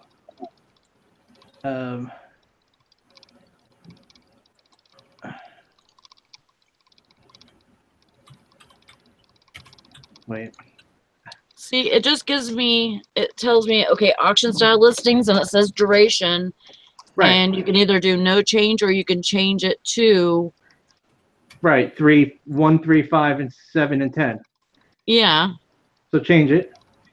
But that's not going to change my fixed over to auction. Yeah, because the topic above you clicked, you said change to auction. On Okay.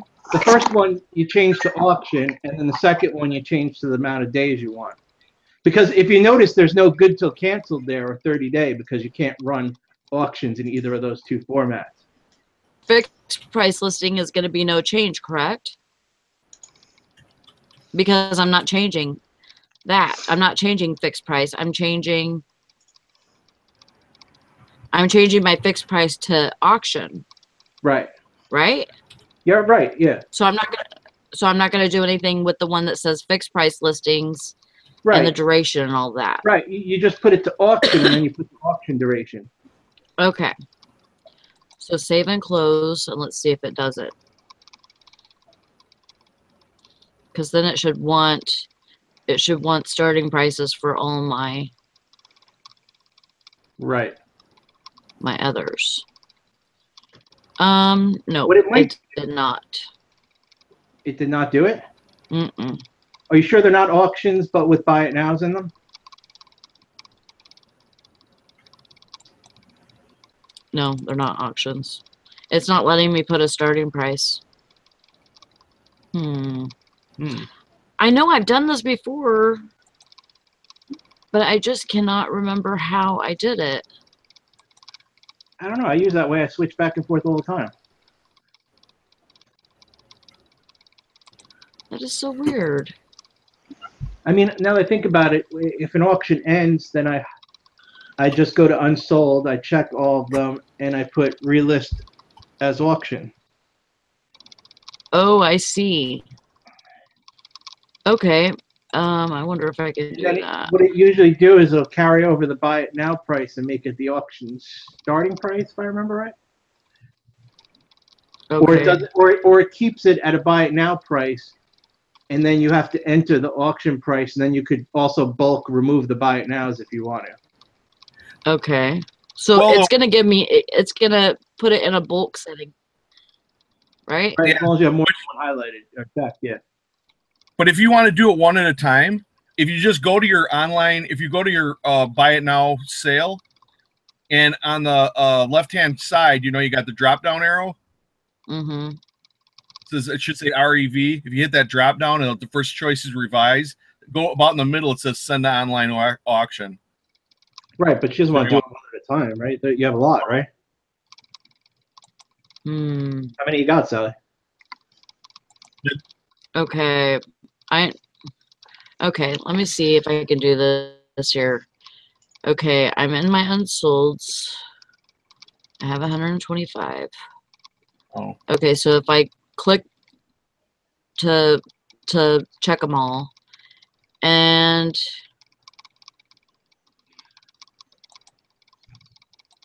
then where do I find? See, mine says relist as fixed price. The button, the actual button right there, I have delete, add note, sell similar, relist as fixed price, and add to list. Is it the drop down right in front of the listing? Or is it the drop down in your bulk editor? I'm in my unsolds right now. Yeah, see where I was looking at was active listings. If it's an active buy it now, it's not active.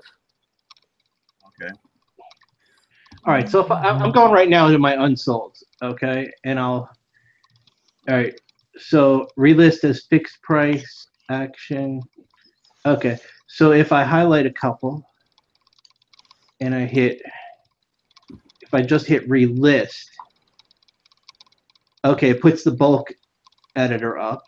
And then I highlight all of them, and then I go to format duration, and at format I change to auction style, duration change to 5-day, and then hit save and close, and it's processing. 1 second. Okay, and then what it did was it changed them to auction style 5 days, but it left the buy it now price in, and it didn't fill in the starting price. Okay, but yeah, mine didn't even do that.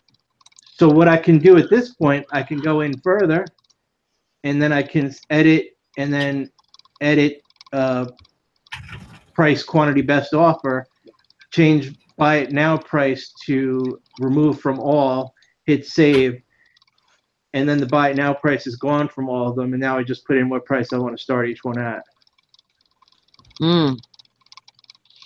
Okay, I'm gonna try this.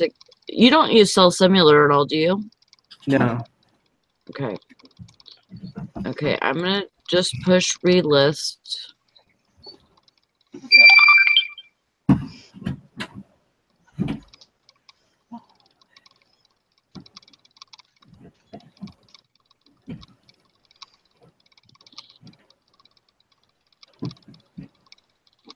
See if I can do this.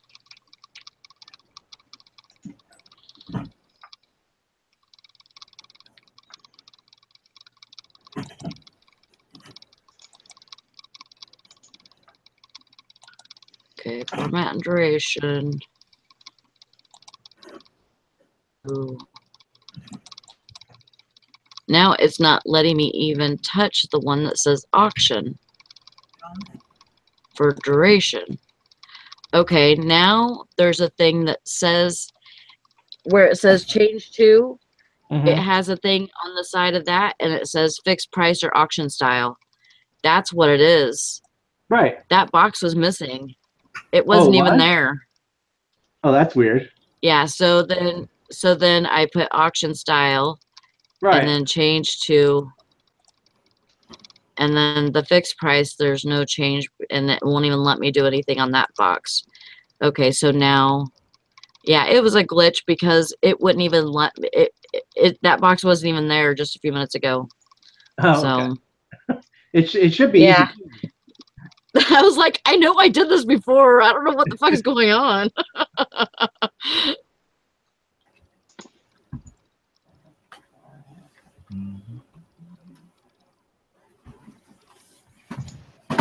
Yep, and then it gives me a thing that says price is not valid for all of them because I have to have a starting price in there.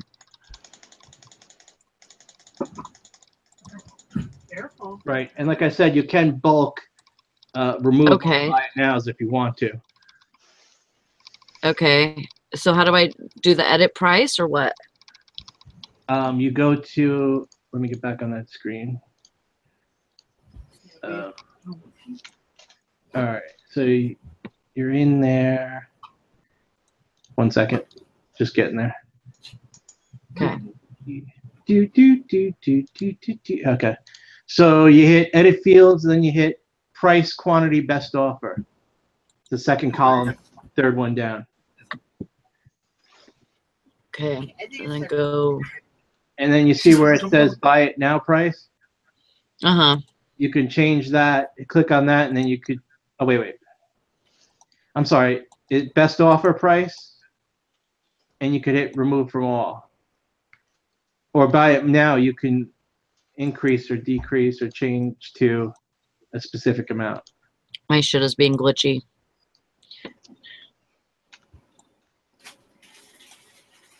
On and off. I'm like, that's all right. Might not be the best time to do this. Yeah, no shit. But now my number's all fucked up because I had 125 relists. Oh my. I'm like, yeah, that's not cool. Okay, change to. Start with a random starting number. Okay, I see what you mean. Thank you very much, Jason. No problem. You know, I thought it was me because I'm never the best at explaining stuff. That's why I try not to give any advice. You did good. You did good.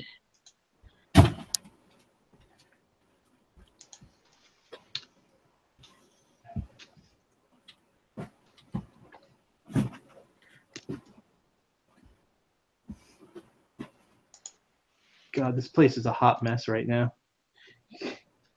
Oh, yeah? I'm just waiting for the mailman to get here, and I'm running over to Granger Mountain, see what I can buy. And I got to get some hardware. I don't have long enough bolts to mount that thing on the wall that I was doing. Oh. So they're too short. There's not enough bite in the wall because that thing holds a thing of paper that's like, 25 pounds or so. I don't want it falling off the wall and hit me. Yeah. Yeah, that would not be good. Excuse me. Because every time you're pulling it, so it's like it needs to be braided. Yeah.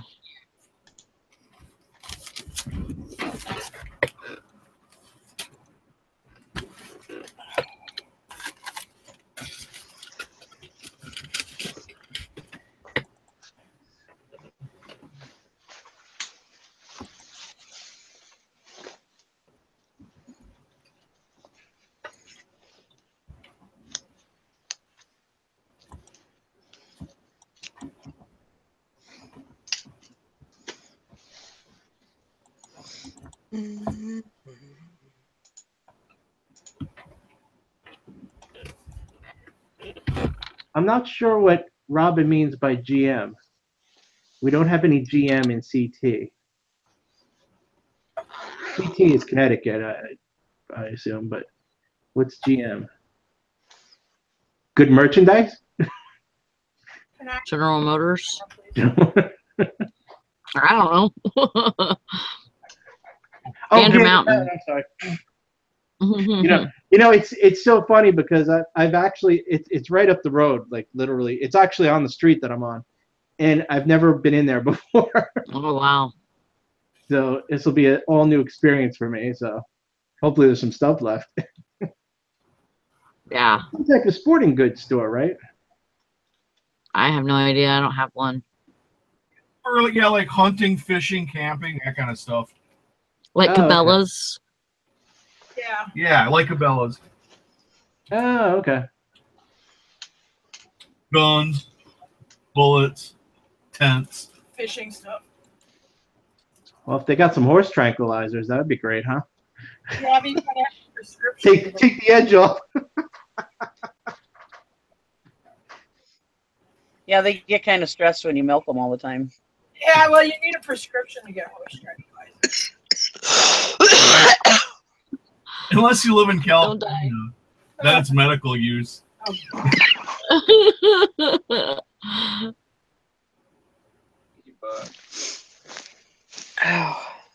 I have to have a damn prescription for my dog's flea and tick stuff. Really? That stuff that they chew? Yeah. Oh. Well, it is a way for the vets to make more money, if they can control it. I'm trying to think of what I could need as far as fixtures. I guess I could use some shelving, but what else would be handy? And like Eric said, maybe a bust or something.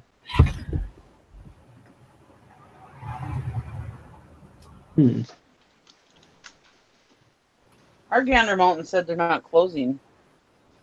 Yeah, they're not all closing. Just some. They're crunching down. I guess they're keeping the stronger stores. I know I have some things here that I actually got from lots of places that closed. I have I have one of my carts is from Blockbuster.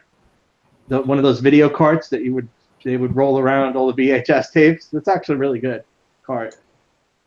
And I also have these nice sized trash cans from Barnes and Noble.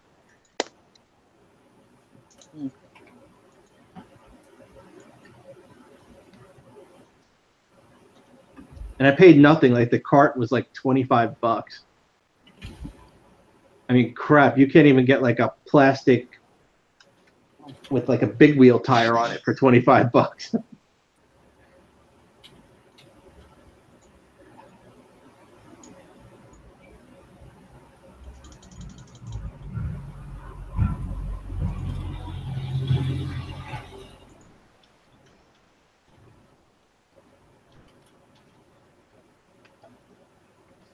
There's a Kmart closing here, though.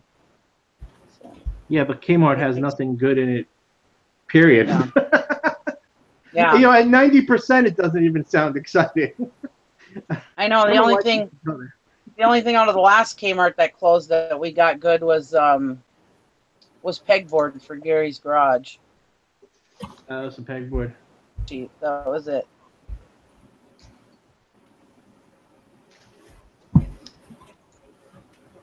Yeah, I mean the Kmart's by here are so old that even like the store fixtures and stuff are like trashed. Yeah. They tore ours down, or not? It's not ours. It was in Rhinelander, which is about 30 miles from us. But it's our like closest city. But when they tore ours down, they put a Kohl's on the site where it was. But I mean, it was like, and Kohl's had already bought the site. They didn't. The Kmart building, it's a box, but I mean, I guess it was old enough where Kohl's thought it was just. They were just better off financially just to tear the thing completely down and put up an identical box in its footprint that was new. I was like, what a waste. But I guess because of its age, you know, maybe that was the best way to do it. Yeah. I remember they did that with the Caldors. I missed that store. Or Bradley's. The last school auction I went to, I would have been able to do my whole building with shelving from there, but I didn't have anywhere to put it right now, you know. Instead, you just got a scoreboard so you can keep track of your sales. Yeah. That would be kind of cool hooking up, you know. Yeah.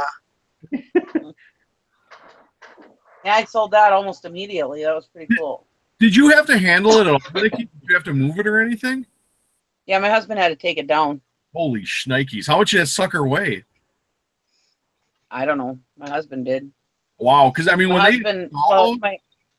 you know, they come with that thing with the man lift and the whole bit. I mean, it's quite a project when they put one up. We have a man lift. Oh, well, there you go. I'm sorry, Nikki. I didn't realize that. Yeah. Stupid question, but did it come with like a control panel to like work it? Yeah, it came with the control panel and there was a bunch of wiring and everything. Yeah, he got it. Got it all down, and the control panel is probably worth $1,000. Yeah. I sold it pretty cheap, but that's okay. I flipped it right away, so. Sometimes it's better to just be in, be out on the big stuff. That's what it was. So yeah. It was, yeah. I sold it for good money for me. I know, right, Robin? I was thinking that too. Holy shnikes. When the hell did you ever hear that from like an old school cartoon or something? No, that's Chris Farley. Oh, is it? Yeah, he say that all the time. But people say that in Wisconsin all the time. So he went to Madison, so he maybe picked it up here. We say holy shnikes all the time. Yeah. Oh, really? I was gonna say it kind of sounds like a Canadian thing almost. Another one is holy shitball. That's another popular one. Yeah. Yeah. Another Chris Farley one is, oh, son of a, that's gonna hurt. That's gonna leave a mark. That's what it was. Yeah. Oh, son of a, that's gonna leave a mark. I use that one a lot.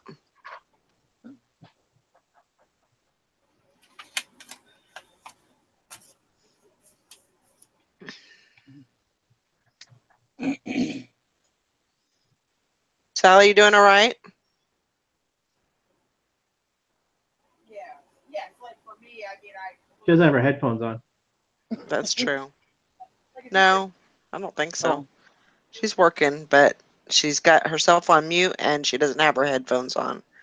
So. She has a strange glow. There you go. She looks radiant. You all right, Sally? You're on mute. You're on mute. Oh, yeah, here I'm sure. I think she said I could have had a V8.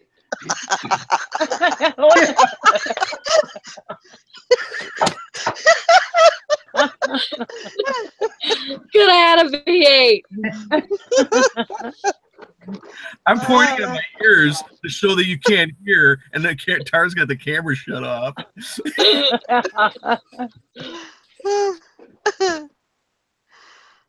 Oh my goodness.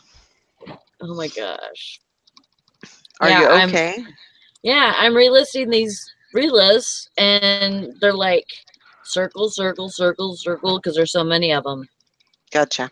Okay. I'm just checking on you. And I gotta check them before I do them, because I'm setting them all for auction, and because I don't want to pay the money, and I'm out of listings. You're out of listings. Yeah. I feel you. So thank you, Beth. So That's a lot of work. Robin says, can't hear Sally, can't see Jim and Tara. We're just a bunch of monkeys out here, don't ya? I know my shipping desk is active today. I'm too lazy to turn the camera. Wow. Wah. I sold my bidet locally for $125. You're doing what? I sold my bidet for $125 finally, locally. Holy crap. Awesome. Yeah. Now, did you clean that? I sold it on a clean already. Oh, okay. I don't think it's ever been used. Anyways, I sold it on a local group. Good. Move them in, move them out, right? Bidetfinder.com. Oh my God. 1-900 bidet finder. Ass washer. Yeah. What did Jason say? I didn't hear it. I said bidetfinder.com. Yeah. You could have a singles channel called that. Bidetusers.com. Oh my Or gosh. Bidetusersonly.com. I can see now. Do you bidet? Oh, yes, I do. Hank said, how long do you think you all might be on? I've got a show to jump over onto at 2. Might have to do some show hopping. On a live show? Hank? Yeah, I think it's, what is it, end at 2? Yeah. Sally? 2 Eastern? Yeah. Okay. Well, it's 1:57 here. Robin said, Jason, you just made her snort and she's in the office. Yeah. Whoops. Nothing like a good snort. Oh, she just needs to mod for the show. Oh, okay. I was going to say, are you on a show that we're missing? Yeah. I was going to go show you some support. Brandon told me it's all my fault because it's raining. It's raining. Because I told him to go to Walmart. Well, you have a lot of power, Sally. And that's what happens when I tell him to go to, he has to go to Walmart, is that it starts raining. Hank Allen says the internet ain't ready to see all this. You're probably right. So does this mean that the show's going to be over in like 8 minutes, 7 minutes? Yeah. 1 o'clock, yeah. Well, that sucks. And we can stay on. True. You're the leader of the show, so it's up to you. I'm the leader of the pack. You are. The leader of the pack. You're the pack. Are we all going to cut our hands and... Ooh.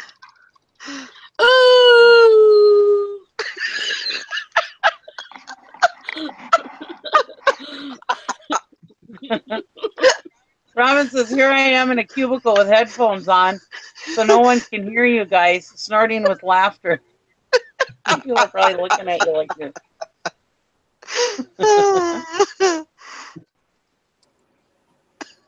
Dang it. That's awesome, Robin.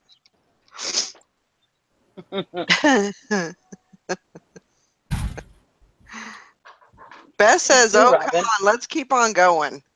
Hey. That's what I'm saying, too. What are you saying, Sally? Let's keep it going? Yeah. Let's keep it going. Shit, what else do we got to do today? I got to go to the bank. All right, I'll see you guys. Jason. Shut up, Jason. You're not going over to that store. No. My mailman's not here yet, but he should be here by now.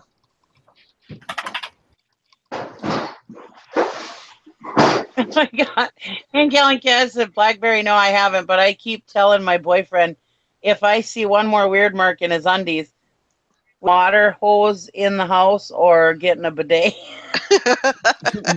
That's hilarious.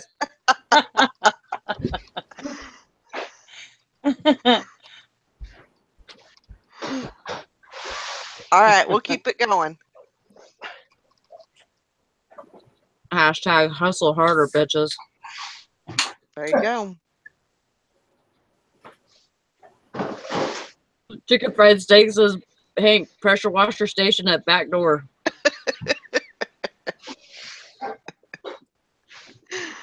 There's Hashtag lots of data Skidmore. entry. So Blackberry Thistle Tea says, after you use a bidet, do you have to towel off or what? Inquiring minds want to know. I got one of those hands. Never used one. I just back right on up.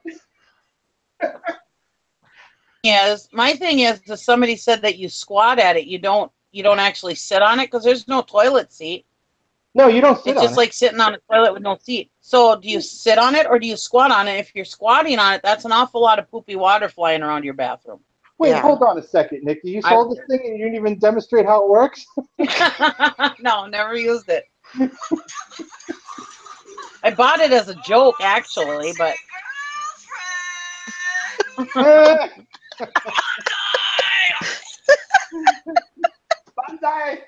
Bonsai. That's my ringer. That's my ringtone now. Oh, right. Yeah, I forgot. Silver says, hang your ass over the blow dryer. That's what I was thinking, was that they should have one of those things, like a hand dryer, but it's like a to blow air up your ass. Mail's here.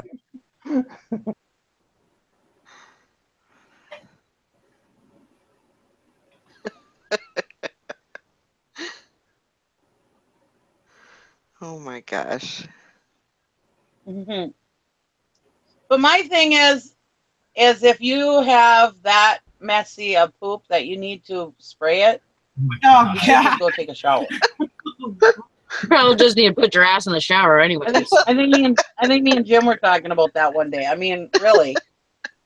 Yeah, that's why it's not a coincidence that your shower is right next to your toilet in the bathroom. If you have a situation, Yeah. to the other part of the bathroom and take care of it. Yeah. Keep it contained. And make sure you hose off that underwear, boys, because the ladies don't like it. Hank Allen Cash says the company said you just dab the area with toilet paper. I want to know, wouldn't it just get all mushy and stuck all over you? Then you got to hose off again. Never-ending cycle. This is the poop that never ends. Yeah, that sounds like a recipe for dingleberries. Recipe for berries. Oh boy. Megan Carl says I'm still stuck on the towel question. Yeah. Ooh. Oh my gosh. My mail guy Steve here is like, what the hell did I just walk into? Dingleberries. They do make flushable wipes, Dusty. What are you talking about? I'm trying to figure out how where bidet works. I just sold one.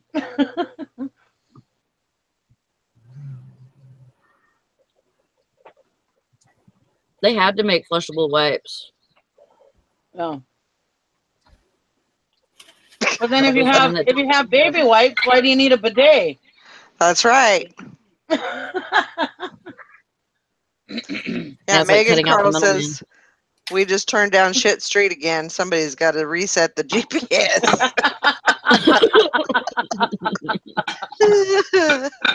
Think about the poor mail guy there.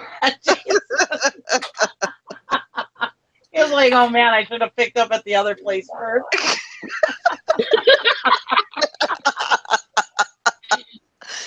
I'm gonna save Jason for last from now on. My umbrella that was up there.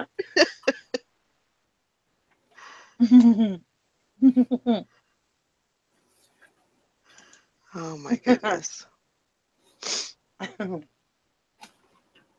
Yeah, I don't know how the people that use bidets do it, but whatever. Yeah. I got one not giving my- me 100. I got not one my giving thing. me $125. I don't care what he does with it. That's right. He can wash his boots for all I care. That's Crocodile right. Dundee. Skid marks are cool. All the cool people have them. I used to ask my husband that too. He's like, we have hair down there. Like, well, yeah, but still gross.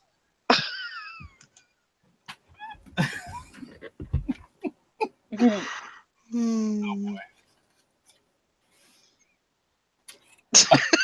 We're hitting the skids. Oh, God. We're hitting the skids.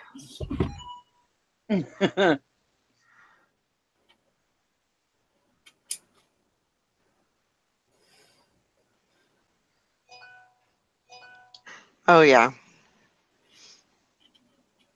Robin said, so my boss's boss just came over to ask me a question. Here I am on the freaking chat.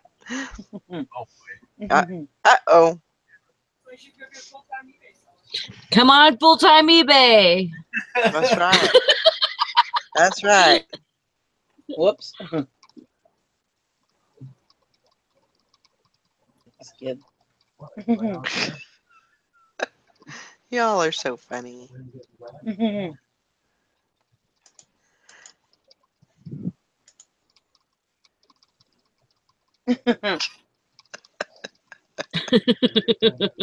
Literally crying right now. Yeah, Hank Allen Cash. But then what do you need a bidet for? Yeah, Be a hell of a lot cheaper to buy the wet wipes. no doubt. I think it's for status, maybe. I think that would just be for me. I know how I work things, and I could just see it being just a big old mess. I think And it's like fancy and have a real big bathroom. Yeah, I'd be some water on the floor, on the top. Oh, definitely. My foot would slip. I'd land on this thing. The EMTs would have to come. Yeah, that would be great. While I'm twisted all over my French toilet, squirting water up in the air. I got who knows what coming out of my hind end. Yeah, great. It sounds like a great idea. Sign me up. Yeah. Yeah. It's got like, hot and cold it's now. not like blasted cold water. No, I guess you can meter the temperature for that perfect butt washing temperature. Then, hey, Jim, in your area, it's all volunteer firefighters, so they're all your neighbors. Awkward. Well, that was right when I quit. Was there when they were making us go from first responder to EMT, and I don't want to make that jump because you got to get recertified every 2 years. It's a bunch of classes and stuff, and it just. I mean, I went through put out fires. I didn't sign on to be an ambulance driver, or what, or you don't drive or whatever. But pulling people out of car wrecks and stuff. That wasn't. I mean, somebody's got to do it, but it wasn't what I signed on for. And when you're an EMT, it's a lot more involved, and I just don't want to do it. It's too much strain. Tiffany had a Go ahead. question. We must have missed it. Sorry.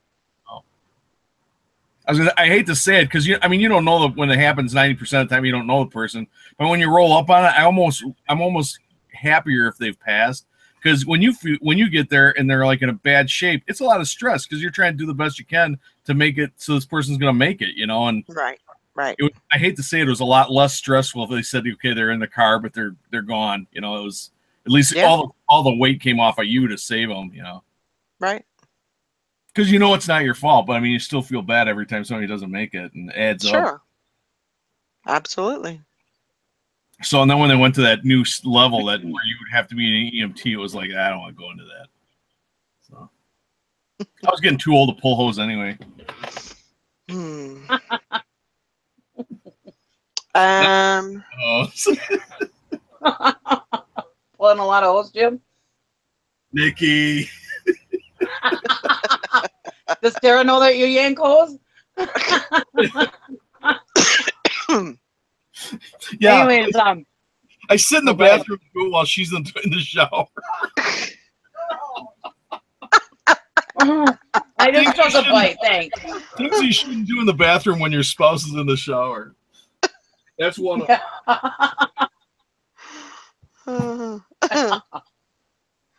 Well, I'd be like, why aren't you just bringing it in here instead of doing it yourself?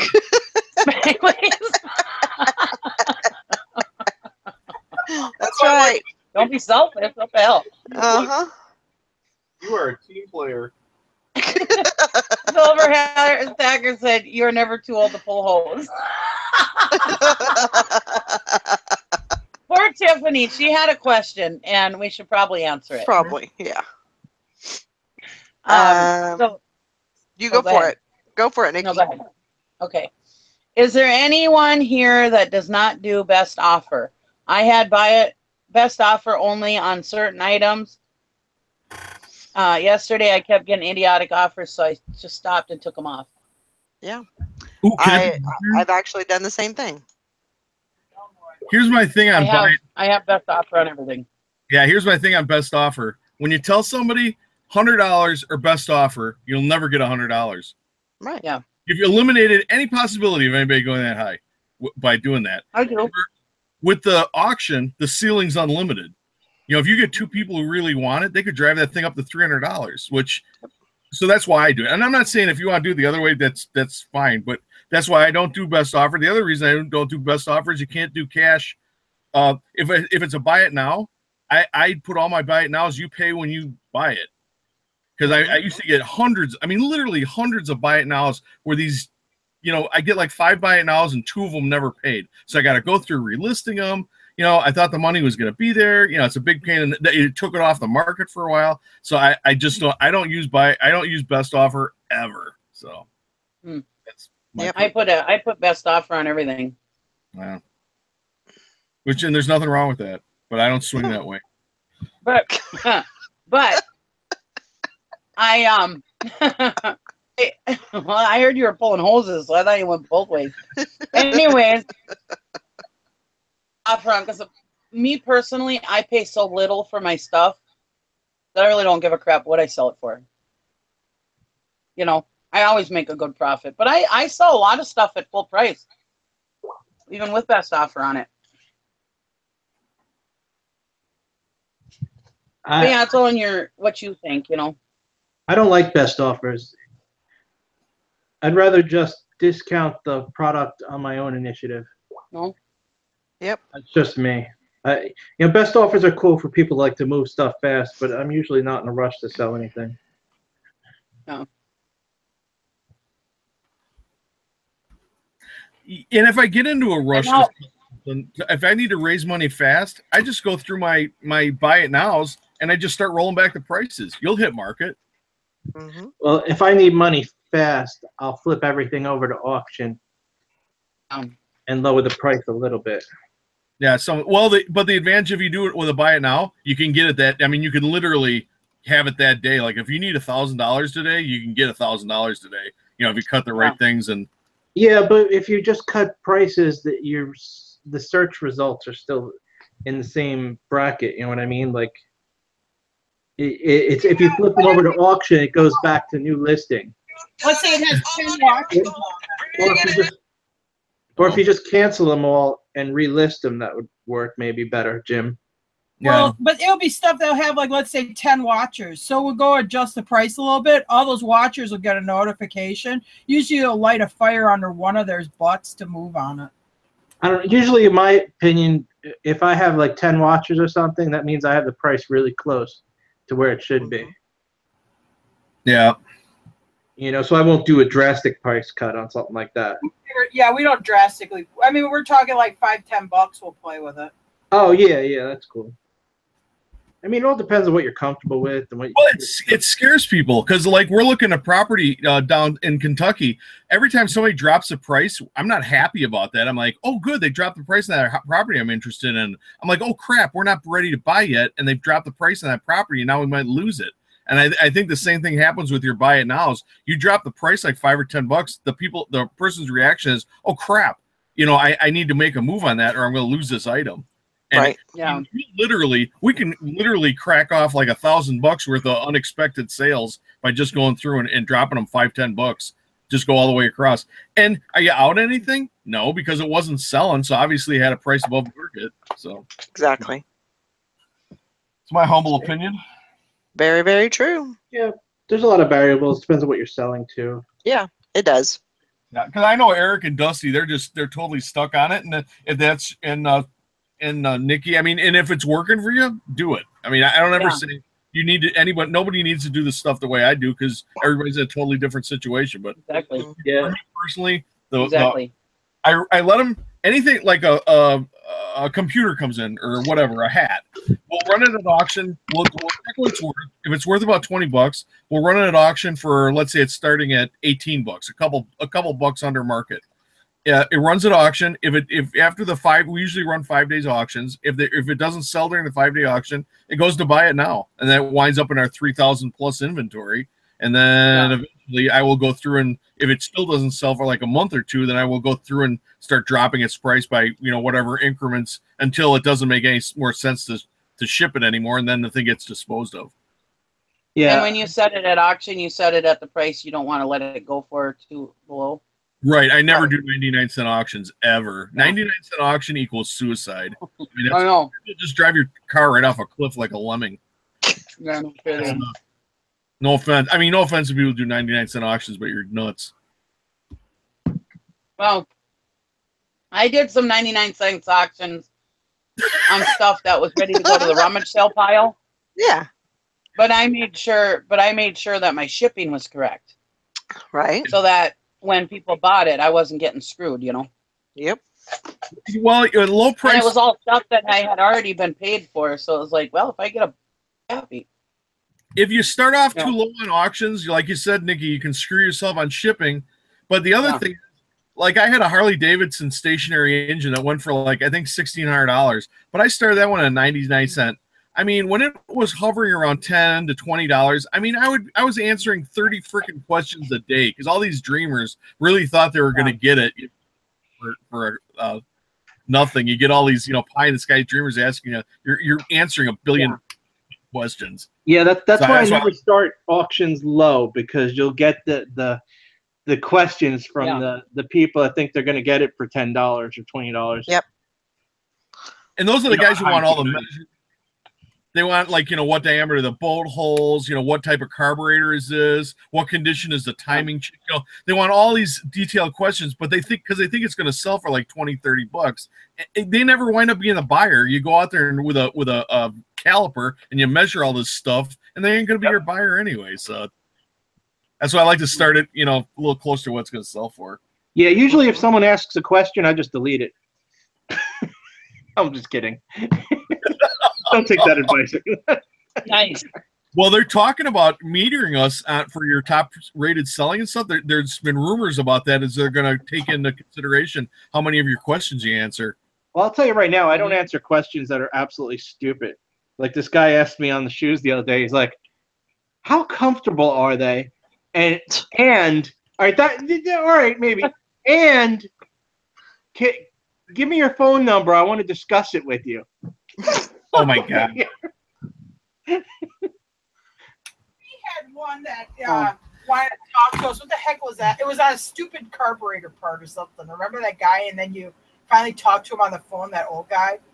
Oh, yeah. Yeah, I hate those. Yeah, it was like a half-hour phone conversation. Yeah, it was a $4.99 part, and a guy needed to talk to me on the phone. He's from like Louisiana or something. I want to be in like a half-hour phone conversation. A half an hour of my life I'll never get back. He was an old-timer. He's a little kooky, but I mean, it's like, dude, I got stuff to do. Can we wrap this up? Anyway. Yeah. Yeah. I mean, I got to talk this guy into a shoe sale like I'm Al Bundy or something, you know? Oh, How comfortable is it? Well, I don't know. Depends on your Jason, feet. I used to manage a mall shoe store. That's where I got my sales start. Was a sit down shoe store Oh my gosh. in a mall. We all got to start somewhere, Jim. I was the That's guy true. when you walk in the shoe store, you just want the guy to leave you alone, but he keeps pestering you. That was me. I had to get you in the because they have to get you in the chair because that's their job. If they don't do it, they'll get fired. Yeah. You know, if you get too many bucks, yeah. So you're saying every time I go to a shoe store, I should always sit in the chair for the guy? No, you just avoid those kinds of shoe stores because they're so much cheaper everywhere else. Why would you go to that kind of place to buy shoes? I never understood it. I managed one for 2 years. I was assistant manager for like a year and a half, and I managed one for 2 years. And I never understood why people came to my store to buy shoes. I'm like, Jesus, you don't know that you can go right down the street to the big box retailer and buy these for like 20% less? But anyway, it was my job. I had to feed my wife and kids, so I hated that job. It sucked. Yeah, high pressure sales. On that note, I'm out of here, guys. I'm off to the mountain. Have fun. All right, catch you later. See, lowball offers on my best offers don't bother me because when I go and try to buy something, I lowball people. My husband actually sometimes will walk away because he said it's embarrassing how lowball I go. Oh boy. And he's like, you're just going to insult the person. Well, 9 times out of 10, I end up buying it. So, embarrassing, but I get good deals on stuff. Nikki's the predator. oh boy. What am I? The predator. Well, if people need the money and they want to sell their item, they'll sell it. That's right. True. Sometimes if they don't want to give me the price I pay, that's fine. I don't mind. I don't care if I don't buy that item. And if they don't want to give it to me for the price I want it for, I'll just walk away. That's fine with me. Yeah. You know, there's no hard feelings. I'm not attached to that item in any way, shape, or form, you know. So, and if there is something that I really want for me, I'm a lot better than, you know, lowballing people. They're a little longer, but I always get, you're just like your dad. It's embarrassing. Like, well, we have a certain price we want to pay for something. Yep. Yeah. That's why I like going to an auction because I just get to bid to a number in my head and I don't have to go dicker back and forth or use those kind of tactics to try to negotiate with somebody. Not that I can't do it, but it, like, let's say it was an item that I could sell for $200 on eBay and the person has it priced for $180. I'm not going to go, hey, will you take $50 for it? You know what I mean? Because we're probably going to be apart. So why am I going to put myself through it and put this piss this person off? You know what I mean? I'll just go look for something else then. Yeah. That's just that flea market I went to not too long ago in Gordon, around the 4th of July there. And the woman she had a thing set up and she had a Keurig that I wanted. Well, I ended up asking her how much this GPS unit was. Offer, and I said, no, I don't make offers. What would you like for it? And she says, well, let me look and see what I had on it. I was like, if you had prices on it, why would you take them off? But anyway, and she goes, and then she said like $20 or something. I said, okay. And then I asked her about the Keurig, and she said that she had $30 on it. And I was like, all right. And I ended up walking away for another table. And when I was walking back, I saw she was putting prices on stuff. And she had, she wanted $50 for the Keurig. Excuse me, pardon me. And I walked away. And then when I went back, she had knocked it down to $30. She put $30 price on it. Oh no, I'm right. It was $30. Then she put it down to $15. That's what it was, $15. And when I walked by, I saw it was at $15. So I stopped again and I said, well, I really don't know if it works. Would you take 10? And she said, yeah, she'd take 10. That's right. So I got her down from $30 to $10. Yeah. So we're walking away. Yeah. Yeah, but she already had dropped the price to 15. So all you did is say, hey, Yeah, we she take. did. And most people, Yeah. yes, do that kind of stuff, and I'll do that. I'm just saying, you never see. You'll have some expensive item. It'll be priced within 3/4 of the value you get for it on eBay, and they can't help themselves. They offer them like $50 for it or something. You know, Yeah. I don't like doing it. That's me. Well, and there's some stuff. I mean, there's some stuff that I'm not gonna insult the person. You know. Yeah. I mean, but Yeah, I like to haggle. That's just the way I am. yeah, I do too. Uh-oh, what happened to the puppy? That's not mine. Oh.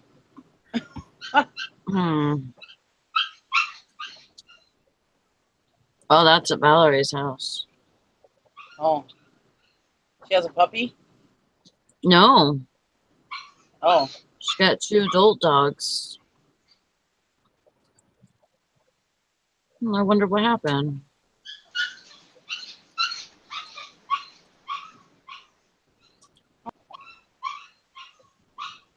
Does her dogs usually do that? No. Oh, Well, you know some what? dogs Maybe do she that went to out. get kids. Maybe she went outside and he's whining. Sure. Ah, She went yeah, outside. that would be it. Yeah. Elvis, Roscoe. It's okay.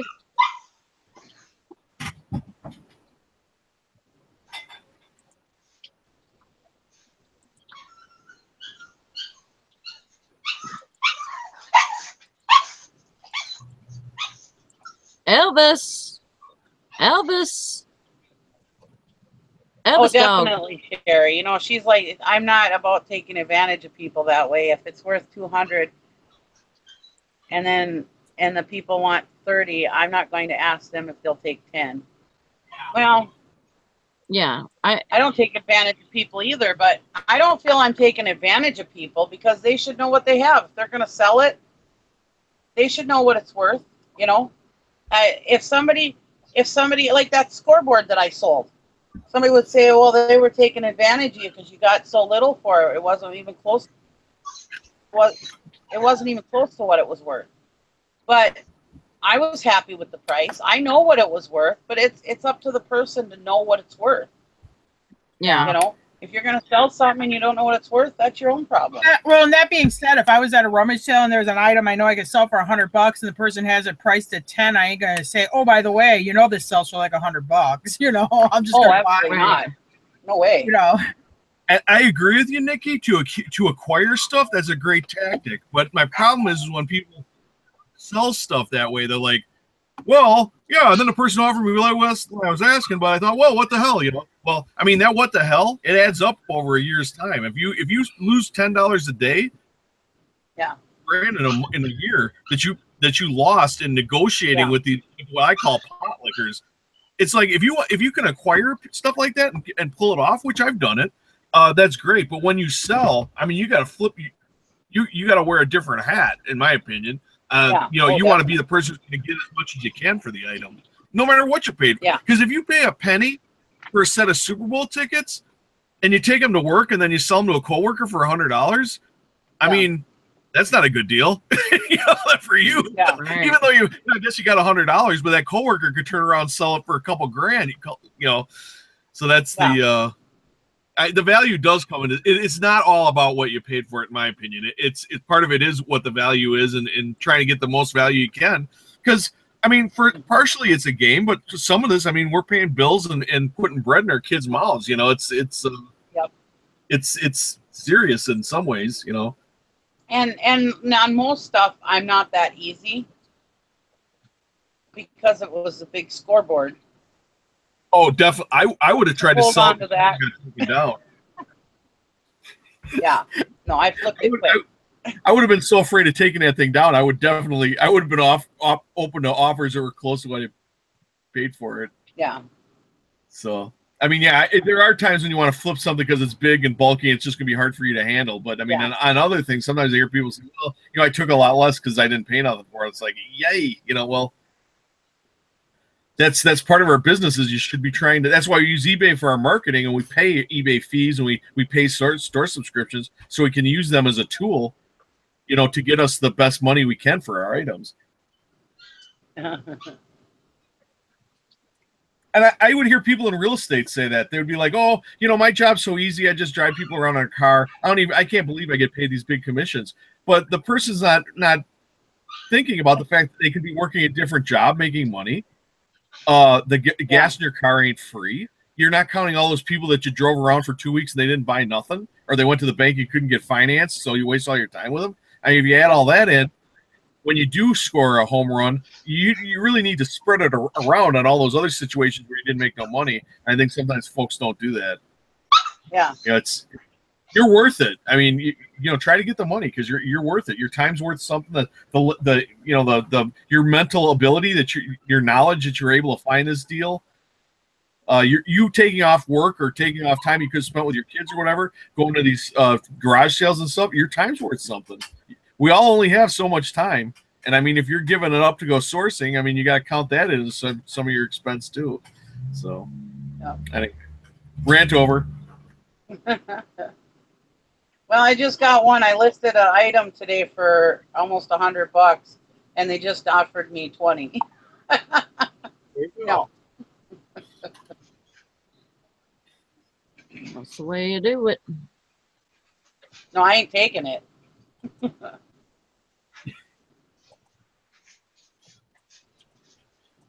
My dad used to say, if you lose money on every sale, it's hard to make it up on volume.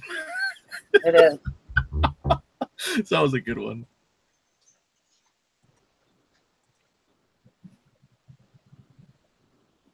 Yeah, you get some nuts out there. I mean, because I will offer a person less than they're asking, but my thinking is always I ask them, I offer a reasonable amount under what they're asking. The reason I do that is I figure once I totally lowball them and go way under what I thought, they're not going to come back at me with their best price. They're going to be pissed at me. And who's going to make a good deal with a person they don't like? So I figure this way I'll make a offer and explain this is why I'm offering you this. It's not because there's anything, but you know, these are circumstances. I try not to insult them, but this is why I think it's worth that. Is that something you could consider? If they say, yeah, great. If they say, no, I wouldn't take less than, you know, if it's $100 item, they say, well, that's 50. I couldn't do that. I couldn't take less than 80. Okay, I see your point. Yeah, you know, I might be able to do 80. So then I wind up getting it for 80 when at 100 it was a good deal. You know, because I won't even start. If it's not a good deal right off the bat, I won't even start negotiating with them. Yeah. So I try to remain, you know, friendly, and I'm sure you do too, Nikki, because you've done it. You know the game. You know, you try to be cordial. You don't want to insult the person or put them off. Because these people, like, if they're asking $100 at a garage sale and you offer them 20, and you know damn well it's worth probably about 500. You know that person's going to come back with you. Get off my property, you jackass. You know, that's going to be the reaction. They don't pick their stuff apart either. Like every little nip defect. Don't tell them it's dirty. You know, well, look at the shape of this garage it's in. It's surprised the garage doesn't fall on it. I'll be lucky to save it from this place. You know, they're ugly, and I bet they're bad at math. I don't do stuff like that. And like I said, you know, if it's something like big and major, I mean, like a tractor sale or something like that, you know, I'm not gonna really lowball somebody on something like that. You know, I'm not like that. So. Or I might go down a little bit, but I'm not gonna, you know. Well, especially and especially if it's a big item like that, it's like they're probably not expecting it full price. Yeah. Price things higher because they know they're going to be dickered with. Yeah. You know, you got to remember that too.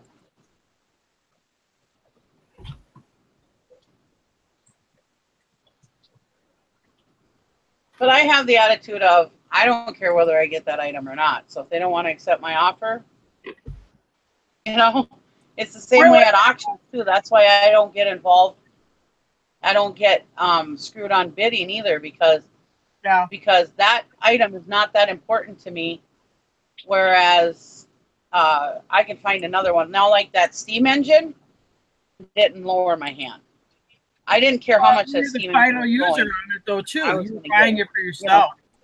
yeah, and so then it's, you know, if I'm not flipping it, you know, then I'm a little more adamant about getting it. But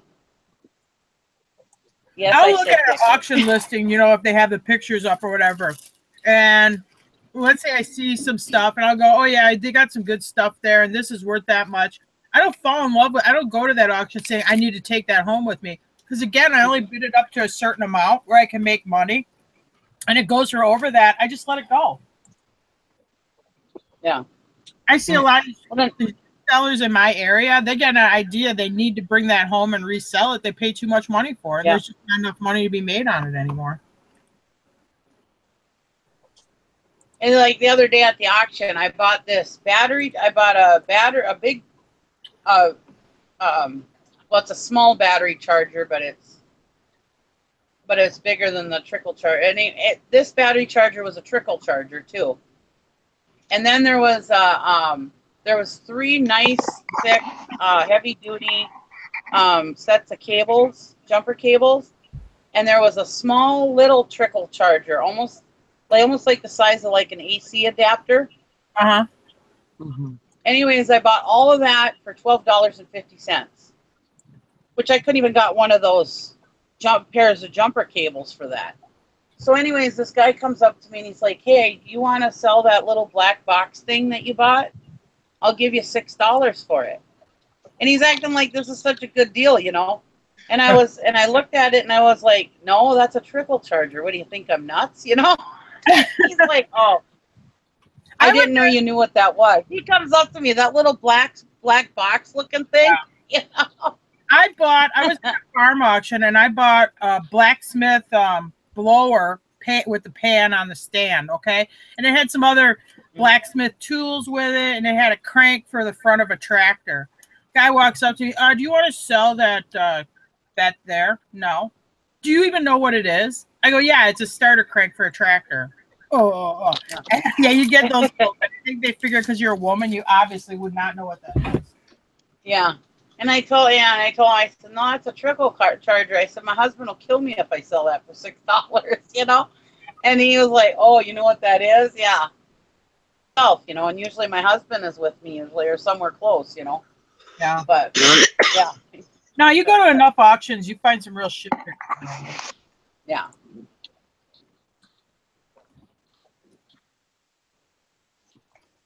Yep. Yeah, Valerie, at first we were worried. We heard your dog crying and we were like, oh my God, what's going on? And then Sally said, oh, she probably left the house. They just, when I leave them, because most of the time Roscoe doesn't like to go outside, so I have to like pick him up and put him outside. So I was just going to be gone for a few minutes, so I just left him in because it's all muddy outside and everything. And then so, you know, when I leave, he usually cries. So it's just something that he does. Yeah. Sorry that I should have muted myself. Okay. No, it's okay. It wasn't annoying. We were just worried about it. Yeah, they're fine. We thought, oh, what happened? Nah, they're fine. Just one time at an auction, I was at this one old guy. They started coming up to the table of tools, and he goes, "Okay, now this is when you back up and go to the back of the crowd." And we're doing tools now, and it's like stuff, and I'm like, maybe I want some tools. What the hell? Screw you. It reminds me of this. We used to do the flea market. Anyway, there was a guy that would sell knives at the flea markets, but he was kind of like a barker too. So he'd stand at the end of his stand going, you know, what his knives were, blah, blah, blah.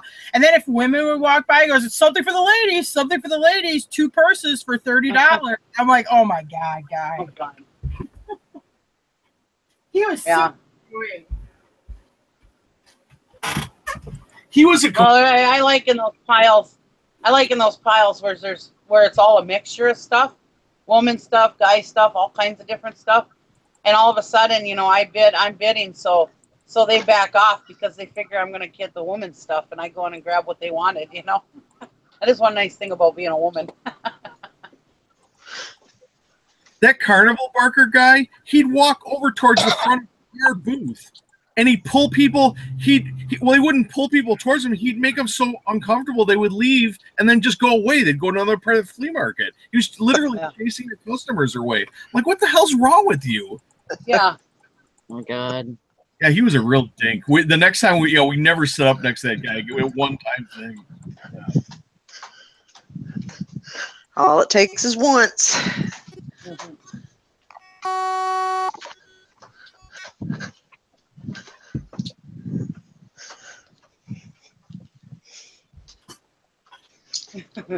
Robin said she needs to see what pic she has on her phone. Maybe she can sneak in a listing from the office. Since I'm on a roll anyway, push my luck. Robin, go for it.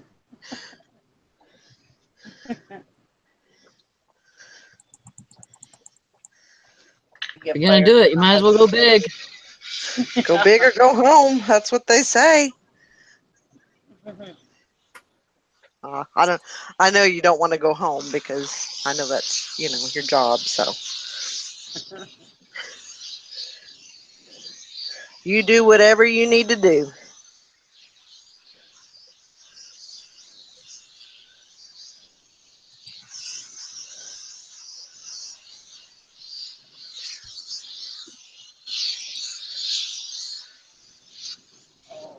Laser printer? Yeah, I did. Oh. Not yet, but yeah, I bought one. Oh, that's right. Send those pictures to my computer. Yeah, we're doing good. A lot on sales. Yeah, we're selling some stuff today. You're like, watch today will be nothing after yesterday. But we're doing it today again. So. Well, my other printer's been acting up, and I will just get a new one. And we'll use the other. I'll fix the other printer, and we'll use that for everything else.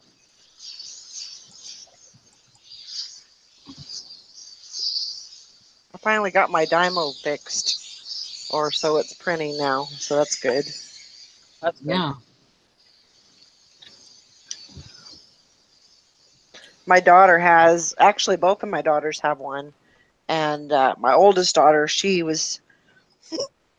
actually did like a remote thing where she can come on into my computer and do the stuff. It's easier for her to do that rather than her to tell me, you need to push this button and you need to do this. And it's so much easier to do that.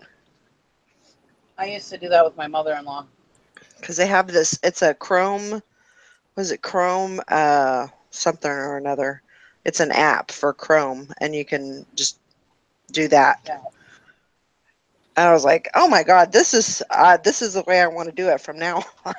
You guys could just come on. We used to do that. I was doing that years ago in the 90s with net meeting.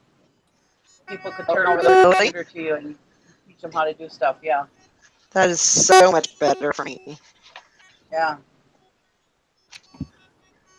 Yeah, there used to be this program called Microsoft Net Meeting, and they could turn over access to their computer, and then you could go and do what you needed to do with. It's just easier. I mean, it's easier for them because they don't get frustrating as either. So it works for everybody. I got some feedback with that damn thing. You're getting some kind of interference. I know.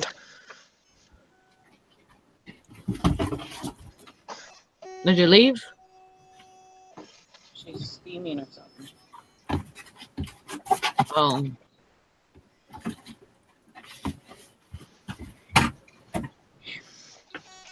Staying? Yeah, those headphones don't like it when you leave the room. I know. Are they Bluetooth headphones? Yeah. Yeah.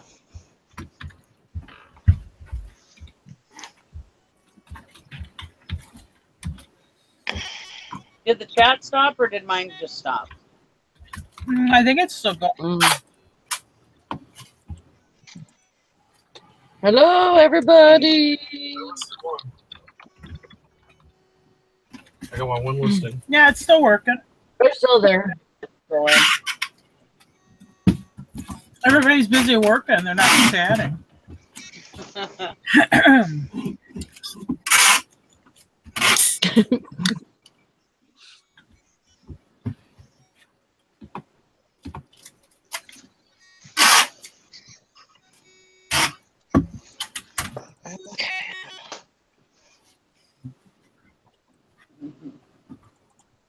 Yeah, now I see the chat moving. Okay. Oh.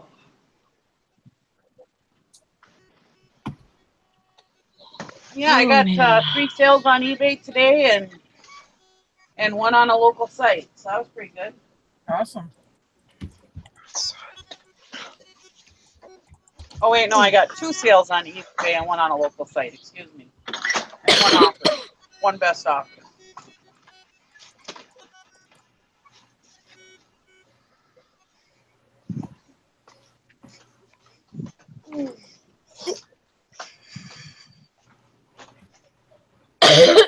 Excuse me.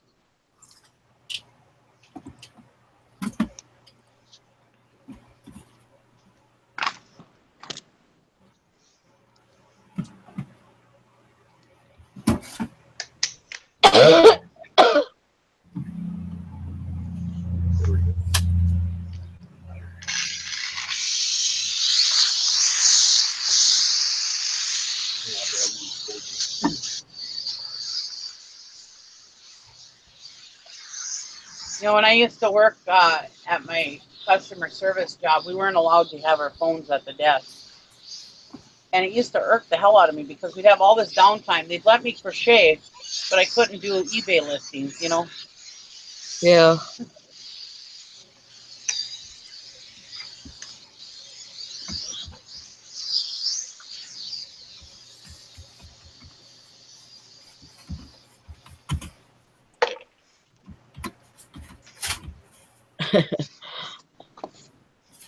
Megan says she finally sold one of the 5 play sets that she bought back in November. Thank the Lord. Oh boy.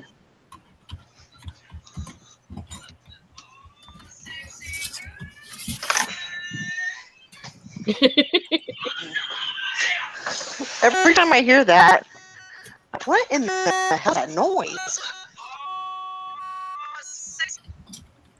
Sounds like a Furby. That's a narwhal song, I think.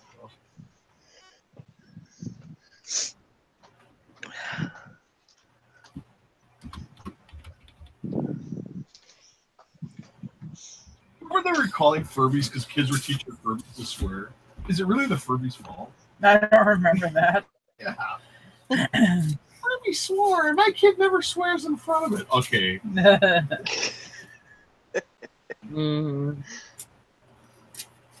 Sure.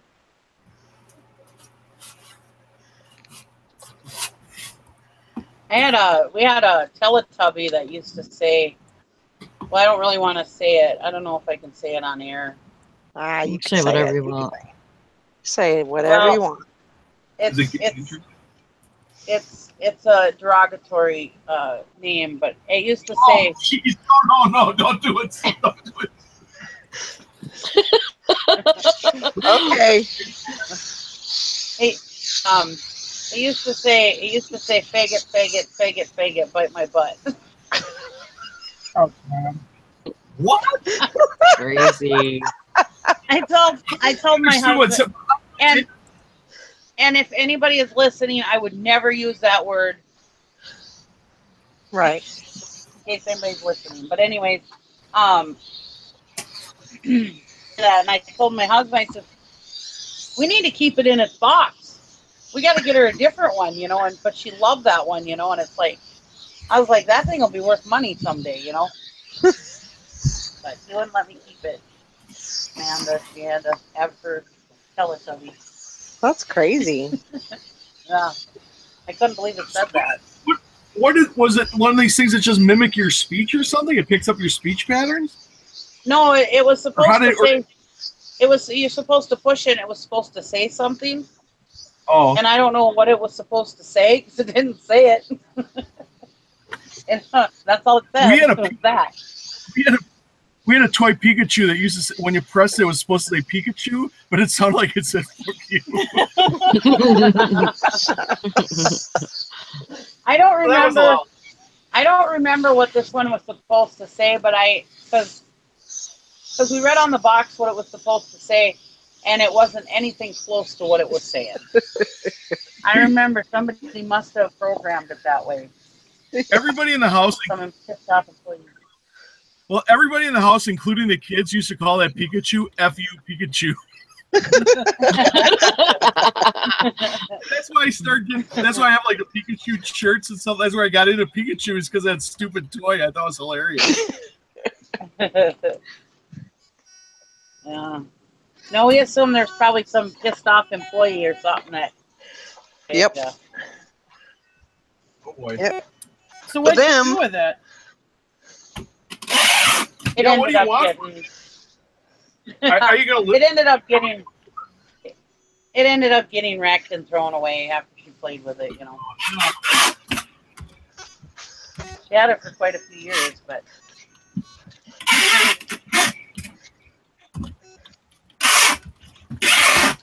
Yeah, I wish I still had it.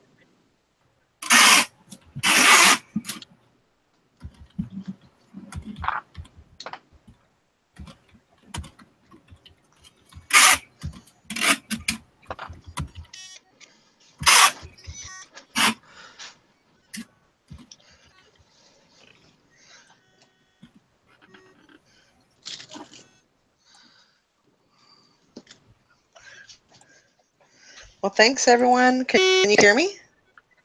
Yeah. Crappy or feedback or anything?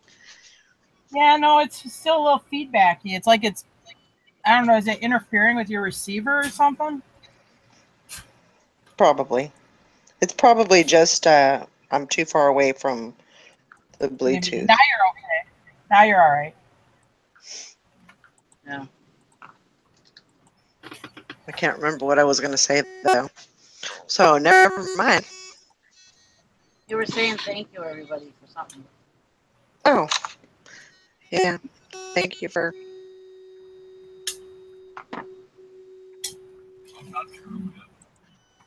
Fun. Thank you for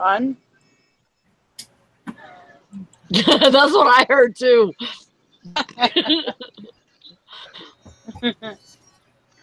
I don't know what you're trying to say there, Valerie, but you got cut off or something.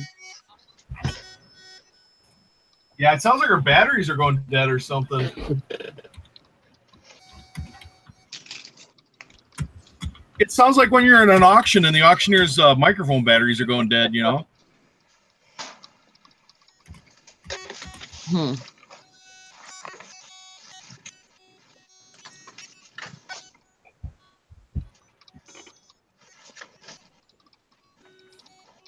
Oh boy, those workers better not let the auctioneer's batteries go dead. Yeah. They get yelled at for that. Our auction.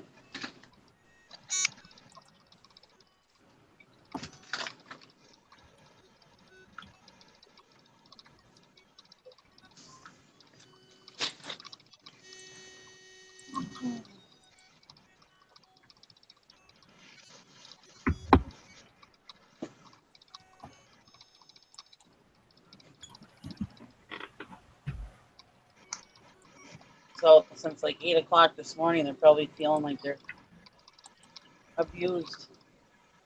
What I got going on? Oh, I got another offer. Yeah, if you got a bathroom, you need a bathroom break or a lunch break or something, you make sure to take it. We don't want you sitting there shitting yourself just so you can get another listing in.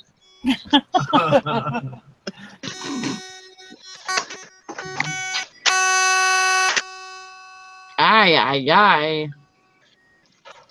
It's going off all over the place. Really? That's awesome. Yeah. I guess I stimulated some sales. That's awesome. Sounds like when I call PayPal customer service and they're all like, "Oh yeah, we sorry we can't understand you, sir." And you get all this feedback and then you hear laughter. It's like Yeah, you know, they tell me that shit all the time, but you know what? I'm on a freaking landline, so I don't know what they're working with. I think they're working with they don't want to help you. Yeah, I think so too. Hey, we're supposed to have that special representative with the Anchor store, aren't we, though? Not with PayPal. Oh, PayPal. Yeah, yeah.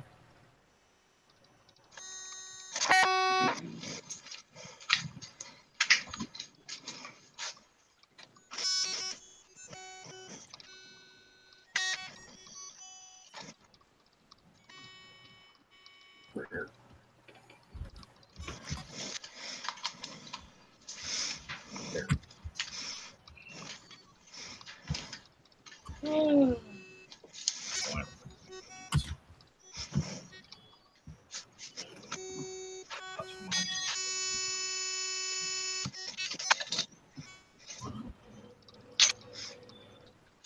so excited. I'm going to get one. Alright. A lot of things are going to determine merchandise term.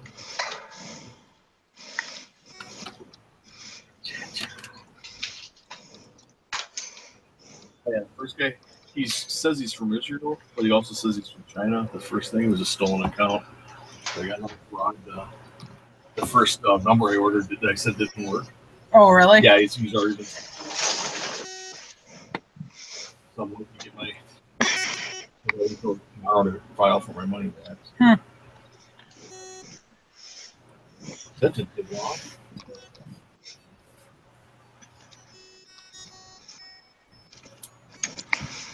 Looked like a hijacked account. There was another one like that one in China that did it, where they had only buying activity and they had been active over a year, and all of a sudden now they're listing stuff for sale. Yeah. So I'm assuming that somebody in Israel had an account trying to hijack it.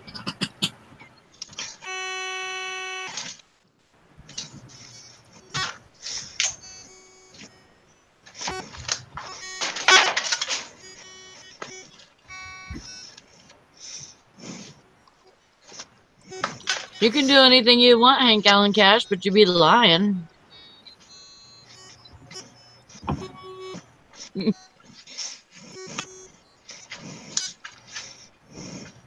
What's up, Sherry? Like to come on here so you can bitch.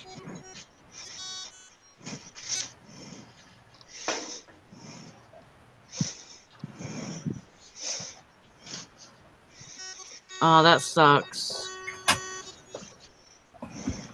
I'm sorry. Well, you go have another bear, girlfriend. That does suck. I've been mad too.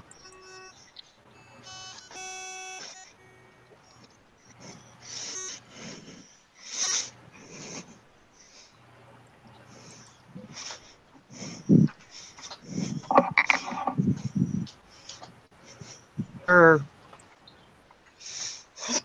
typical corporate behavior. Yeah, gotta find these chalkboard deco hangers It is, and that and the 2 bottles that of BS you can't make get you down because it's all just corporate politics. It's all just bullshit. Who can kiss ass the best is all it is. We love you too, Sherry.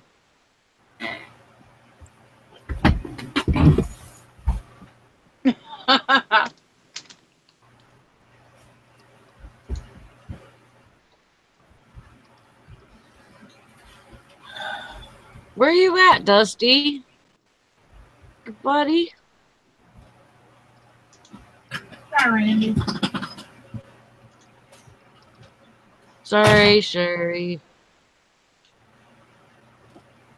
You didn't tell me. Repeat everything. You gotta tell me, don't repeat it. Yeah, we've been doing this all day, Jim Quincat. A peon or a peon? They say it's better to be pissed off than pissed on. So, Yeah. I guess that's not the same thing. So, never mind. It is true though, Valerie. Yeah.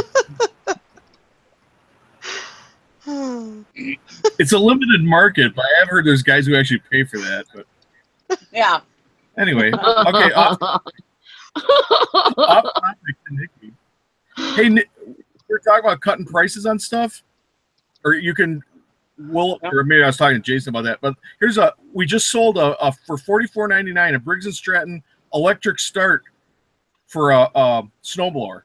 Now we've had that thing listed since last fall for $50. We yesterday I dropped the price $5 and we just flipped it. So it was wow. We had a big vet bill we had to do. So yeah, the vets are, you know. That's good that Which she did do it on. She worked on Sunday. I don't cheer in her money. So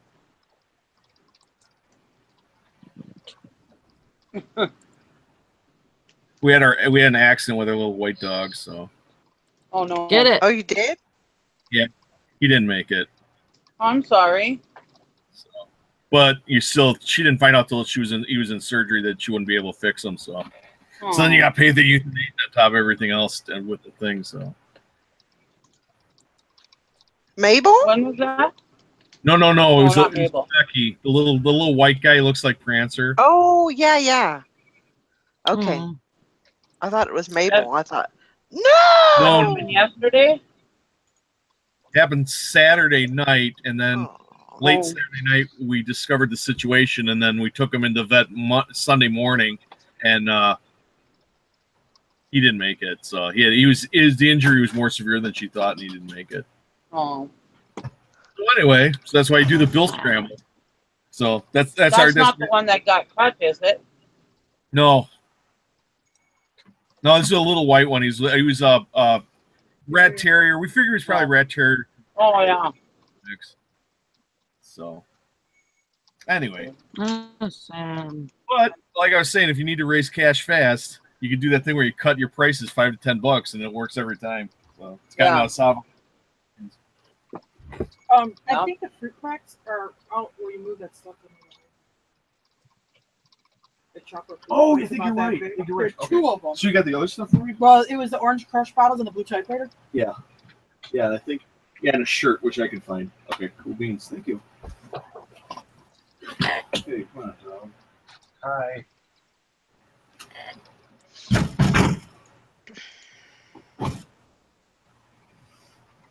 Who's calling?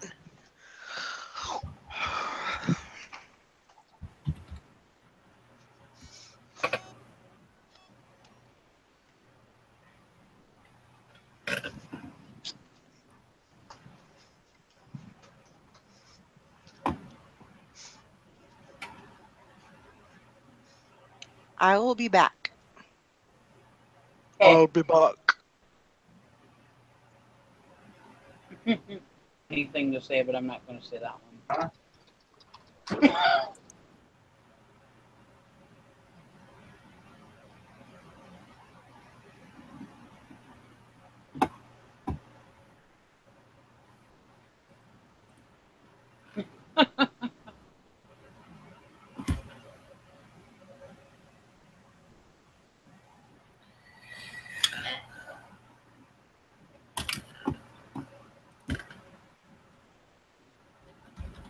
I never have much luck with auctions myself.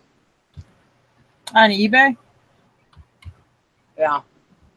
How we do them, Jim? We do them. I mean, we've had like stuff where it's like, went way higher than what we probably anticipated in that. That's why Jim likes to run stuff at an auction cycle before it goes to buy it now. Yeah.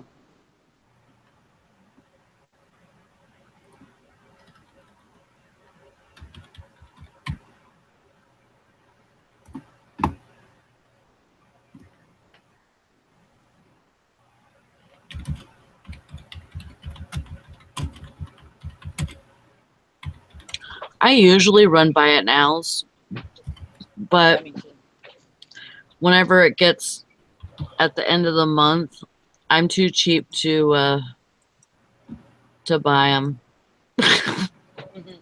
After I've run out of them, so I I usually change everything over to auction. Whenever I get new listings, I'll change them back. And some of them they do okay. Yeah.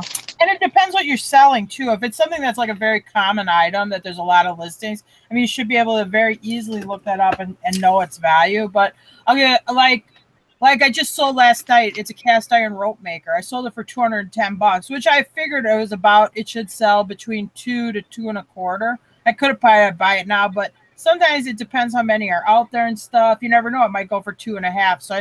So I always throw it at an auction for an auction cycle. Mm-hmm. Yeah, and I think it helps too, like with showing that you're doing stuff on your activity, you know, showing changing prices and changing, you know, the way things are usually run things. I think it helps to mix things up a little bit. Sometimes.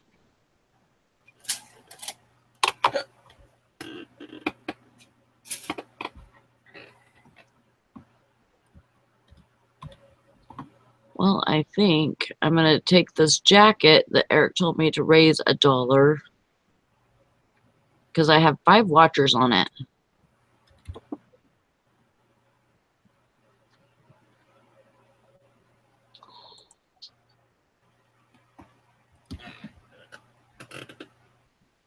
And I think I'm going to take it down, get down $1 or $2.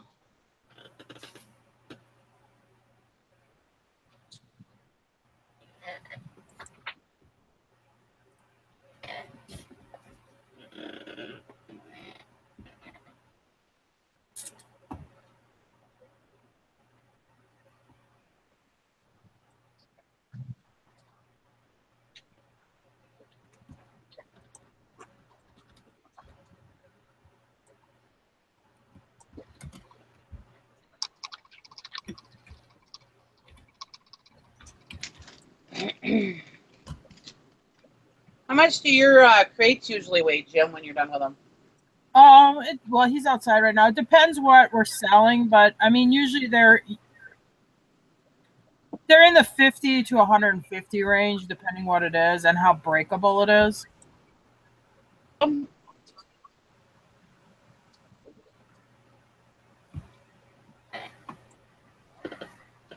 Sarah? Yeah. They weigh that much without the item? Well, a crate will always add another 20 to 25 pounds to the item. So most. That's what I meant. Oh yeah, and a crated item usually weighs at least 50 pounds. Like, so yeah, I would say they're usually about 70. Would you say on average, like stuff that you crate is usually stuff that's like in that 70 to 150 range, depending on the item? For weight? Yeah. Yeah. Oh no. Well, no. I mean, there's a lot of crates. Figure the crate's going to add about 20 pounds of weight. So if it's 30 pounds, it's gonna be 50. If it's 70 pounds, it's going to be 90. Yeah. Yeah. How do you determine between a crate? Like, let's say it's a 30-pound item. If it goes in a crate or if it goes in a regular box. Will it bust out of the box? Yeah. Because sometimes instead of a crate, I'll just cut that 1/4-inch wafer board, and I'll just line like if for sure at least the bottom of the cardboard box, and sometimes I'll put it in the sides. Yeah. And I'll pin it in with that sheet styrofoam you get from the big box lumber place, that white styrofoam. You just cut it in size to line the box to protect the inside item from the wood. And sometimes I'll do that with a cardboard box. But if it's like an engine, like a lawnmower engine or something like that, I'm going to put it in a crate. Because otherwise, when it gets flipped or dropped or whatever, it'll just punch right through the size of that cardboard. That's why I was getting. That's what's happening to me. That's why I had them in a crate. I mean, if I had to drive this stuff with my pickup truck to the person's house, it would always make it. But I mean, I don't understand. Yeah. I mean, I do this for a living, and I think I do a fairly good job. Why can't you just do a good job moving the package from one flipping place to the other and not breaking every GD thing inside it? I mean, sometimes I just can't understand when these boxes get destroyed. I realize they're handling a lot of boxes. Well, just handle them freaking right, you know? Because if it gets broke, I don't care if you got it there in 3 days busted. You could have taken 2 weeks if you get it there broken. Who gives a crap, you know? I want it there in one piece, please. Rant over. It just drives me crazy when I see how badly things get destroyed. One off. Some of this stuff's over 100. Around 5 o'clock. It's rare stuff, and they just destroy it. It just irritates the crap out of me. Oh, I know. I'm with you there. Yeah, Gary's crate. His usually around 15 to 20 pounds too. Yeah. Yeah. Yeah, you shouldn't have to crate this stuff, but you do because I will wreck it. Yeah. I'm going to need you to help me. We need flashlights. Yeah. That is not out there. Negative. I know that big laminator that I sold a while back. I said I was going to put it in a cardboard box, and Gary's like, no, I need to crate that. I was like, no, it'll be fine in a cardboard box. Well, I ended up making a cardboard box and got it in there and everything. And then I was like, I really don't trust this box because it was huge. I mean, I had to put it on a cart, I was like, well, I want to redo it. And Gary was at work. He wasn't going to be building me a crate. So I was like, I went and bought some of those $4 straps from Menards and strapped around the box. It must have helped because I didn't get no complaint. Oh, that's good. All right, I got to help him find something. He's freaking out. Yeah, we just got the top-rated seller. Because we lose stuff once in a while, or it gets broken in industry. So we got our defect rate down to where now we just made top-rated seller again, and now we got these 2 chalkware things that we can't find. No.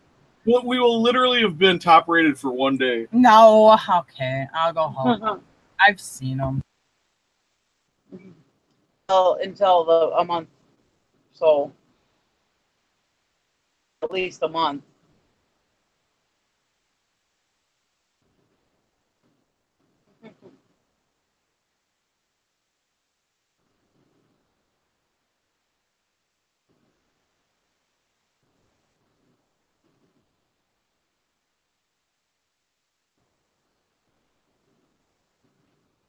I hate that when things get misplaced. It's so frustrating.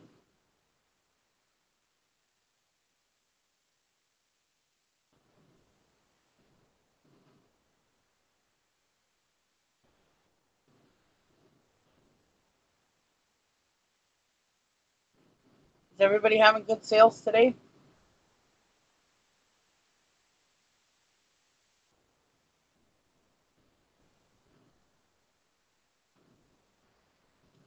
Yeah.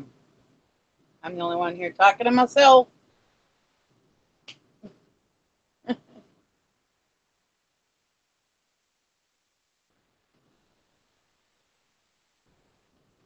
that's great, Robin.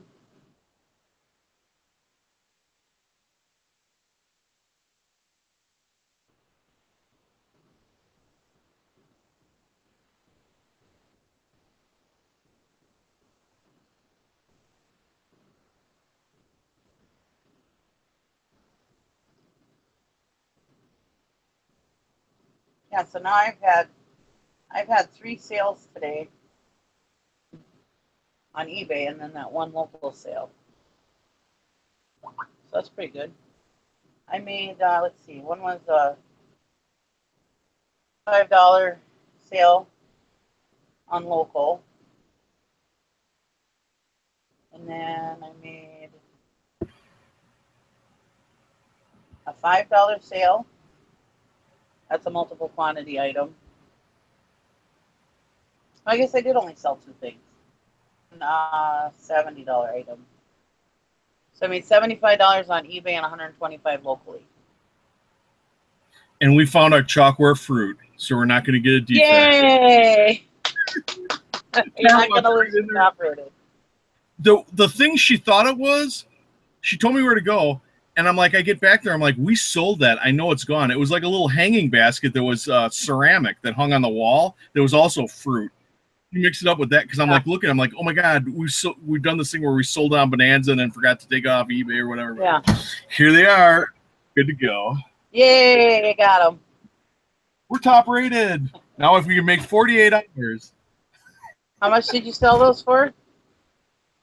I don't remember. Not enough. I'm sure nothing. I'm sure We've had them for. Do we have these? No, maybe about a month and a half. Oh, okay. They came with an auction box. I think these are one of the Chalkware is usually good for 20 or 30 bucks. I would say that's probably about what we got for them. I'll tell you in a second if my computer lights up. I got a Chalkware train the other night at the auction, and as the guy's carrying it to me, he broke it. Oh, fucker. Oh no. Sorry. I know. Because it has the stack, you know? Yeah. Well, the way he was carrying it, because it had another piece to it too, the boxcar, and the way he carried it, all of a sudden the stack broke off, or almost off. Not all the way off, but almost off. And I was like, you just broke it. I just put some super glue on it. Yeah, I just said, no, you can take it back. I was like, I'm not paying for this. Oh, cool. Yeah. Yeah, I sold those Chalkware plaques for $22.99. Now I'll say this: they came in just got the price too. They came in a box lot. I know it's some other stuff because I would never like buy those like for, let's say, $3 to $5 to sell them for $22.99. That wouldn't be enough money. But anyway, they came with some other crap, and I listed it. Yeah. Yeah, I don't usually pay much for my Chalkware, but it always sells, and it usually sells pretty quickly, actually. Yeah, I mean, I think those have only been listed maybe a month.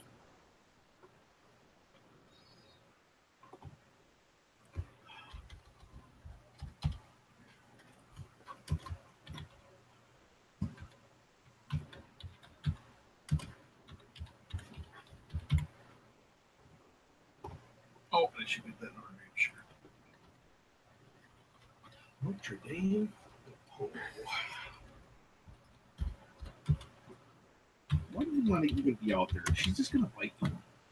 Here, just stay there.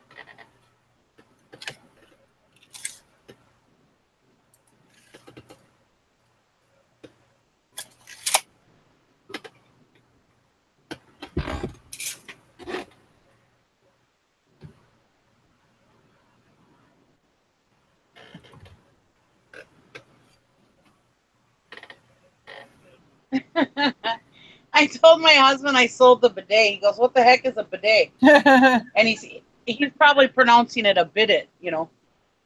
He's probably not. Yeah. I said the toilet. Did you sell it on eBay or did you sell it some other way? Locally.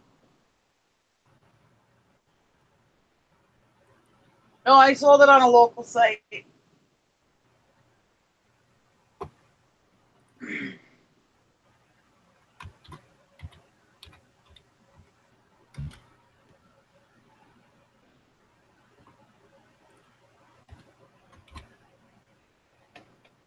Rid of that.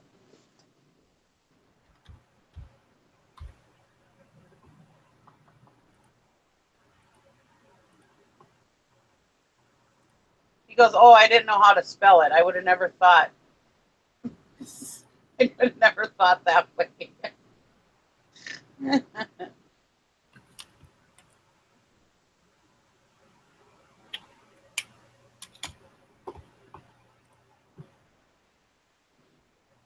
We do this caretaking job at this lake house up here, and it's a big house. It's probably, I don't know, without the garage, it's probably about 6,000 square feet. It's got like, I don't know, 8 bedrooms and 7 bathrooms. But anyway, they have bidets in the bathroom. And it's the only house I've ever really been in that's had one in it, you know.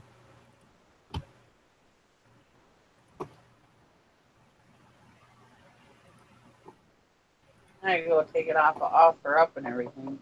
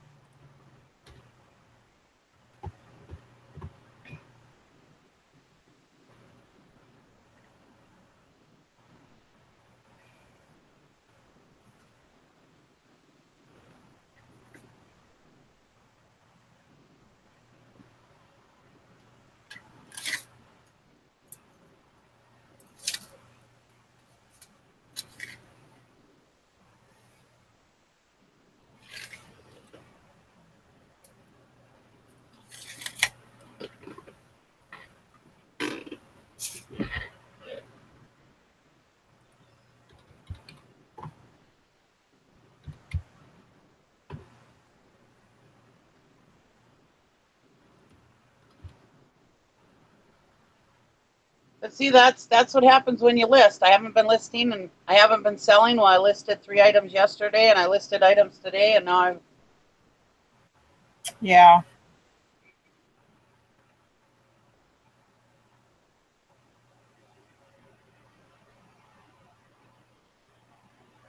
So that's just proof in the pudding that that's what drives sales.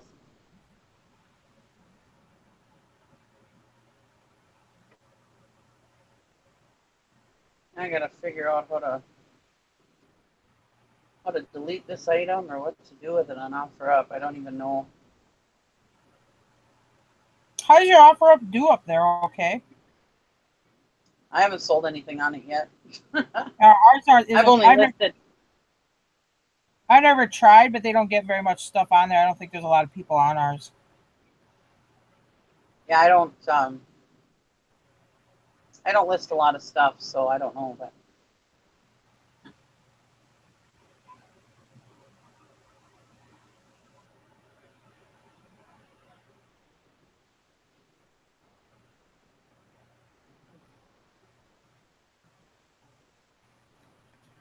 One for them. Oh boy. Those mosquitoes are for vengeance. Oh yeah, it rained last night.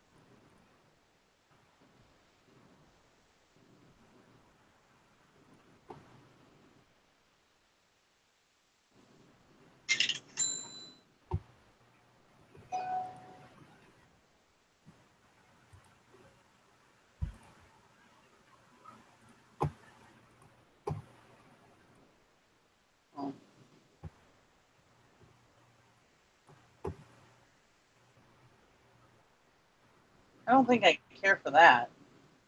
OfferUp, when you say that you sold something, yeah, it messages the interested buyers that you sold it.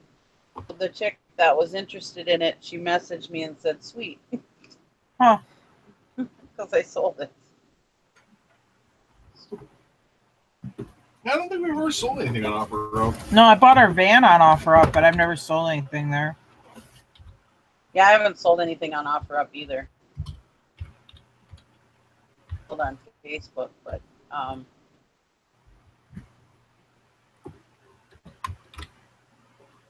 put like a couple items on OfferUp. And I think last year I put the Holy Family up there when I had those blow molds. I had put the Holy Family on there, but they ended up selling before they did on OfferUp. So Mabel got my flip flop and she under a bush. Okay, well, stay with her. I got stuff. I'm doing stuff right now, honey. I'm missing a flip flop. Yeah, we'll just cover her. Make sure she don't get off from underneath that bush.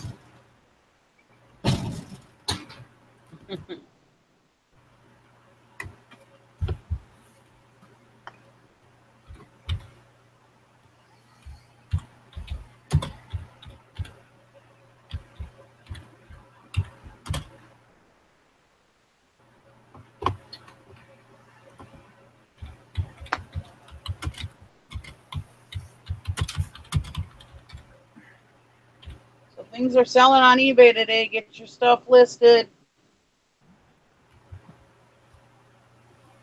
I only have 38 things listed or whatever, and I haven't been listing, and things are selling, so people are buying.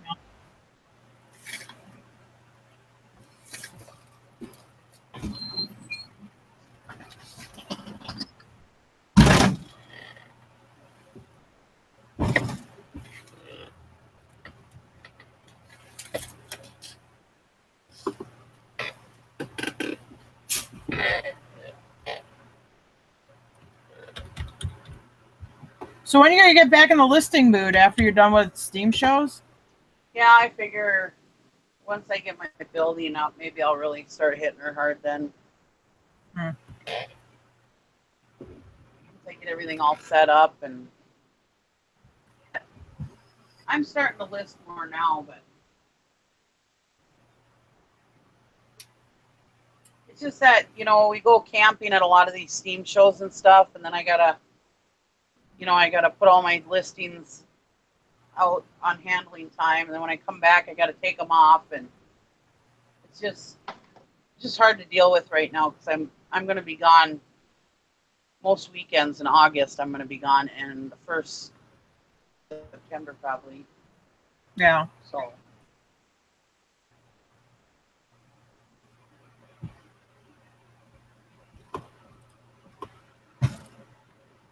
Trying to get all the vacations out of my system, and then Let her go. Where, on the couch? Sure. Let me see her. Let me see her. Maybe get all garbage now. And for some newspapers. Just throw them in the garbage. I don't even want them.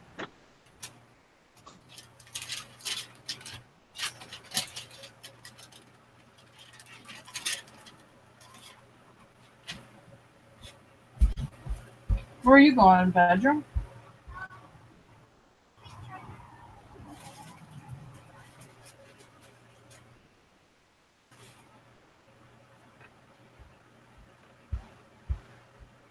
It's in your naughty mode.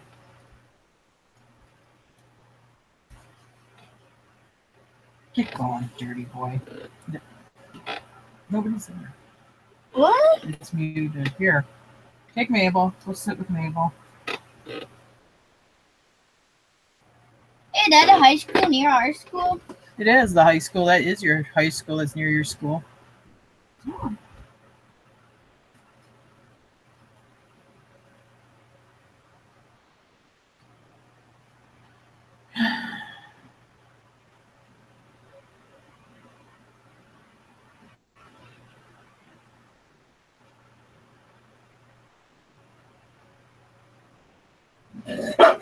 Hey, what's going on?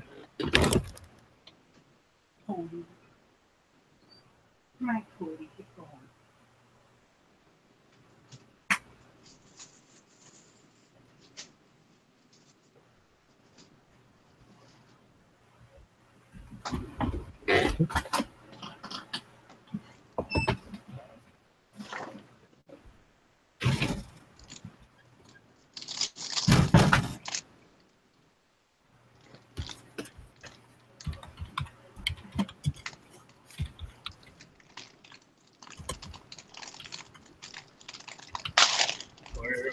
Going through my head.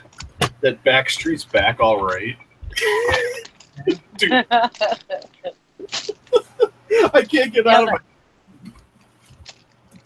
catchy song. Backstreet Boys. Not a fan. You must be. Not really, and I don't even know why I got it in my head. Oh no, you know why? Because we have a pack of Backstreet Boys trading cards that was in a box of stuff. I was looking for these chalkware things. I spotted them.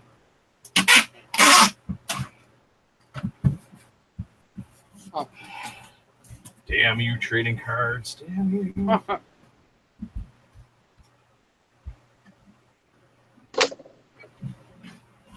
Yeah, not a boy band fan. Not that there's anything.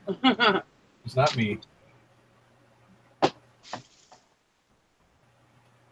We're about to take your man card away. Yeah.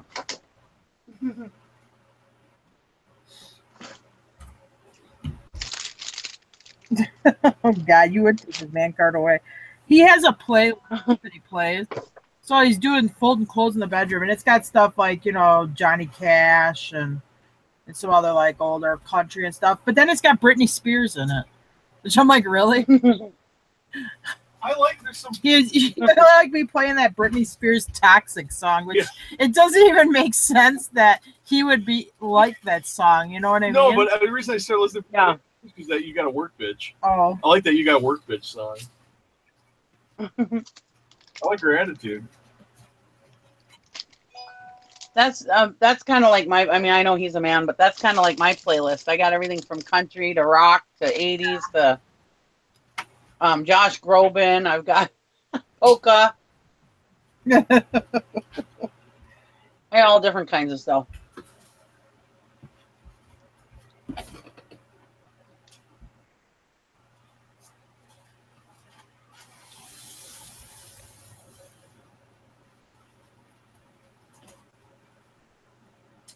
I don't know how that selling on Instagram works.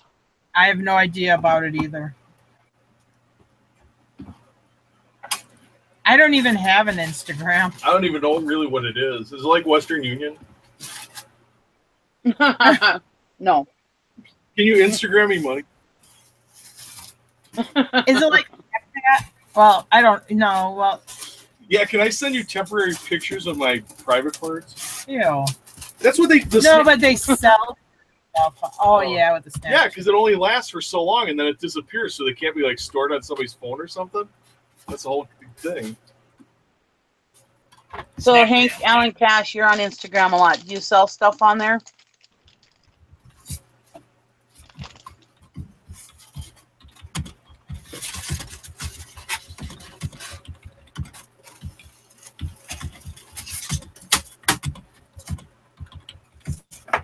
Because I wondered about that selling on Instagram too.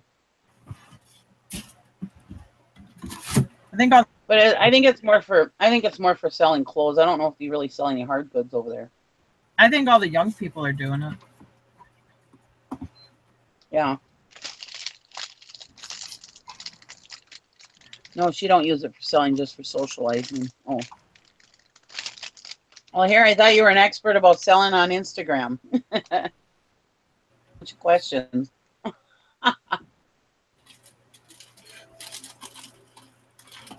I'm going to sell my stuff on MySpace.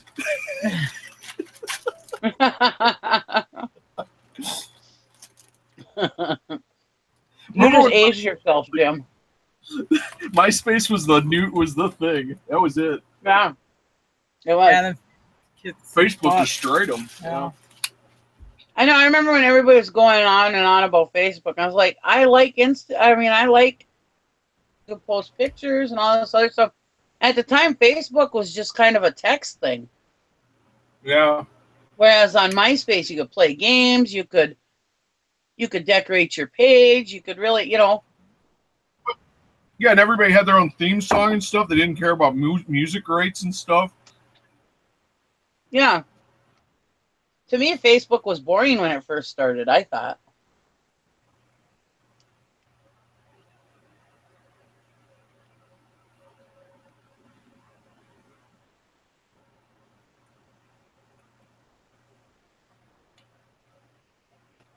A lot of people have added me on Instagram. But I don't really use it.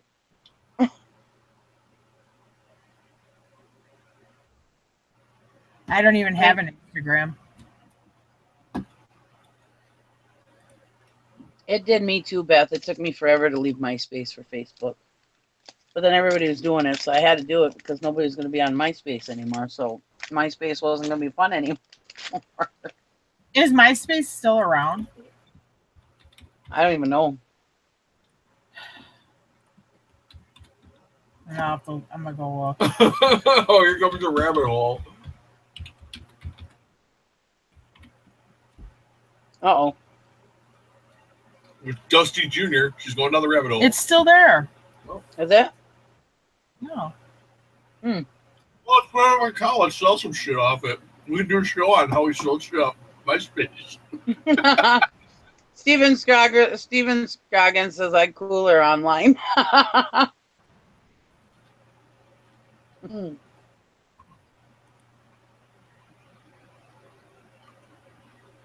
Oh, Beth said, but they deleted everyone's shit. Oh. Yeah, it says it. You can sign up with Facebook into MySpace. Sign in with your Facebook account to find friends who are already on MySpace. Did Facebook take them over? Maybe. And It looks lame. I give it the 2 lame thumbs down.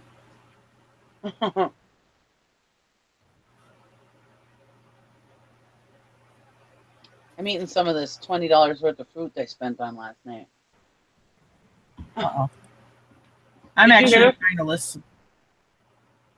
Did you hear that story? What story? No, My- I don't my think. plum? No, what was it? I took my brother-in-law to work at like 11 o'clock last night. 11:30. Plum. And I haven't had a plum in years. So I was like, that looks good. So I stopped at the grocery store, closed at midnight. Store and got some plums. And I ended up spending like $22 on fruit. Well, then I bit into this plum, and this plum was so juicy. It was like it doused my whole front of my shirt. Oh, wow. Yeah. I did last night need a fresh shirt. Holy crap. Well, then I ended up eating 2 plums, and yeah, I had all these plum guts all down the front of my shirt. I was driving down the road. It was all over the steering wheel, everything.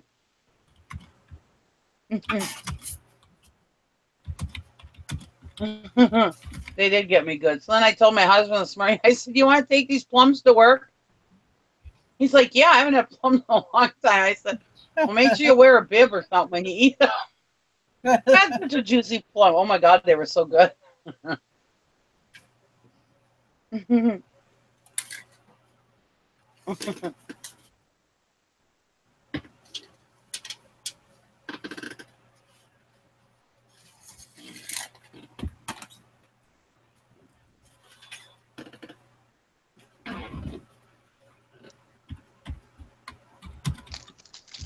Now I'm eating grapes. They're a little less messy. Oh, there you go. Yeah, you could fit them in your mouth all at once. Yeah. Well, I did that with the second plum. After the second plum doused my shirt, every single bite of these plums doused my shirt again, you know. But anyways, so why did I eat a second plum? Because I'm stupid, I guess. But anyways, so the second plum after the first bite, I like stuck it all in my mouth and was trying to chew it. I was trying to eat it without swallowing the seed.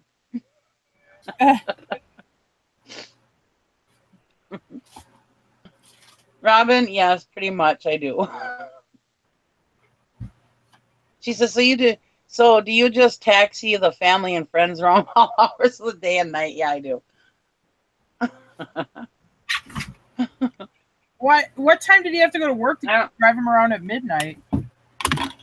He had to go to work at midnight. Oh.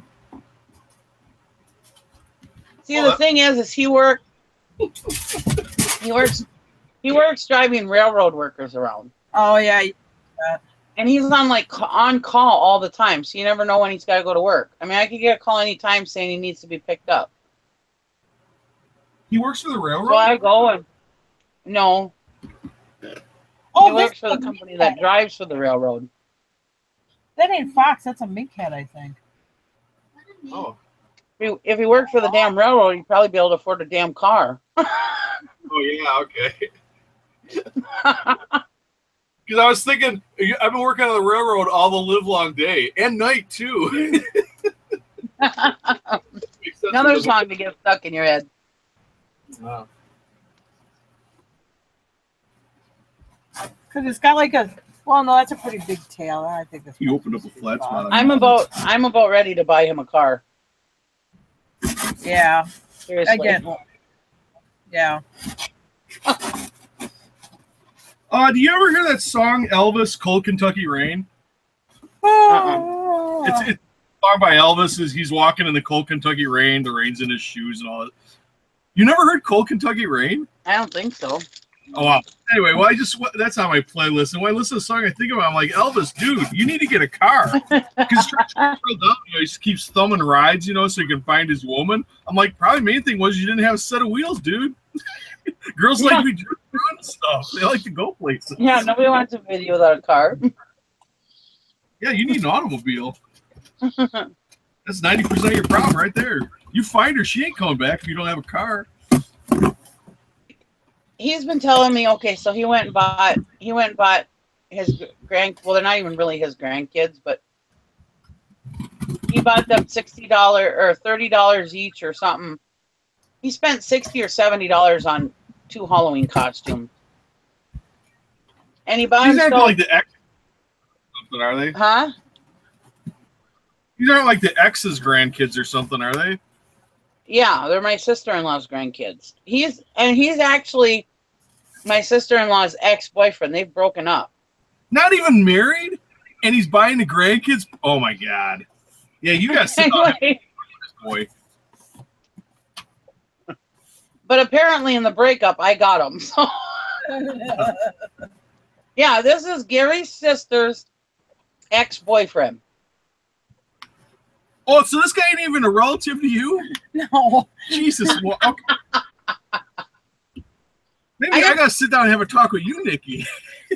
I just call him my brother-in-law because he was with my sister-in-law for like 19 years, and then they broke up. Okay. So, anyways, he's been buying shit on eBay all the time, and I'm like, and then the other day he goes, yeah, ever since I became single, I have money now. And I'm just like, well, buy yourself a goddamn car, I was thinking. Yeah. Ever since you've been Yeah, he's talking about buying a football jersey for football season. He doesn't even freaking watch football. Oh, boy. I was like, what the hell? I'm about ready to just buy him a car. I actually have my husband going to test drive a car today. Well, if your yard was like ours, Nikki, you could just mow the lawn and go find one. If we're short an automobile, we can always find one. There's always one laying around we can put together. I believe in redundancy. I know.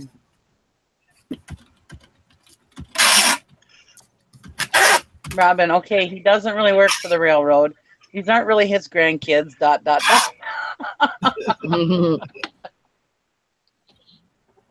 Robin, I have a hard time being mean to people. And I'm gonna do, he lives way out here. He's the one that just lives like a mile from me. So he lives like way out here in the country.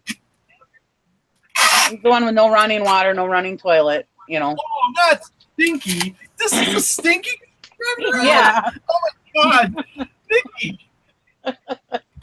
Oh boy. Is he living with you guys? No, he's not living with us. Absolutely not. No. Okay. No, he lives over at his own place. All right. I thought maybe we were going to have to drive up to Superior and have an intervention.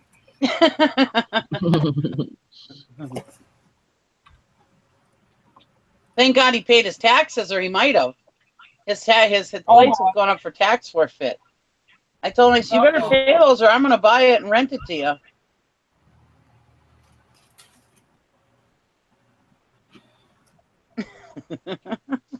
Sherry says, damn, I wish I lived near Nikki so she can drive me around and buy me a car. Yeah. Ain't gonna cash a Jim. Ha ha ha, that reaction. I put in a mod. Oh, yeah. I know that. Robin said, me too. I may have to rethink my relocation goals. Yeah, y'all can move up here. I'll buy you a car. What the hell? Oh, boy. Hey, Dad. I'm independently wealthy, you know. Oh, look. Nikki, your heart is bigger than your van. Thanks. Car prices have been going down for used cars. I just feel bad because what else is he going to do, you know?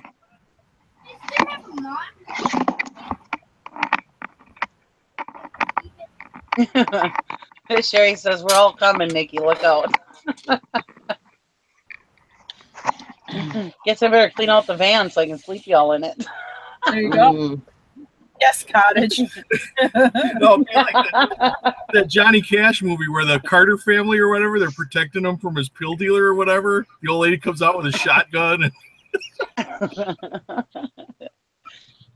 And Hank Allen Cash is right, Sherry. Nikki gonna wake up one morning, 30 of us waiting outside. Well, I'll do it. I'll get y'all listed. Well, there's your hire, Nikki. You ought to hire Stinky. No. No? No. Okay. I don't want him Just writing no. the listings. Just no. He's got By the way, pot- you said no. I understand. It's no. They got pot brain. Silverhair Snacker said he's sleeping on the bidet. I just sold that. I think they have an update of the Protect. You can have posters. And that's have M. Yeah, they have a picture so that you can see it. Yeah, he needs a car. Well, what I was thinking of was because my van broke down, so I had to take my daughter's car back, and I'm driving that and use that for a while. So she still got her old car. So what I was thinking is I'll buy her another car, or buy me a car, one or the other, and give her this car again, and I'll give the red car, her old car, to him because it's on its last leg, and he can just worry about it from there. I'll tell you what, though, Nikki. I gave my brother-in-law a car, and it lasted like 3 months. Because Yeah. he just simply, he didn't change it. I told him it needs an oil change and make sure you check the oil because it was an older Honda Civic. It would have ran for probably another 50,000 miles, but he didn't do nothing with the oil. Oh, and the oil cap came off, so he didn't put a new one on. Or he forgot it and lost it. Just drove around no oil cap. But it's because I gave it to him. So my advice would be sell it to him for $100. Yeah. Even if you get $100 back and stuff later or whatever. Yeah. So he didn't really pay for it. In his mind, he paid something for it. Because Yeah. I find sometimes when you get stuff, they just treat it like it's worthless. Yeah. That's true. You okay, Val? Yep. Well, I was thinking of just telling him, here's this car. This will last you until you can get yourself a car. Yeah. And But honestly, though, Nikki, even if you got to give him the money for groceries or something later, I would make him pay you like $100 for it. yeah. Just so he's just in his mind, he got to pay something for it. He'll take a lot better care of it. Because I know Yeah, I've that's never true. met the man, and he might be all about responsibility, but he sounds like he maybe makes a handful of bad decisions. So this way, maybe by making him pay for it, I think he'll actually be helping him out. Flip him the money back, give him some groceries or something. He won't know, you know.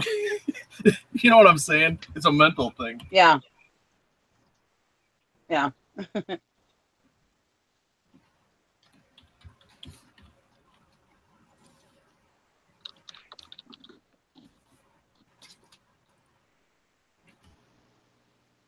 That's great, Silverhair Stacker. Yeah, good it job. is. I think I have Great. 9. I don't know what I got here. 1, 2, 3, 4, 5, 6, 7, 8. I got 8. Awesome. That's what she said.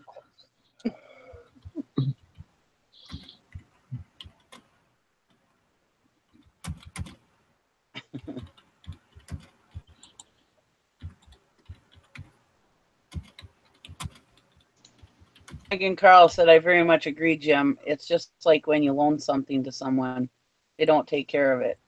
True. Yeah. If it was theirs, they'd take really good care of it. Yeah.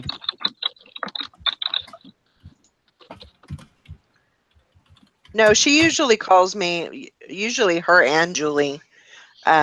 Julie isn't. She doesn't call me as much. Tina usually calls me daily, and I get to see the grandkids and stuff. So when she calls, I usually try to answer. Yeah. That's nice. At least I get to see the grandkids. They're actually saying they call me Nana, and Atlas calls me Meemaw. But he doesn't call me Meemaw. He doesn't got that down. He calls me Mama. Mama. Cute. How long is this going for today? Till 4. So in 15 minutes? No, Yeah. right? Is it Yep. 4 o'clock?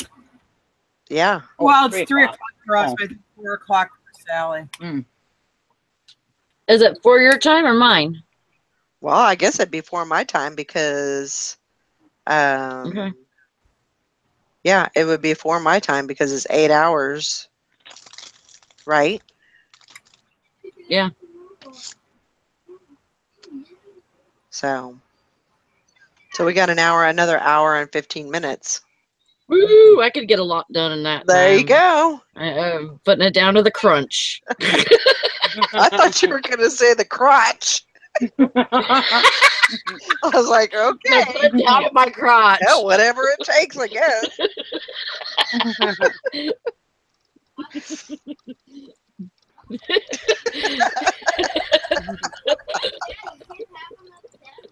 Oh I my did not say that. I gotta tell you a funny story about the crunch. I gotta tell you a funny story about the brother-in-law. The other day, he said he took the day off of work, and I said, "Why'd you take the day off of work? Were you sick?" He said, "No, I got bit by a spider." And I said, "Well, what kind of spider?" I said, "You probably should treat that, you know, and maybe you should go to the doctor." And I says, "You don't want to have a limb cut off." He says, "Yeah, especially where they bit me." Oh no. I says, "Well, where did it bite you?" Here, it bit him on his pecker. Oh no. Oh my God. You need to wrap. So he said, "Huh?" Oh my goodness. You need to wrap it. You need to wrap that rascal. Yeah. Guys who wear rubber. I said, "Well, you definitely don't want to have that hacked off." And he goes, you know, because I've heard of people that have gotten bit like brown recluse and whatever, and they get that infection in there, and there's nothing, it goes rampant, and there's nothing they can do, you know. Yeah, And my I was like, husband. especially don't want that hacked off. I says, I would probably go to the doctor since it's such a, you know, important limb, you know. He said it was all swollen and stuff. He said, "Yeah, this pop can didn't have anything on me." I was like, "Holy shit!" Oh. I'm like, "Holy crap!" I think that's a little exaggeration, but whatever. But yeah, I was like, "Oh, that's odd." But the funniest thing about it is he posted it on Facebook. Oh no! And then he got bit in his junk. It's like, dude, Oh my you need God. a journal. Shit on Facebook, because he puts everything on Facebook. Isn't there some kind of flesh eating, or is it a natural casing wiener eating virus or something?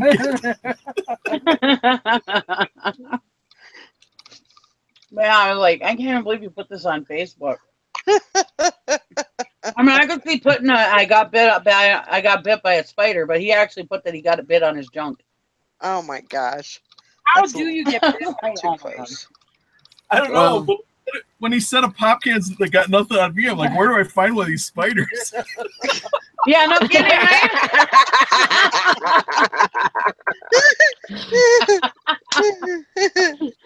Well, he better watch out because Brandon got bit right there on the wrist.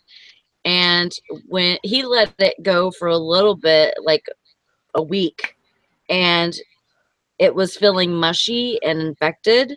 So he went to the emergency room. They had to irrigate it and they stuck so many pieces of gauze in his hand, in his wrist right there. Oh. Hole that almost went all the way through his arm. Oh my God.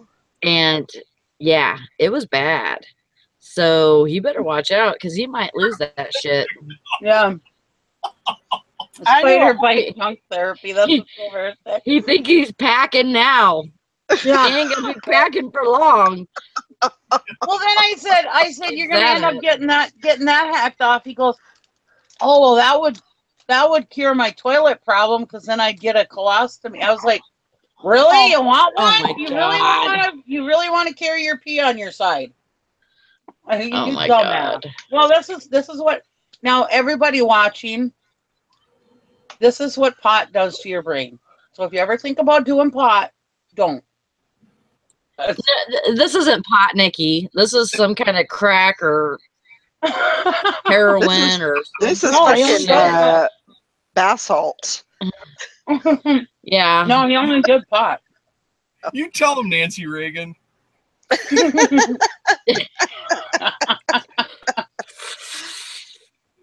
I'm telling you. Nancy Reagan was a great lady. Yeah, Don't especially do when she was drugs. stoned. Just kids. Drink milk and stay in school. There you Yep. go. Look out for school. Like Roma handled it. Oh my goodness. You know, I can't make this stuff up. This shit really happens in my life, honest to God. That's crazy. Yeah.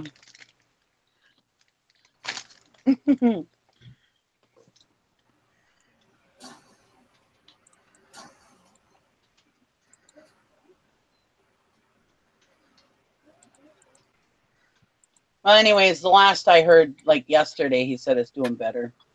Oh, thank goodness for The that. swelling is going down. Why is he trying to get you to help him diagnose it or something? Bleach the seats on your car too. I mean, if this ain't from a spider, what if it's something else that's contagious? Can you imagine if it was like a rattlesnake or like a snake bite? Somebody had to suck the poison out of it. Oh, no. No way. I'm sorry, but we'll be going to the emergency room. See, and people think I'm rotten. She's awful. Her mind is way more in the gutter than mine. I just don't display it as much. Yes, that's true. true. That's what they say. You got to be careful with the quiet ones. Yeah. Yep. Run deep. Sorry. It slipped. Robinson stepped out for a minute, came back to doing pot, and you tell him Nancy Reagan is starting again. Thanks a lot. Well, Robin, it's a shame you missed the story before that. That was even better. You'll have to go back and catch the replay. Mm-hmm.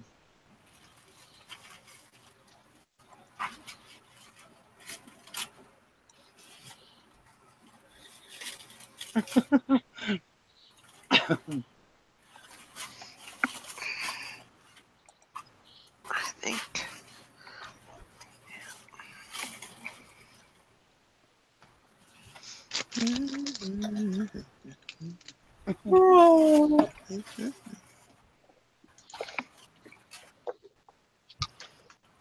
Another thing that I gotta Beth do. said I was away from the keyboard, but I had to come back. Nikki sounds like the mom in Almost Famous. Are you on pot? Get off pot. Oh my god. Famous. Oh yeah, that was good. That's funny. It's an awesome weapon I got.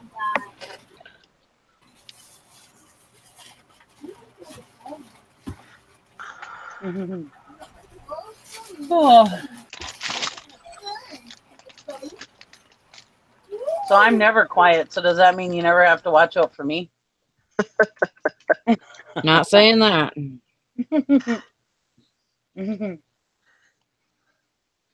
Silver hair stacker. Wow.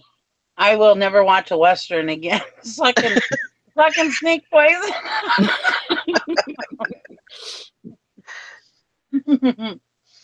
No doubt.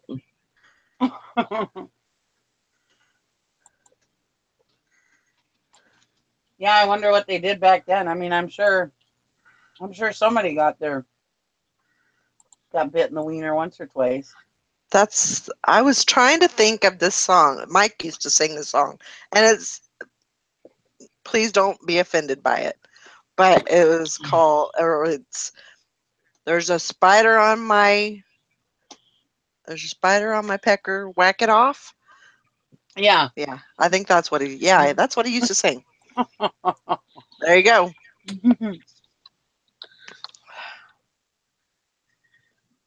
I think it's Skeeter on my Peter. Correct. Yes, it is. I think you're right. It goes along the same, lines. My friend. Oh, there's Skeeter on my. That's right. That is right. Skeeter and my Peter, whack it off. That's what it is. Yeah. My friends, my daughter's friend, they were down at Country Jam this weekend, and I guess the parents were there too. They were drinking and whatever, and they were funny. And my daughter said, the guy said, the dad said, yeah, I'm gonna have a $100 bill tattooed on my pecker because every once in a while your mom likes to go blow 100. Oh boy.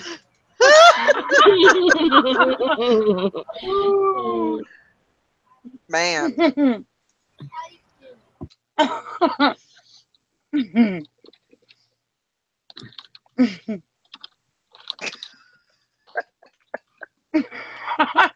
And Gallon Cash, I want to go back and replay this and count how many times the word wiener was used. I will die laughing all over again from the combo earlier.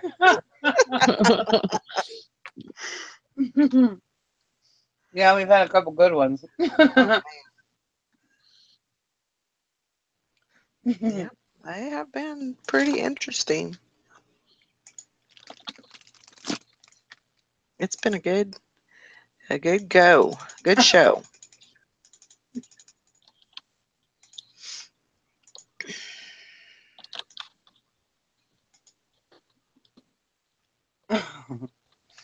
Oh, Robin, you not only missed the first few hours of the show, but you did miss the pecker story, so you probably should listen to that part. I gotta go listen to the pecker stories. Oh, man. Yes. Nice. Good drinking game. Drink every time you're a wiener. There you go. Sounds like a good game. Get some tequila. Oof.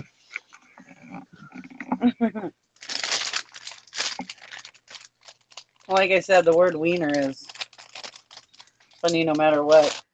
Yeah. It's like fart.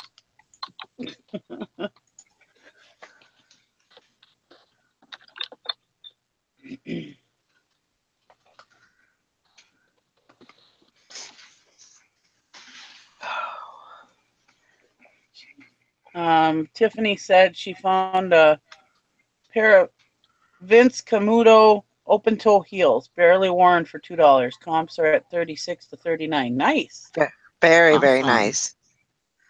Yeah, Vince I don't know Camuto, what they those are, but go very good. I think they're made in Italy. But they're very sought after. That's a very sought after brand. Gallon Cash says number 162 wiener.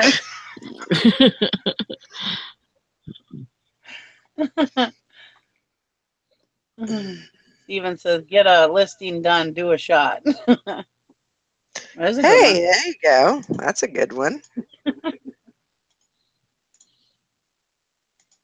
What does that mean? We would all be Bellotto. I don't know. Up or something. That's kind of a given. For me, anyway. That's a blackout game. Oh, yeah.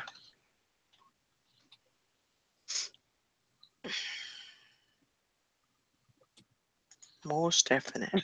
Silver says, all right, who changed the conversation to boring shoes?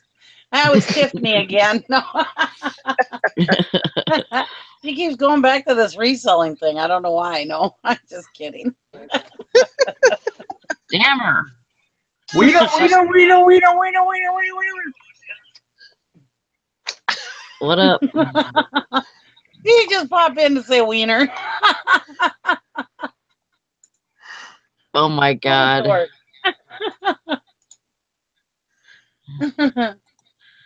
Yes, Who was he that? is. Jason. That was Jason. A little bug. He just came in here to say wiener a bunch of times. There you go. Robin said we should do that for the next listing challenge done in the evening. Hide the chat from the panel, pick a word, and every time they say that word, side chat monkeys have to drink. Ooh. I like that. That sounds like fun. That does sound like fun.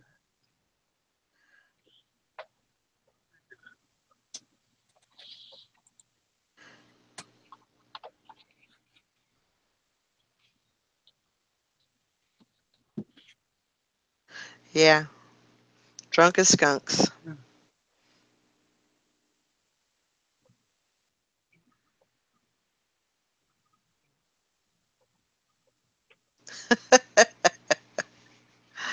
Oh, Megan, that's funny. Used to work on Broadway? That's awesome. Yeah. So, how is everybody? Wiener. Wiener. I couldn't resist. Wiener here. How are you?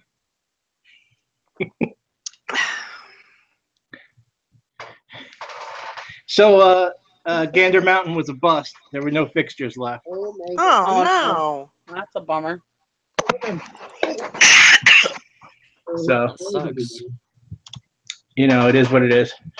And to be honest with you, I don't like anything in that store. I mean, I'm not a hunter or anything, but I didn't see anything I liked at 70% off. Wow. Well, you know what they do? They go, these people come in to sell out these stores and they raise everything and then put it on sale. So you're really not getting that great a deal usually anyways. Yeah, you know, and to be honest, the type of product really just doesn't interest me. So it really was like, you know, Yeah. it could have been 90%, like I think I said earlier. It's just like, don't really have an interest. And I don't resell new products, so it's not my forte. It's not my modus operandum. Silver Stacker said, Jason gonna suck poison now? I ain't sucking nothing.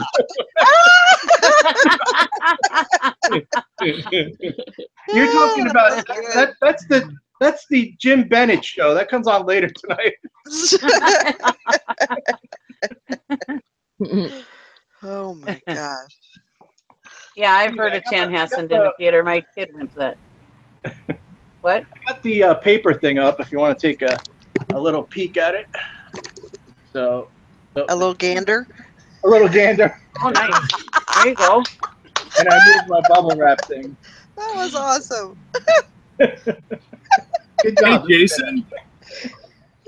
So that's pretty cool. Jason, when I worked for that mall store I was telling you about, yeah, when they would shut down a store, they would bring a semi. It would take our goods, or I would go help at the store that's being shut down. They would take the good stuff out of the store and then bring like the clearance stuff that was from other stores. It was like from the warehouse, the stuff that wasn't going nowhere. They'd have, I forgot what you call it when you send it in. Adjustments or something. You'd send clearance junk. And that's what they load up that store that was shutting down with. They load up with that clearance stuff. And then they're running like 90% off. But it's the stuff that's been 90% off and nobody wanted. And I wonder if they're doing the same thing at that Gander Mountain. You know, it's kind of funny. Right when I was walking in, the main doors had this big sign that said 70% off. And then it said, next to it, there's a smaller sign that take an additional 30% off guns. And I'm like, isn't that free? Yeah. And then at the bottom, there's a little asterisk, not combined with other offers. Yeah, yeah. Oh my gosh. I know. I love how they work those sales. Yeah.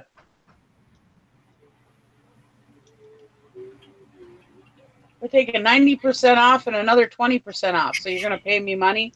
No, it's still only going to be $59.99.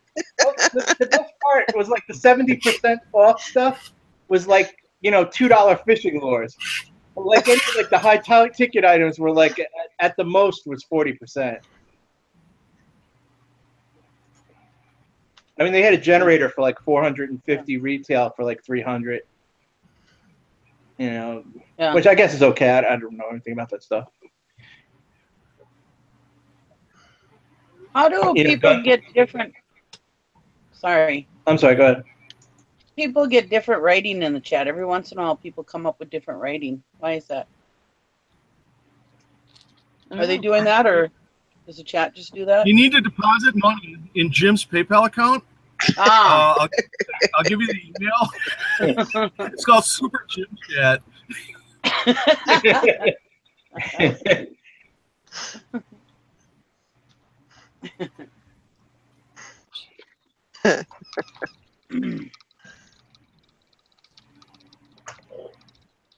When my husband comes home and says, "God, you haven't done a goddamn thing," I can say, "Well, I've sold $175 worth of stuff today."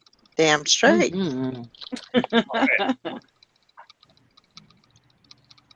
I sold a pair of sneakers for $100 a few minutes ago, so that was cool. There you go. That's nice. I'm down to about 60 something pairs from 101. Nice. Yeah. I ended up doing, I think, like 3,500 so far, and the whole locker was only 15 all in, so already doubled up. Tell him I made more money today than he did, and I only worked 15 minutes, so. Take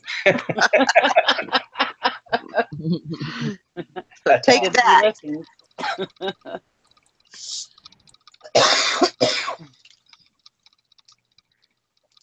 I know when I was selling good, you know, when I was listing a lot and stuff, he figured it out one time. At that time, I was making like $100 or $125 an hour. Wow. Damn. That was back in the good old days. 2008 must have been a good tax year. Yeah. It was last year. Thank you. You know, Nikki, are you smoking the pot? I always have to bust your balls, Nikki. You know. I know. You're all hurt. If Robin asked if I was smoking He's pot. all wiener. Yeah. If you weren't here, I'd have to pick on Sally. You know. Yeah. Nobody wants to pick on. Yeah, we don't need that shit. I'm busy. Thank you, Sally. Sally's busy today. I'm taking it for you, Sally. I got broad shoulders. Thank I can you. take it. Thank you. I'll take next shift.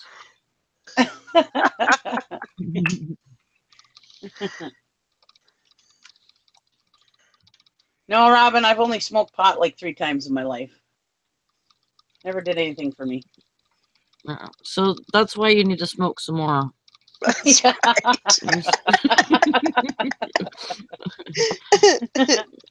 You need to smoke some more so you can have a better description of Better reaction. Yeah.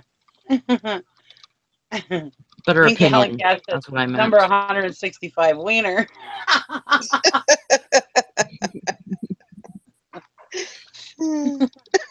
Now, if those were dachshunds, we really have a show.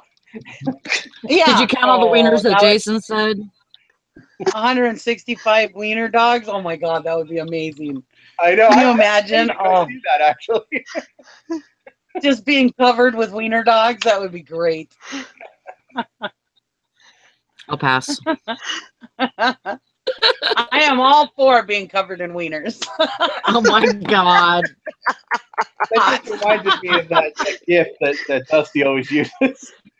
I don't know if you guys ever seen that one. The girl getting the hot dogs thrown on her face. Oh yes. Yeah.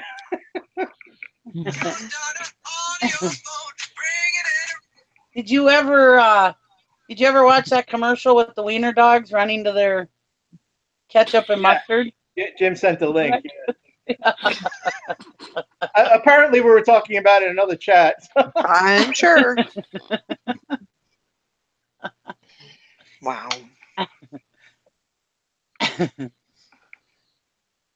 What's the perfect audio clip? I'll be covered in wieners.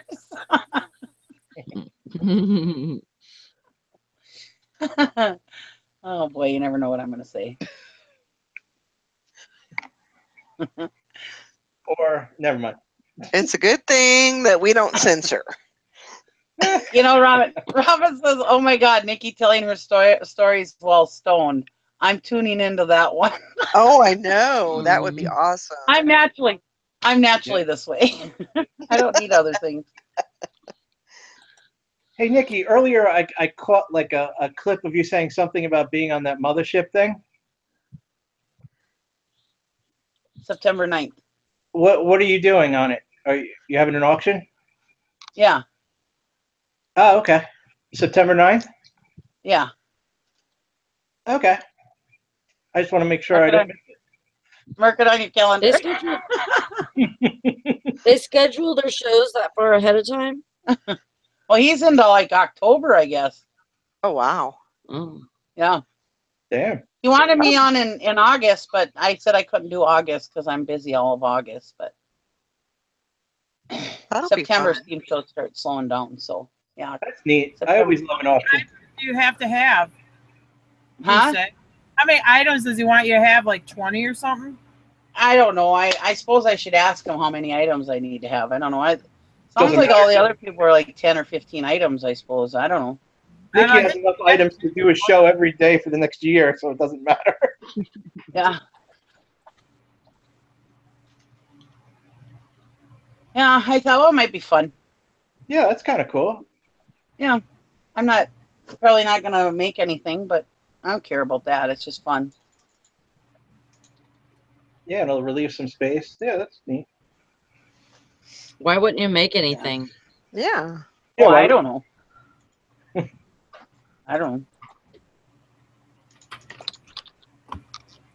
I would think that you would. Let's see what happens. You guys will have to be there to back up just in case nobody buys my shit. Then you can at least bid on it so I don't look like a fool.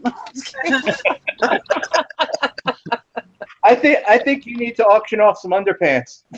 Yeah. That'll get the bid going. I don't think anybody wants my underpants. Thanks, though. It's like a 16 candles moment, you know? Dwayne's first show where he loses subscribers. Nikki's selling underpants. Maybe I can sell some wieners. You could do that coney sauce. There you go. Yeah. You remember not too long ago, Jim had that big wiener sign that he sold.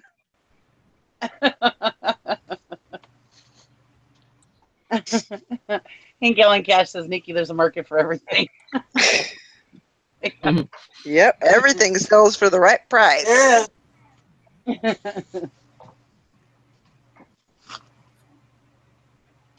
I have a bag of balls I could sell. So you're going to donate half to charity since that's the going theme? I don't know. I suppose maybe. I don't know. I have my daughter's friend. Her dad is pretty bad off with his liver, and they won't give him disability. So I suppose if I do, I'll donate it to him. I suppose. Yeah. That'd be good. Yeah. Still really bad. You know, our government won't give somebody that's terminally ill, and he's on the transplant list, but who knows when he'll get that, you know. I think if you are bad enough where you need to be on the transplant list, I think that you should get some kind of disability. Yeah. But they like it to take like 2 to 2.5 years before they'll finally approve you. My mom ended up on disability because she was on dialysis and everything, and it still took like about 2 to 2.5 years to get her on it. Wow.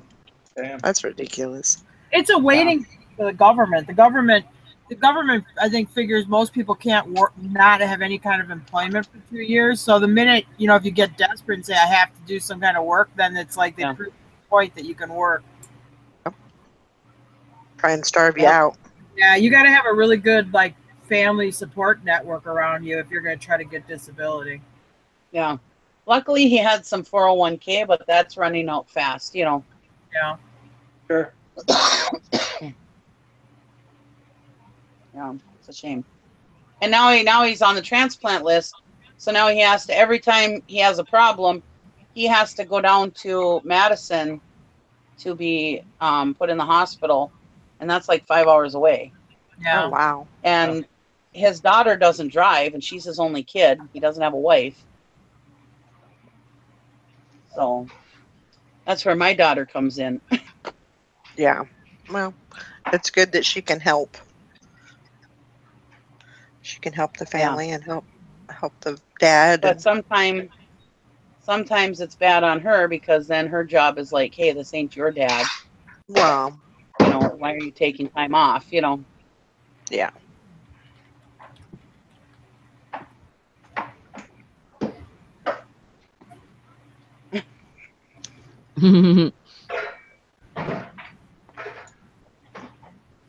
Wieners for life.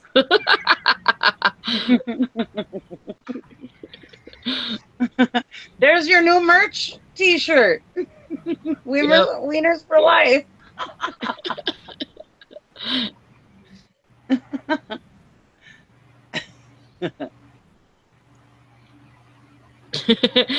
Hey, gotta cash this summer. I'm gonna stay until this is over. I ain't sucking nothing.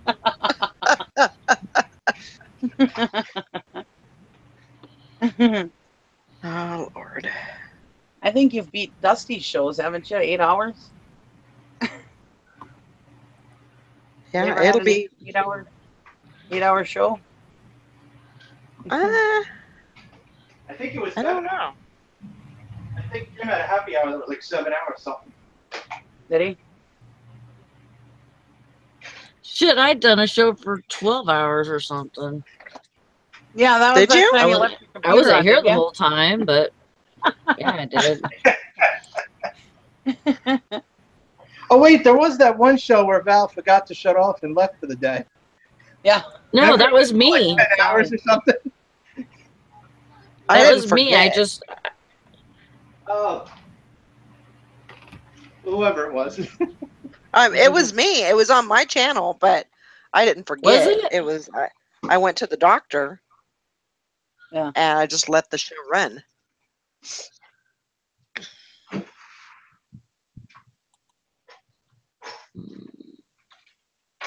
I think there's been a couple of them that have been long out. Oh. I know my ass is getting sore.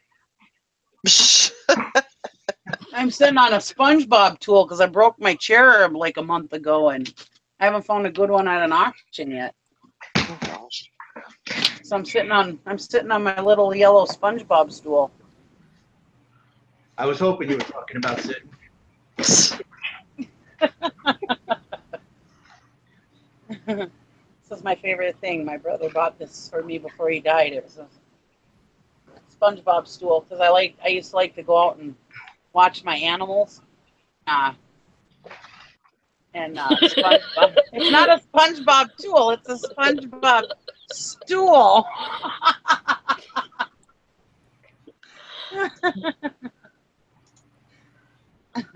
Anyways, I like to go out and watch my animals, and I would always have a bucket I'd carry around outside with me to sit out.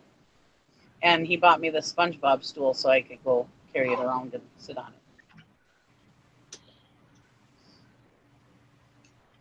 it. It's held my fat ass for about 3 years now, 4 years now, 5 years.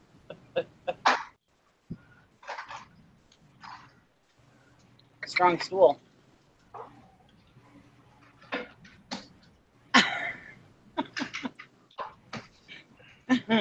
Yeah, I like carrying around SpongeBob's tool. I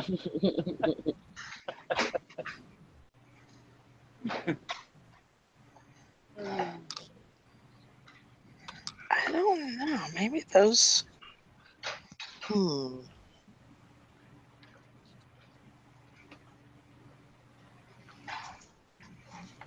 I'll be right back. Okay.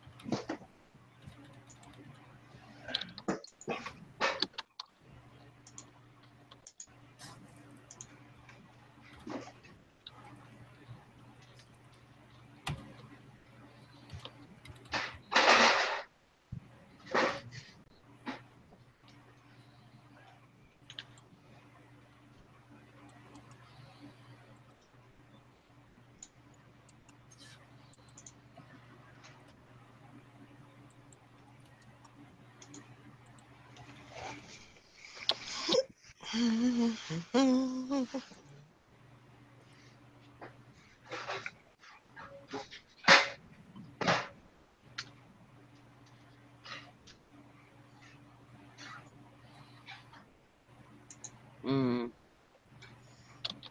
I need to.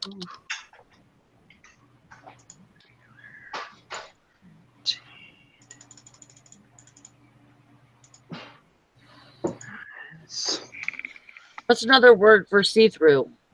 Sheer. Sheer. Thank you.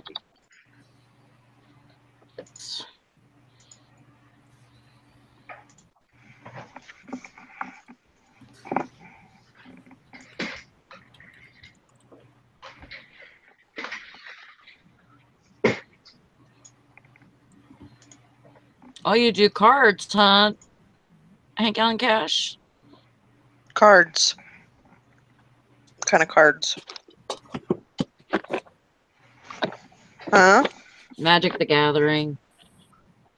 Oh, gotcha. I got a whole bunch. This is nothing. I have this box of Yu-Gi-Oh! I have this box that's full of Magic the Gathering, and this box that's full of Yu-Gi-Oh! So, and that's not all. I have more boxes. I just don't know their location right now. And I didn't pay anything for them. And I didn't steal them.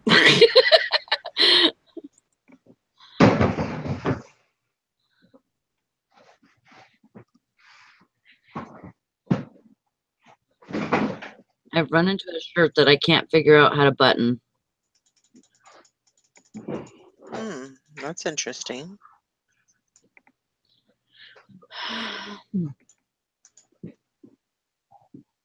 Maybe it's a defect. No, I don't play. My son plays, and he gives me all his cards that he doesn't like to keep. And actually, he has probably close to 100,000 cards that he wants to get rid of. And so I'm going to try and get him to put those into lots, and so I could put them on eBay. But we're going to put them, the way that I told him to put them into lots is by deck. Like, no, I didn't get those from the dumpster. I got them from my brother-in-law.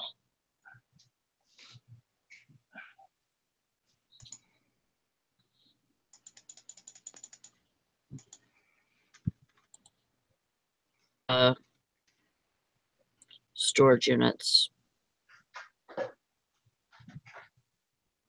I gotta actually call him and see if he's got anything new. Yeah. Because he said he was about to get another storage building that or storage unit that was gonna be not paid for or whatever. And he already gave them notice and everything.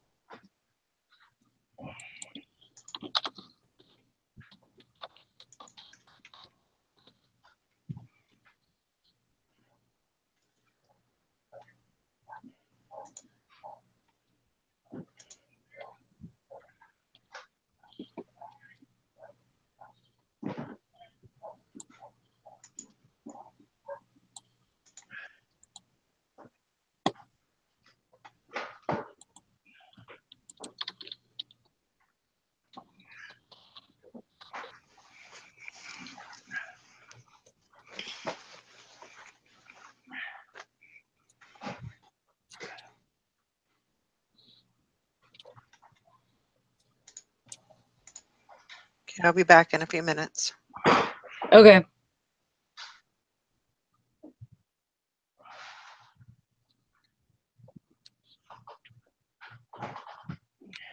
Yeah, mine are mostly, it looks like they're the from the earlier or from the later decks, not earlier.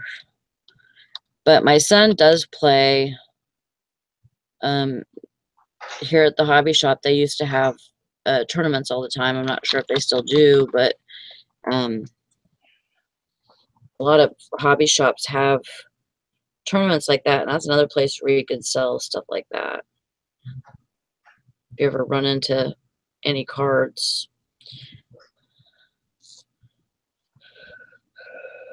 I just think I have too many to go through for that kind of thing. Like, you know, you take them all in and you're going to be, you know, especially on a night where all the card, you know, all the people that play cards are there.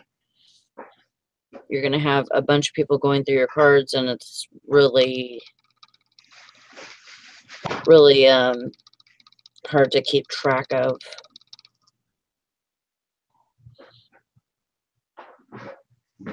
Yeah, plane shift, I think. I don't actually, it might be even earlier than, or even later than that.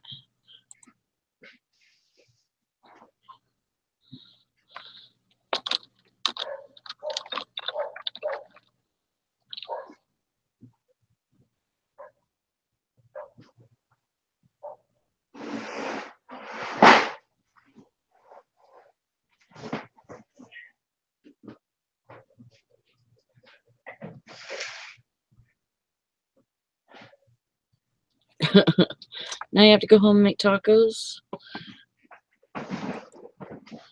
Tacos does sound good. Jeez, I might have that for dinner tonight too. Sound good to me.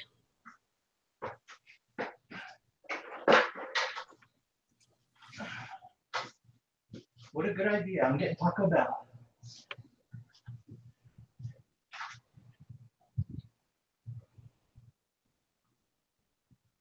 You okay, little Taco Bell?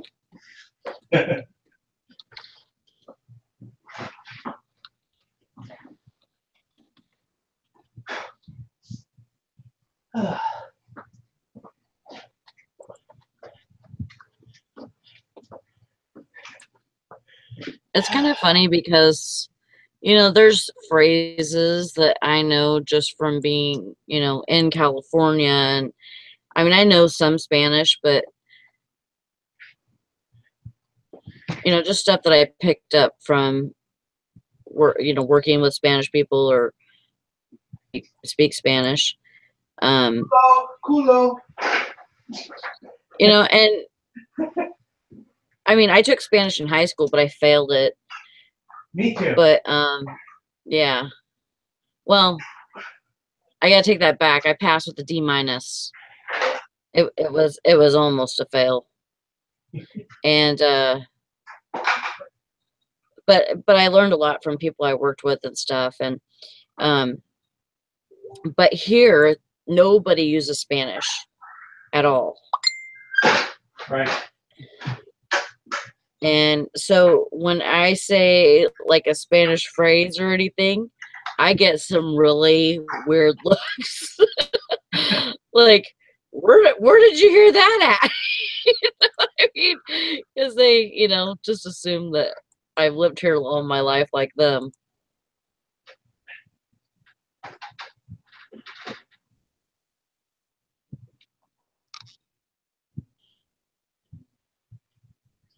Granny panties. Panties for Adios, mia.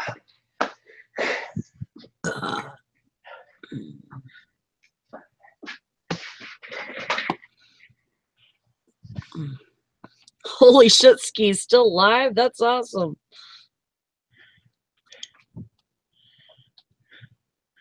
We're live? Holy crap. Oh, yeah. Oh, yeah. You really not know that, Jason? I'm only teasing. Oh. I was like, oh, that could have been messy. You know me, I'm never serious unless there's money involved. Yeah.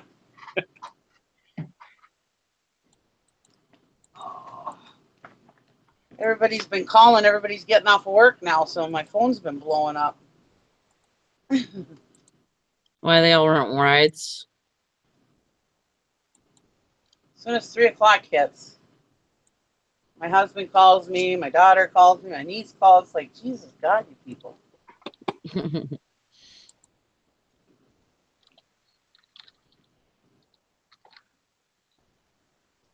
What are you doing? Same thing I was doing yesterday at this time. Nothing.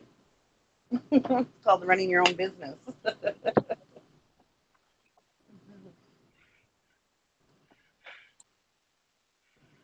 Oh man.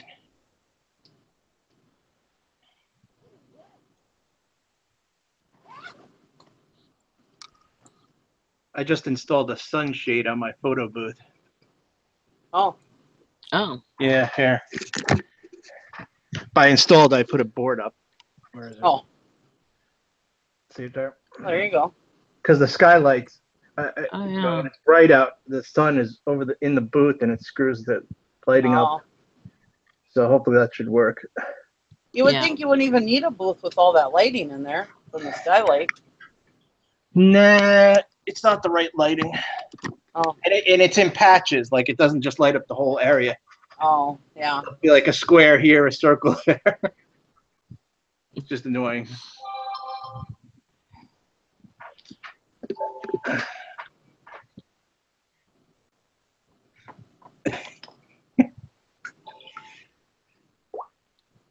Yes, I am organized.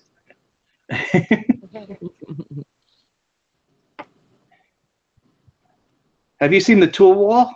Here. There you go, Hank Allen Cash. I don't know if you've seen this. I don't show it too often. Yeah, this is It's hard to get being from the anal at its best. There. All the tools are nice and in order. And I put them back after I use them.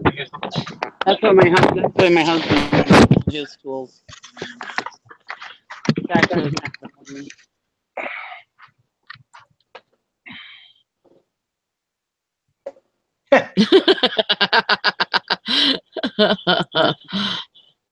Jason. All right. She said something earlier about a photo shoot, but the rug, the American flag rug's got to be in it.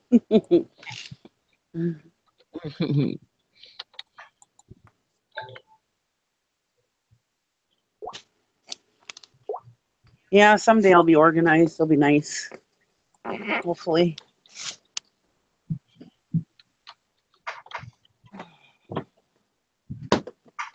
Yeah, I just, for some reason, I can't really work in clutter. I've always been like, you know, and it, you know, I have a hard manage time and everything. It's just, I'm much more efficient. Yeah. Me too. I have a hard time in my clutter.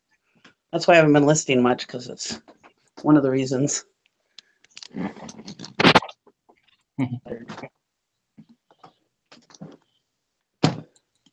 But how do I get rid of that clutter? List. Come on, dogs. Oops, sorry. I can't do a virtual tour because my camera's connected to the PC. So it's not much I could do.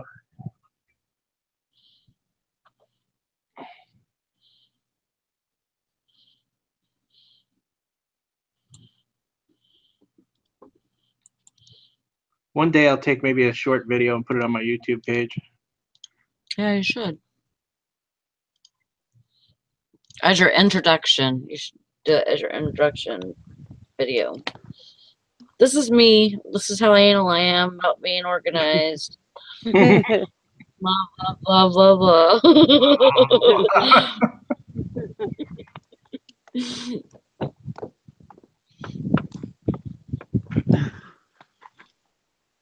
This big ass tablet is too big. Get somewhere. Are you okay there, Nikki? Yeah. Sorry. Yeah, geez. I've got my tablet and my bags and everything I need, and then my big tablet. And this door never stays open on my car.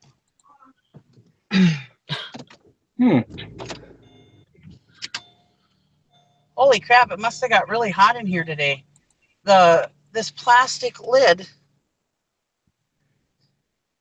God, it's humid out today. This plastic lid that was on my watermelon last night, I left it on my dashboard. It's all wrinkled up like somebody held a lighter to it. Wow. Must have got hot here today. Yeah. I was inside all day. I didn't come out. So.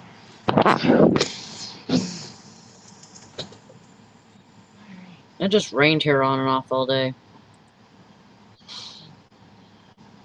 Supposed to do the same tomorrow. It rained last night, this morning, but not today. I kind of feel bad now that I left the dogs out all day. I'm out from like 8 o'clock this morning till now. Kind of feel bad now since it was so hot. Oh well. They had water. Yeah.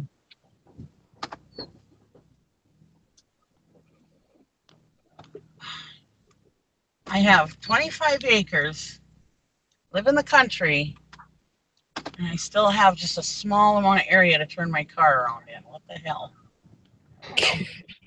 Gary's got things strategically placed to be in my way.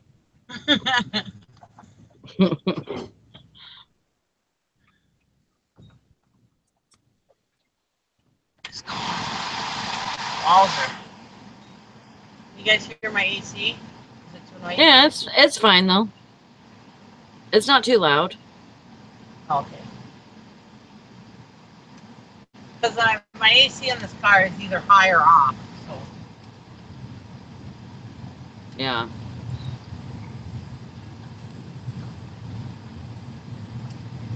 I'm going to put myself on mute. I'm on the dirt road. It'll probably be loud.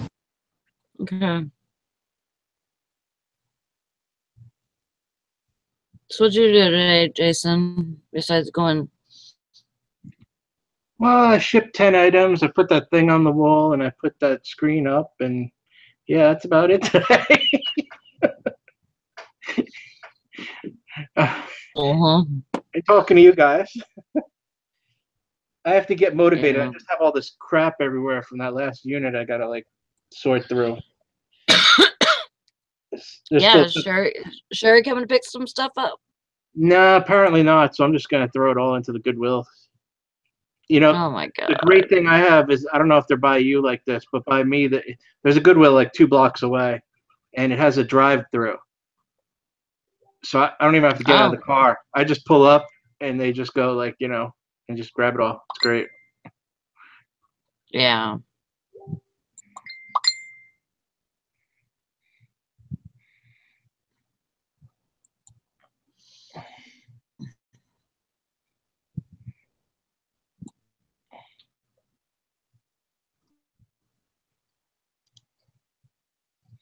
I know, it came in early. So big, but yeah, it is what it is. I mean, I got a couple of 100 listings up right now. Some are closing tonight, actually. Yeah. So.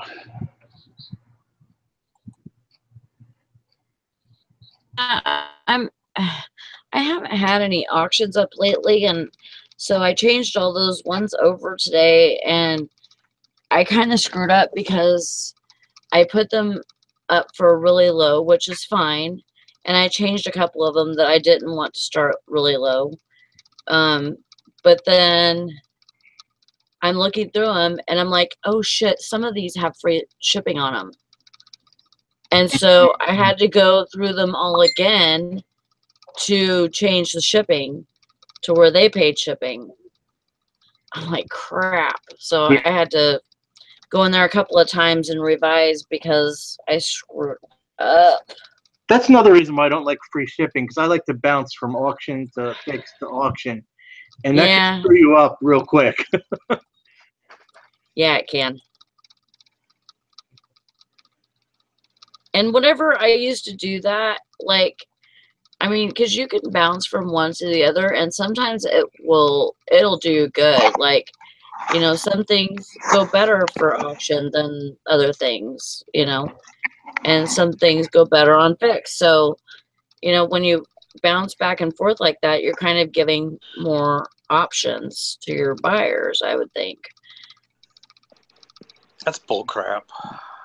You're bull crap. I thought I How was dare working you? hard today. How dare you just watch the show all day instead of being here on the panel? Look at my feet are all jacked up. Check this crap out. Look at this. What in the hell is that? I got jungle rot. Jungle rut on your feet? No, I wore Chacos when we were in Gatlinburg and it was raining and I was walking. I think I started blistering the bottoms of my feet. And doing my walking every day. Of course, wearing tennis shoes and socks, but it's getting worse. So I think I might have to take some sandpaper to him. Bill, my husband had something like that, his one foot was always flaking all the time, and it ended up being a former athlete's foot, and he just got that spray and it went away. No, this is because it started blistering the day that it was raining, and Gabe and I were walking it in Gatlinburg, and I had Chacos on, which Chacos kind of have a textured surface where your foot touches. So I know what it is, and then I came back and started hitting the gym, and of course that's, you know, all that boom, boom, boom, boom, whatever with your foot. Oh, I was just taking a break. Yeah, right. You haven't done shit today, have you? You can kiss my foot. I feel so much better now. No, it's Yeah, I haven't grody. touched it either. Do what, babe?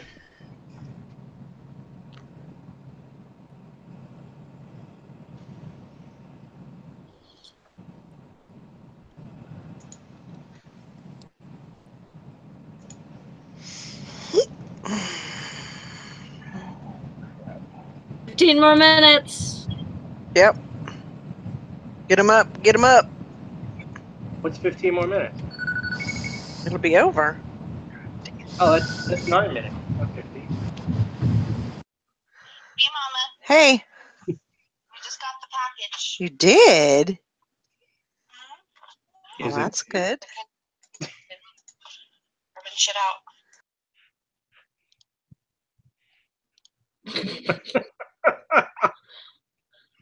Bye, Gina.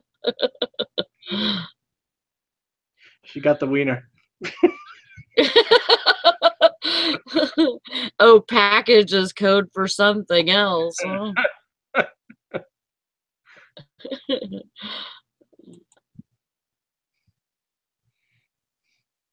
Oh my gosh. It's been a day.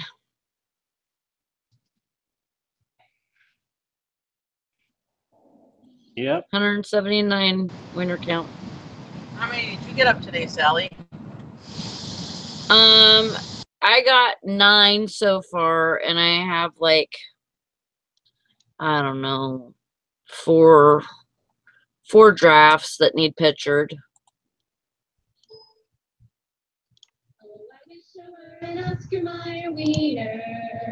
That is what I like to be. 'Cause if I were an Oscar Mayer wiener, everyone would be in love with me.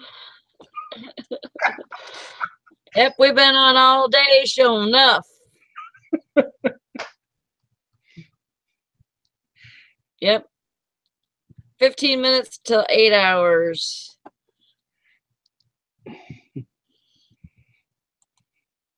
Feels like the Jerry Lewis telethon.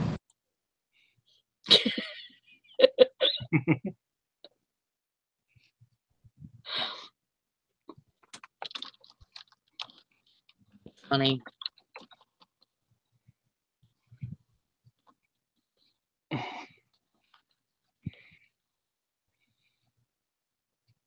And we need a new t-shirt. Merch this one. Wiener Life.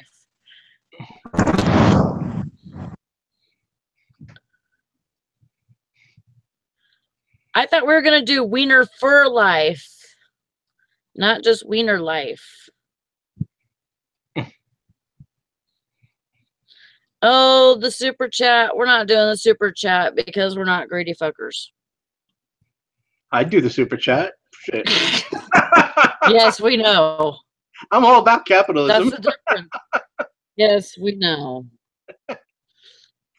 We totally know. I'm just kidding. And I know you're not. Absolutely. First thing I do when I go over a friend's house is I check the couch cushions.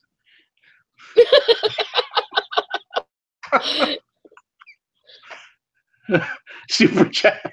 I don't do that, but I snoop in bathrooms. I'm a bathroom cabinet snooper. How are you?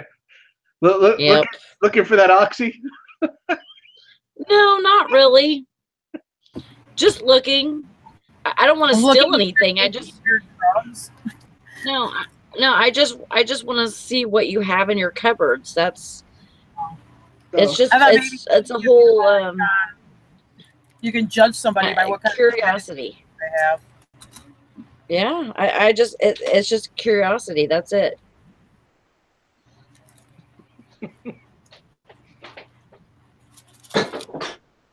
People would freak if they seen my bathroom cupboards. They would. There'd be powdered donuts. Because, I can see it now. No. But I keep everything as far as medical related. I keep all of our old antibiotics and stuff like that that's not used. Anything that somebody's gotten from the doctor, like gauze or tape or whatever that they haven't used, it goes in there. I've found probably 3 or 4 first aid kits in the dumpster, and they're all in there. Yeah, Todd. She wants to go through my drawers. Shit.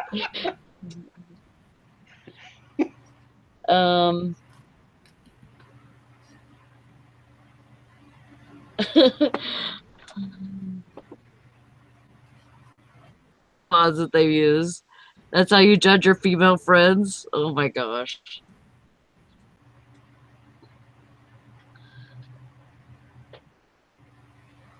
Like everything like that, people would be like, oh my gosh, probably. I have it all alphabetized. Do you really? No. It's believable though, isn't it? See, yes, it is. See, the difference between you and me is like I want to organize.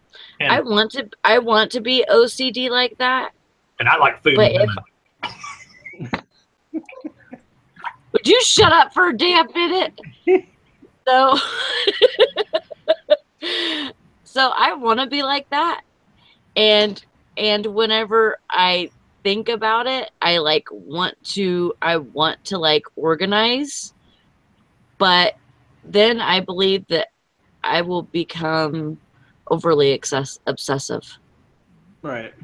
Yeah, I mean, sometimes it can get a little bad for me. Like if I'm like, say I go to a pizza place or something and they have like a group of business cards on the counter and they're not perfectly organized, I'll like reach over and straighten them. Whoa. Do you want to hear? I do that too. Okay. So I fix crooked pictures in people's houses. I do that. So I've started the last 3 days. I've walked outside. Right, so it's like 100-year-old sidewalk. I mean, seriously, like 100-year-old sidewalk down to the state park and back. I can't walk outside because if my right foot touches a crack, then my left foot has to touch a crack. Is that like OCD? Or, like what the hell? And I find myself feeling like, and this is, I've always kind of been that way. It maybe even a little borderline, like not autism, but like Tourette's or something. I don't know what it is. But it's like, okay, right foot touch crack 3 times. Left foot needs to touch crack 3 times. Yeah. Yep, it's OCD, Dusty. I used to do that when I was a kid. Yeah. I'm Okay, 45 years old and I do it. I remember being in the back of my dad's truck, and like we would be going from church to like drive people home from church, but we would be in the back of the truck like laying down, and that was okay. That used to be okay, you know. So we would go down this really long street that had palm trees on it, and I would count the palm trees, and every third palm tree I'd have to make a noise with my throat. Yeah. OCD. I remember. See, unlike you, Dusty, I don't touch crack. That's either OCD. Well, yeah. That's either OCD. That could be a little borderline Tourette's, because Tourette's is sometimes like the little bit of the winking and I had that real bad when I was a kid, believe it or not. Yeah. But it was never diagnosed. It was just considered, oh, Dusty has a nervous twitch or whatever. And if I get really, it still comes back a little bit if I get really stressed out. And if you try not to do it, yeah, if I try not to do it, I have a panic attack. Where I can't breathe and I feel like I'm having a heart attack. Kristen can only do things in odd numbers. It makes her insane if things are in an even number. Yeah, you know, I was just gonna say, I remember like if I went to like a hotel room and if I was staring up the ceiling, I would count the ceiling tiles. If it came up to an odd number, I'd be like all sorts of like pissed off. Should I let this? I think he's Vietnamese. I think he's a Ray-Ban spammer. Because like none of his friends have like names that I can even pronounce. There's a guy that wants to join the Facebook group, and so I checked out his profile, and it said, "I am computer guy. I like food and women." Sounds legit to me. Cha-ching, get it? You ready, man? Say that again, Dusty. I am computer guy. I like food and women. Come on, phone. And get it? And a big old decline and block. Oh man, he could have been the new donger.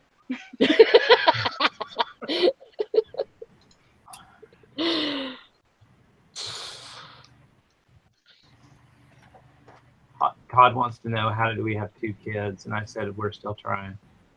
With my wife, who's had a hysterectomy and is in menopause anyhow.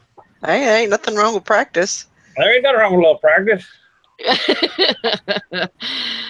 My mom always said, practice makes perfect. Yep, that's right. Give me a baby. We shall name it Jesus. Yeah. I had a hysterectomy like 4 years ago or whatever, and yeah, I was like, God, I wish I would get pregnant. That doctor owed me a lot of money.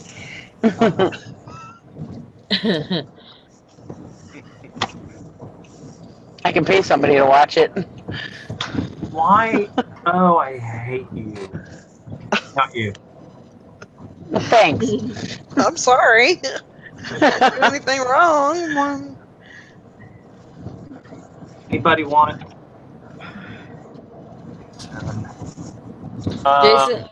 Jason said that it came. It was a wiener. It was a wiener. No, it was her birthday present. Oh, what was that? I got her a Fitbit. Oh, cool. She's turning, my oldest daughter's turning 30 Friday. Very nice, very nice. Can you imagine that? 30 years old? Nope. I don't want to imagine that because I remember her being bored when I was 10. Yep. Yep, yep, yep. That makes me...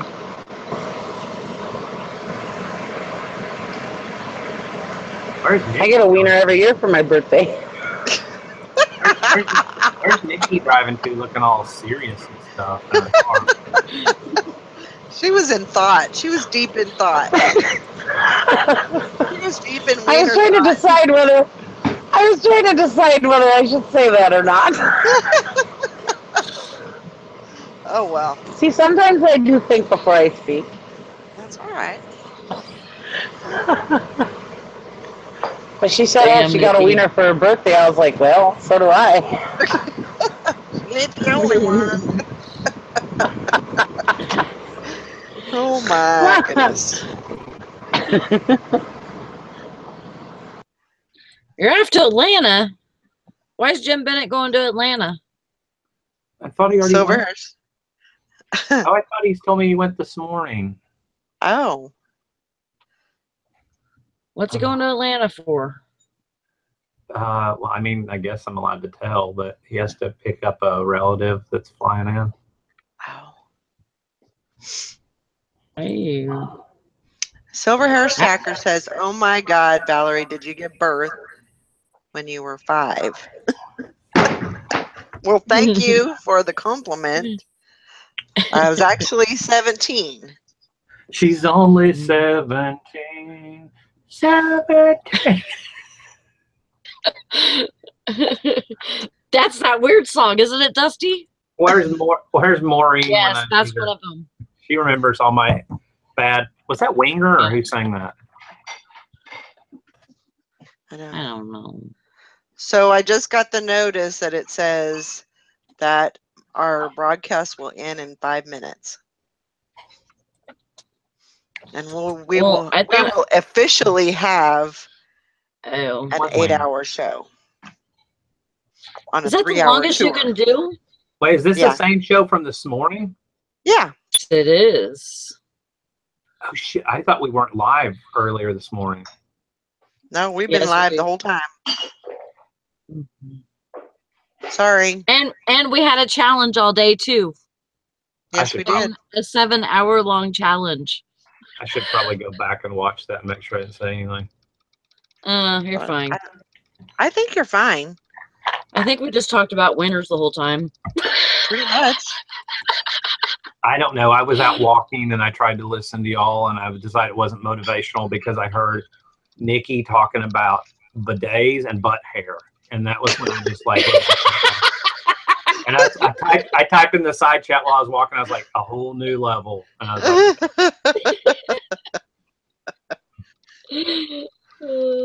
it was a good. It was a really good show, though. Yeah, it was. Hey, you make it sound like nobody's interested in what I have to say. Everybody seemed pretty interested. you know, Nikki has good stories. Hold on. I'll be right back. It puts the lotion. Well, the thing is that he missed everything Hank Allen Cash said, and that's why I talked about the butt hair. Right. Because she was talking about her boyfriend's poop stains or skid marks. Yep. So I had to defend her poor boyfriend. There you go. Because there's hair down there, and they're not going to clean every piece of hair. Like you. I couldn't even imagine her walking around with poop in my underwear. What are you talking? Okay, so bidets, bidets are a European thing. Europeans do a lot of really weird crap, including like unisex bathrooms and stuff. But I mean, bidets are really back to the days of like they didn't have continental butt wipes back then. Yeah. But I agree with what Jim said earlier. There's a reason that the shower is right next to the toilet. Yeah, that's right. I have a ritual, and I am sorry if that ritual changes at all. I'm gonna take another shower. That's just to me. It's just ugh. Yep. Me too. Sorry, I'm putting lotion on my dank skin. Skin. Puts the lotion on its skin, or else it gets the hose again. I think silver hair won. I don't know. And then Tara probably won. I don't know. Oh wait, what did you get, Valerie? Did already start? I got 8. It sounds like you're gonna win. You got 8? Yeah. Okay. So Tara won. Tara won the panel. the panel, and I think probably Silver Hair Stacker Todd won the audience. Yeah. Unless somebody got more than, I think he got 20. Yeah. Hey, look, you got 4 thumbs down. That's awesome. All right. Doing something right. Must have been when y'all were talking, because everybody loves me. No, I'm just kidding. It's probably somebody that got offended by Wiener. No, these things it was a natural case. If they're offended by Wiener, then we don't need them anyways.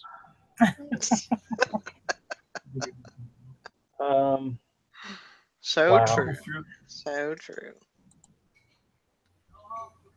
You just pissed off every lesbian. Okay, see you later. We talked about that too. Did you really? Oh my god! Do I need to go back and watch this thing? It's hilarious. It's a great